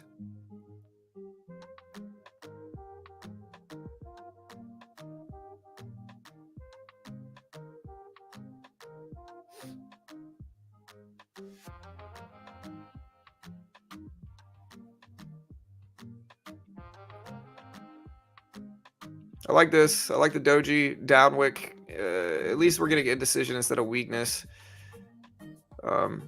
Means some buying pressure could be coming through here, hopefully.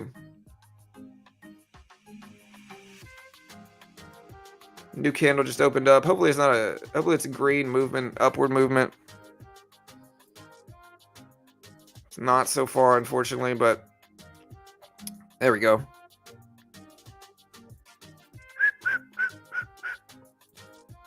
Luckily, it's a pretty stress-free trade. I mean, even if we're down some, We're already up so much. We're already green on the day here. So even if this just goes fast against this, unless it's just a big catastrophic drop, we're still going to be okay. And this kind of is that big catastrophic drop. Again, we're down, but I'll give it some time.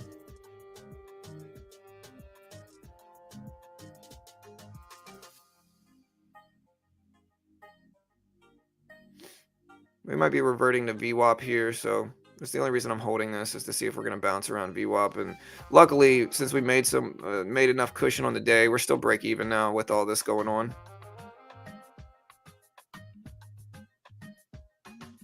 Looks like it wants to hold. I'm going to see if we bounce on this candle. If we don't bounce here, we're going to have to cut it, unfortunately.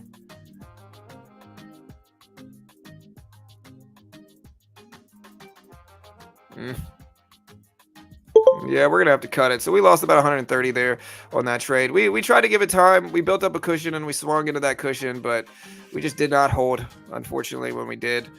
So now at this point we're down slightly, but it's not a ton. Let me see what we're down on the day now. We are now down, yeah, about 20 bucks on the day. So we're still fine. We get a doji candle, we'll jump right back in this, which it looks like we are, just because I think we could get a bounce back at VWAP. So we'll take another 3 contracts. Not going to take over 3 anymore with the cushion that we basically lost on the day, but I'll take 3 and see if we bounce back.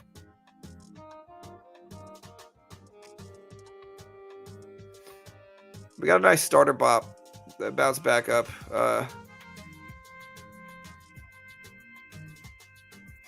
Starting to move. I'll give it time to see if it moves a little bit better. It faked me out some, but that's okay.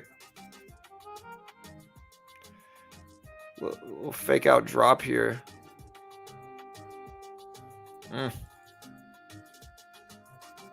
We'll let it test the candle, because if it's an engulfing candle, we'll get out the rest. But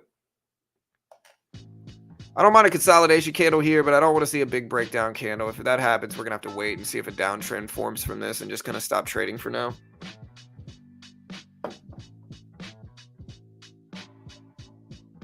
Dollar index is starting to look stronger, so that's the only reason we're kind of a little bit iffy about it. And just for everybody that's watching for the first time, like, every day is not going to be a green day. Like, sometimes we're going to lose, but if you look at my graph, my profit graph, and you look at my system, like, we do pretty well in all this. Like, on average, we make money. In any individual day, you get a random distribution of wins and losses. And so, like, any individual day, we're going to have some losses or wins, and that's okay. You know, any loss under like $200-300 we're okay with. You know, we don't really want to lose over that, but any loss in that range is fine. And if we build up some support, some sideways candlesticks here, then we could add some more to this position as well. We are pulling right back to the VWAP here.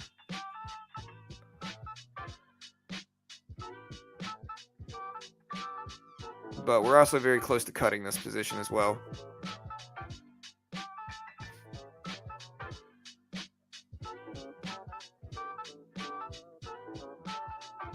There we go. Starting to get a little bit better here. About break even.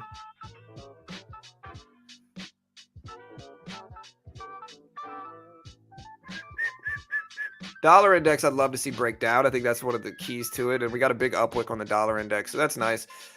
Back green in this trade. And again, my goal is to let this work a little bit more. There we go. We're up about 50 on this one. There we go. So we just made about 40. Back to green on the day now. Kind of starting back over to where I have to build up a cushion, though. It's never fun, but, you know, we'll take it. Green is nice here. And we did get a bounce right at VWAP, so maybe I should have had some more patience on that pullback dip. No, we're not downtrending. We're bouncing at the SPY.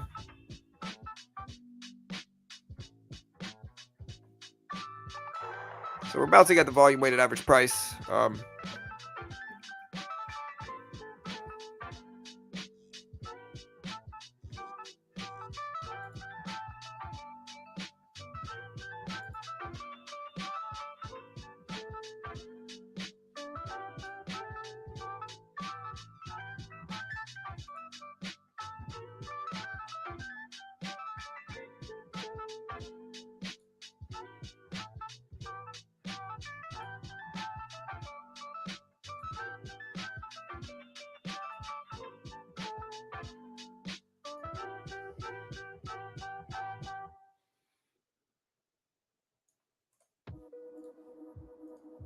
All right, starting to get another pullback. I will buy this dip again.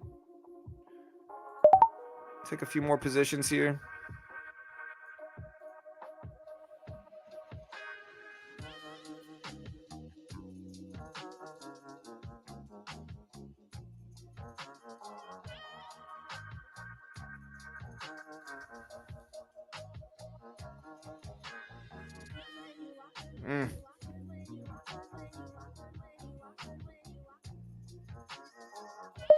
Got some down wicks here that we will add into. Oh no, what have I done? There we go. I was going to panic for a second. So we got 3 contracts right now. See if we can pop right back up is kind of the idea of this trade, where we get a big dip and we're just looking to rebound, bounce it up here. All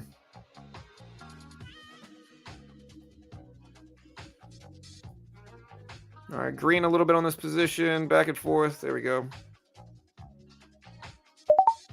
All right, another green trade. We're going to kind of scale out of this on the move up. Just made another $20 or $30 here. So again, we're up about 40 on the day again.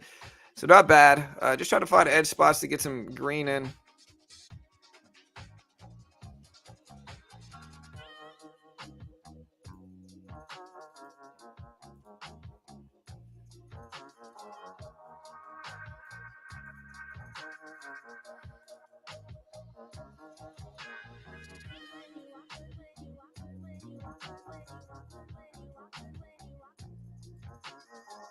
Mostly consolidation right now.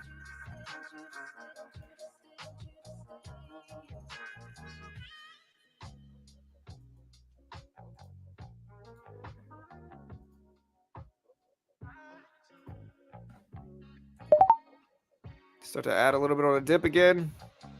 Kind of attacking this range. We'll take 2 here. Oh, man. All right.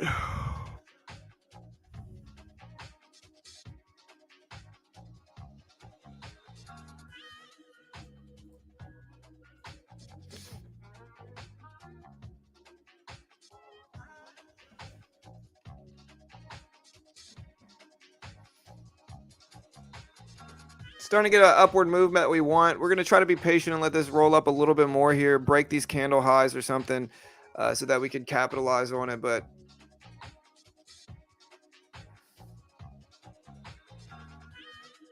little dip with a doji candle. So we'll add to it here. 3 contracts.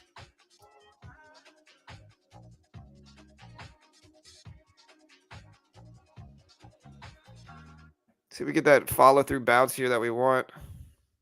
Break even now, but we got 3 contracts, so it's a decent little position. Again, we're trying. My goal right now is to build up a cushion before we swing into that cushion again.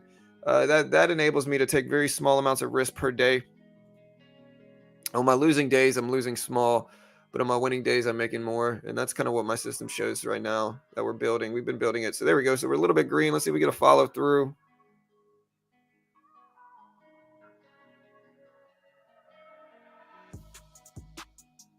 There we go. Just took another piece of it off. I just made about $30 there again. So again, just kind of going back and forth here. We are now up about 70 on the day now. So about $70 profit on the day so far. And we will take that at this point.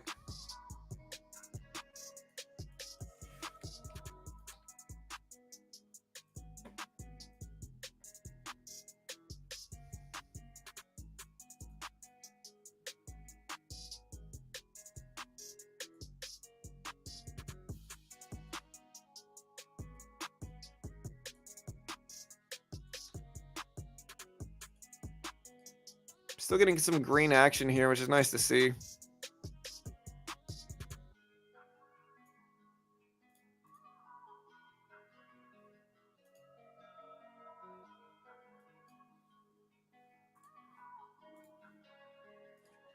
Getting a little bounce.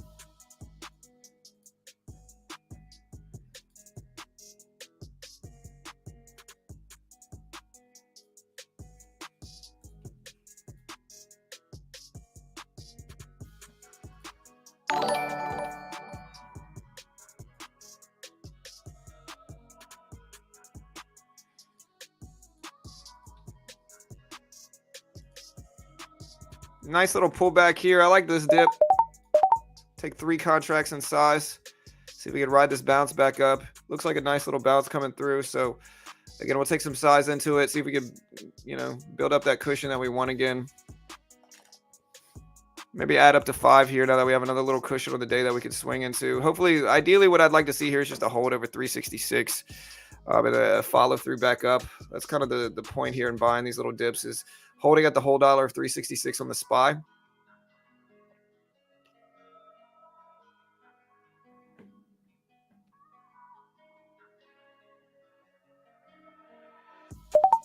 All right, we're in 5 contracts here. And again, some days we're going to build up a cushion, swing, lose, build up a cushion, swing, lose. And like that's the name of this here. So again, I'm prepared for that. I understand that's certainly a possibility. All right, we're back green again. We got 2 really nice down wicks here at 366. So that could be indicative of buying pressure coming through. New candle opens up in about 30 minutes, but there's a nice... All right, we took 2 contracts off there. Took a little bit more. 1 contract. All right, so we just made another $40 or so on that trade. Again, got ourselves up to where we're up $100 on the day now. So again, we're going to go back to our scale up system to where we scale up our size again and then try to find some edge that way.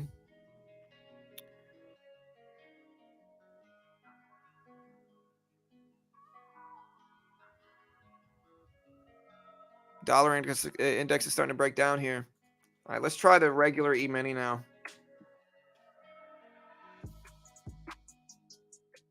The regular E-mini, if we can get it to load, we'll take this position. 1 contract, of course. See if we get a pullback here. That ideally we want to pull back short term. We are breaking out of a range, but we do want to pull back before we take the micro. All right, there's 1 contract. 1 contract of the micro E-mini. Nice little pop up. There we go. All right, we just made another $40 on the regular micro. Got the chart to where we're up about 140 on the day now, about $140 profit on the day. We're waiting for the chart to load. For whatever reason, it's not loading, but we did make $140 today so far. Trying to build that cushion up a little bit more if we can. And then we'll start to size up some more in the micro. So again, that's kind of what we're doing now. There we go. We finally got the chart to load. All right, so we got a nice little cushion here. We're not going to buy this right now with too much indecision, sideways action. So, not too bad.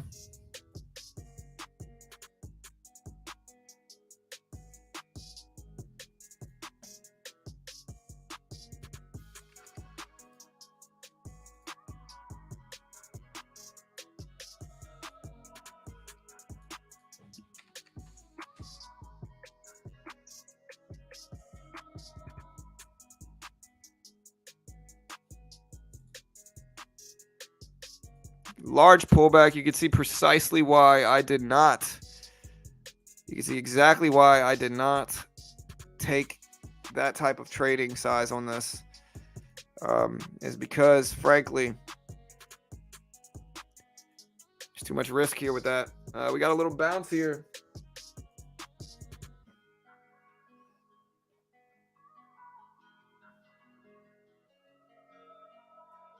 Could have bought that dip, but instead I'm going to wait. Hold on 1 second, guys. I got to mute this for a second.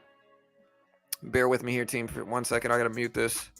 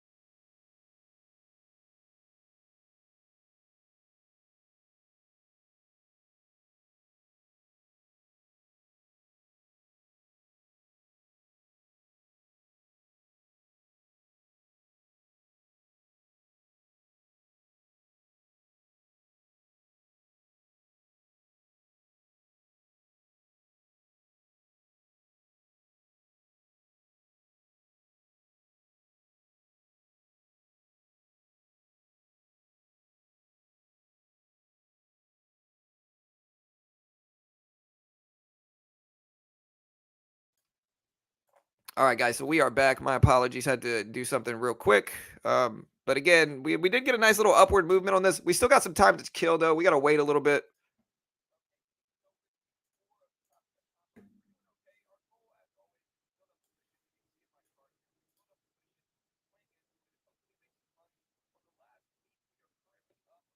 All right, getting a small pullback here.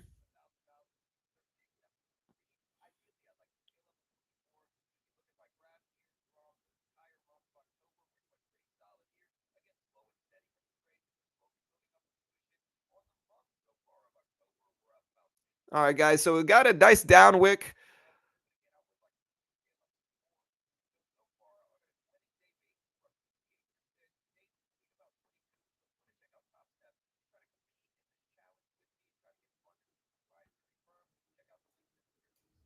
All right, guys. So yeah, we got a nice little doji here. Again, let's see if we get something better here. Nice little rebound move. Again, this is kind of what I've been shooting for. But I'm gonna wait. If we start to really test the top of the range, we'll start to scale up our size here. But since I am in the scale up portion of this challenge, since I am in the scale up portion of the day, I do need to wait essentially for larger size here. I need to wait for much larger size if we can, or I need to wait for A plus setups. You know what I mean? So I do have to wait for A plus setups. We'll see if we get it. But I don't mind this little doji candle. We're gonna wait.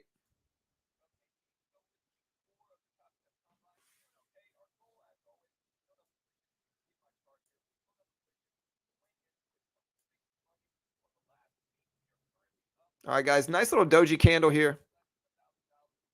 1, 2, 3, 4 green candles in a row.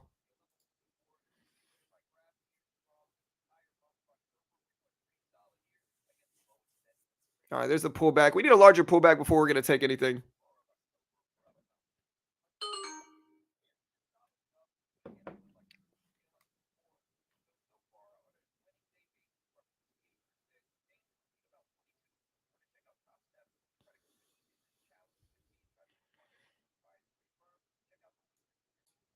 All right, guys. So, yeah, patience here. Team patience. Let me get this ready here. 1 second, guys.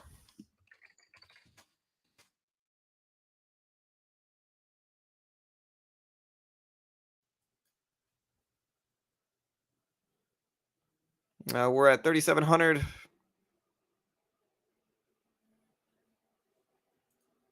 Again, too much bull action. Let me get the music playing again, guys. My bad. Let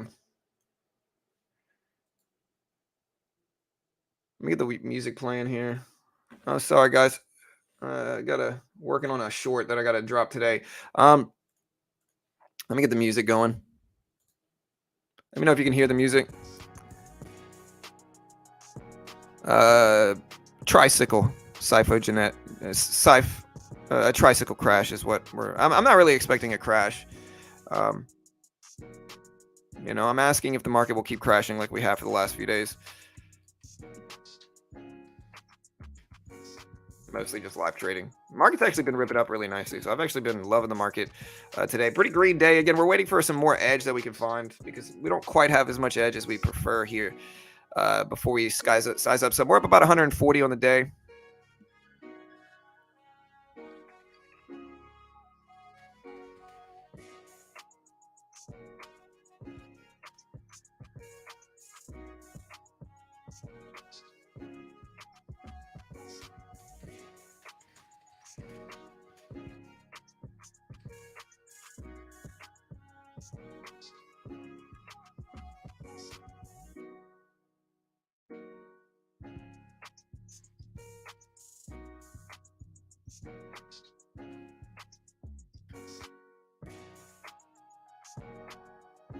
I got a little doji candle. Again, we're kind of extended on the upside at this point in time. That was the only problem here, team.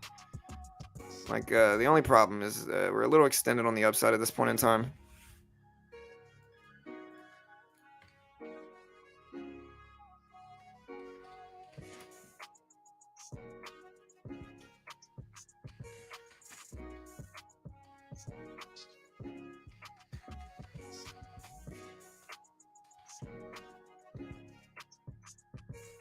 All right, so another big move.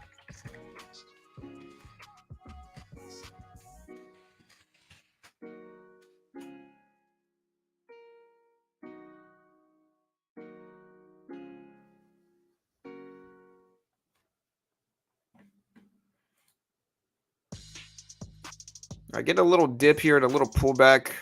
I think we're probably, getting close to being done for the day. Yeah, I think we're probably pretty close to being done for the day. I'm not sure yet, though. We got some time.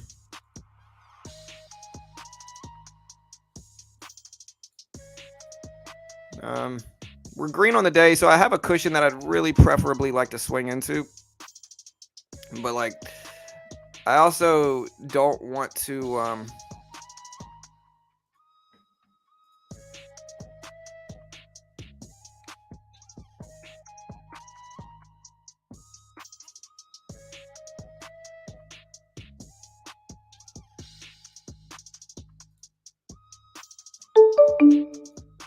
I also don't want to swing too heavy right now at this point in time,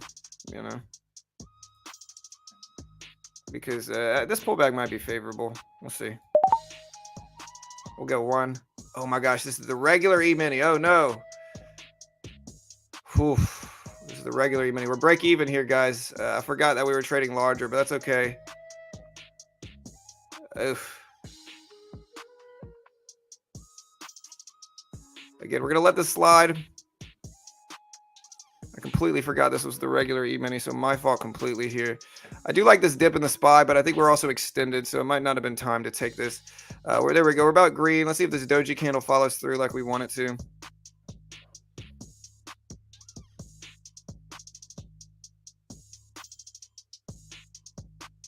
Again, patience here on the regular one contract here. We're only down about 25 bucks. We got a nice little dip pullback. We'd like to see a follow through bounce.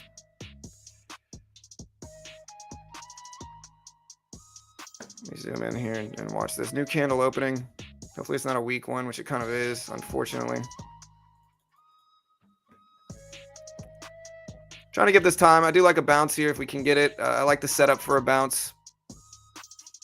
I think that we want to go higher. Close to break even on the regular E-mini though, so you kind of hear my nerves just because we're scaling up a little bit here. Ideally though, I think the setup looks good. It looks like it might move up some, which is kind of what we're seeing, but a little lag candle. All right, so doji candle here. Again, it looks like we might move up some. We're about break even in this.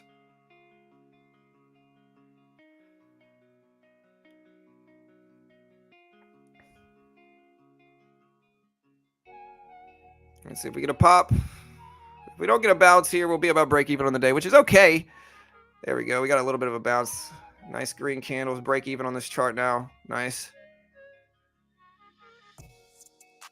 There we go. Popping up some. Nice. Nice. There we go.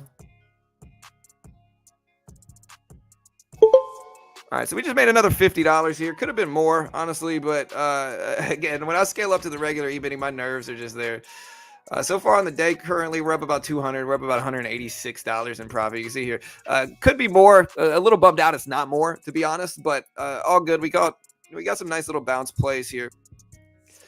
And so yeah, we'll see if we can continue making money today. Hopefully.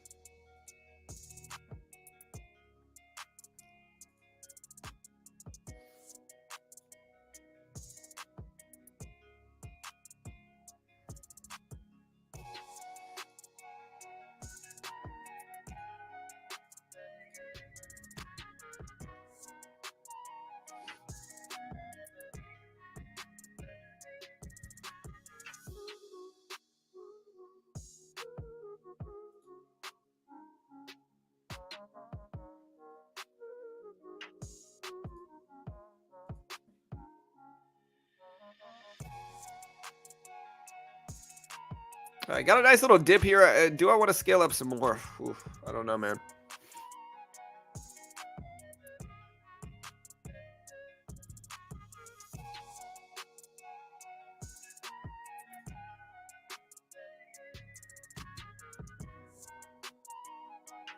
Got a little dip here on the E-mini. I kind of want to buy this dip, though. Oh.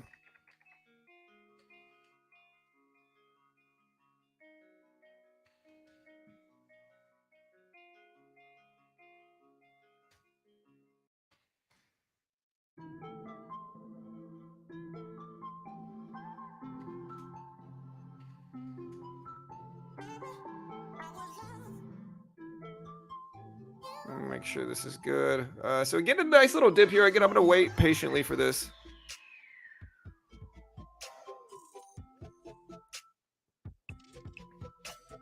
Nice little dip.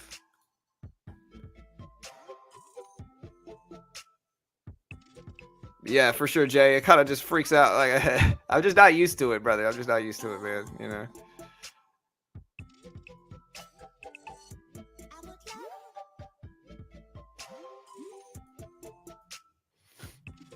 You know.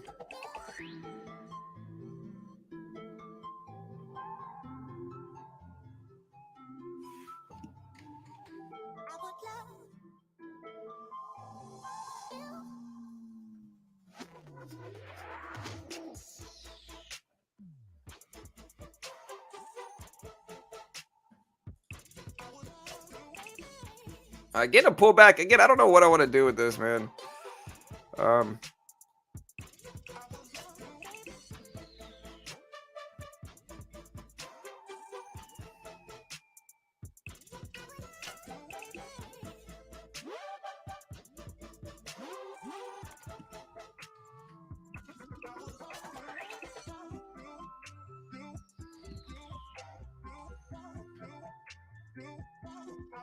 A little dip here. Again, I'm patiently waiting right now. We'll see.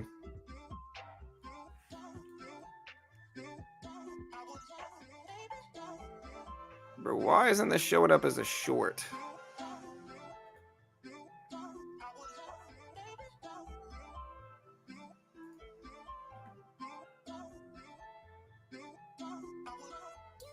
Sorry, I'm trying to premiere a short today, guys, and it's not showing up as a short. It's strange, man. Let me look at this. It premieres pretty soon, so I'm trying to fix this before it gets started.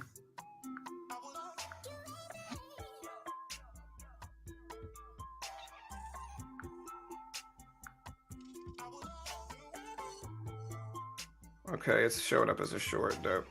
What's up, team? Okay, so just to give you an update on my... Good.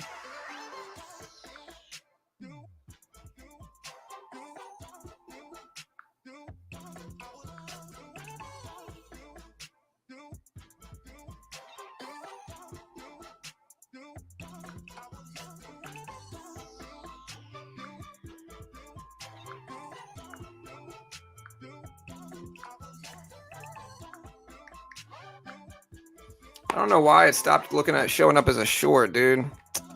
Maybe it's because of Premiere or something. Premieres don't show up as shorts, but maybe it'll go. Oh, well, either way, we'll be all right.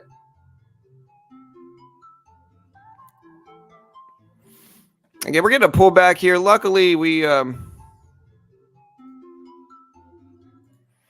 didn't take any super sizable positions ahead of time, man.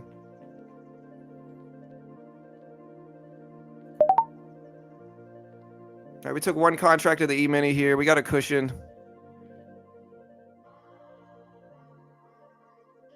Again, we'll swing into the cushion we got. Hopefully, we get some follow through bounce here. We've dropped a lot over the last like 10 minutes. Almost green on the day. Again, trying to be patient and wait. See if we get a bounce.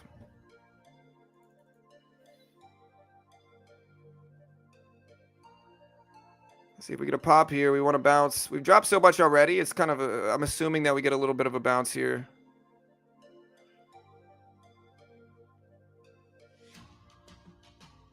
Again, break even. A little nerve-wracking trading the regular E-mini here just because I'm not used to it. But I've got a cushion on the day. So, like, at the very least, we're going to be break even on the day from this. I'm a little disappointed in my trading today. I think we could have done better than we did. I'll take a couple $100. Don't get me wrong, but I'd like to do better.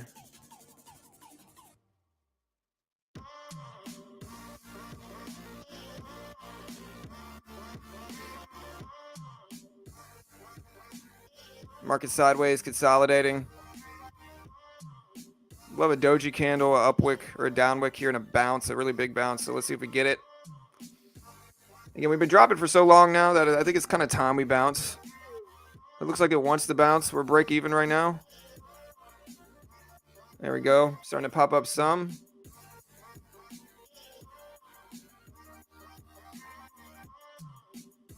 Nice hammer candle.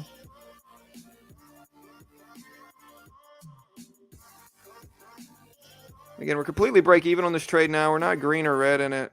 It's completely sideways. Not anymore.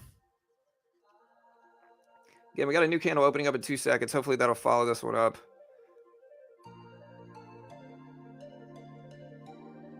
Again, patiently waiting.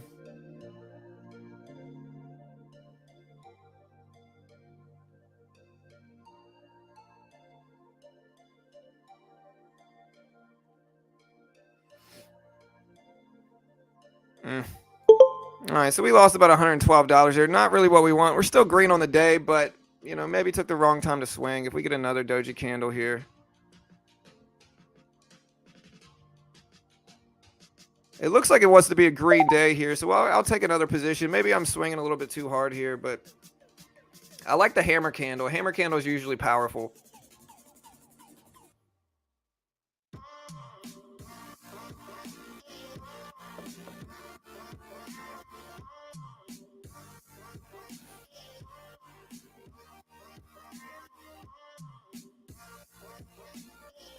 We got a hammer candle. Let's see if we get a bounce here. The premiere, guys. Hold on. Let me get the premiere ready. Sheesh. Oops.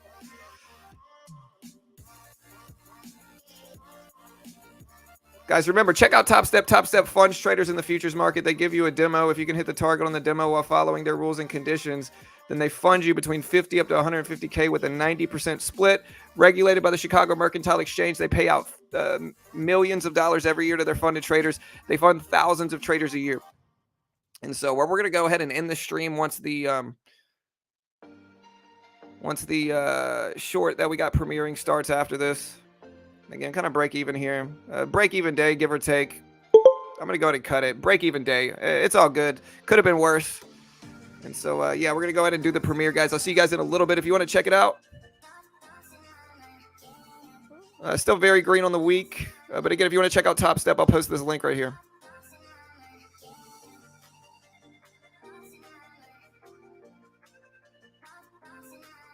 And, yeah, check it out.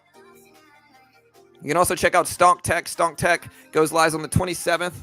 On the 27th, Stonk Tech goes live.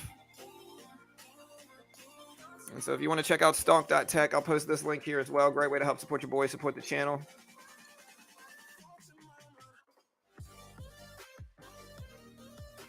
Here's the link for Stonk Tech. And I'll see you guys later.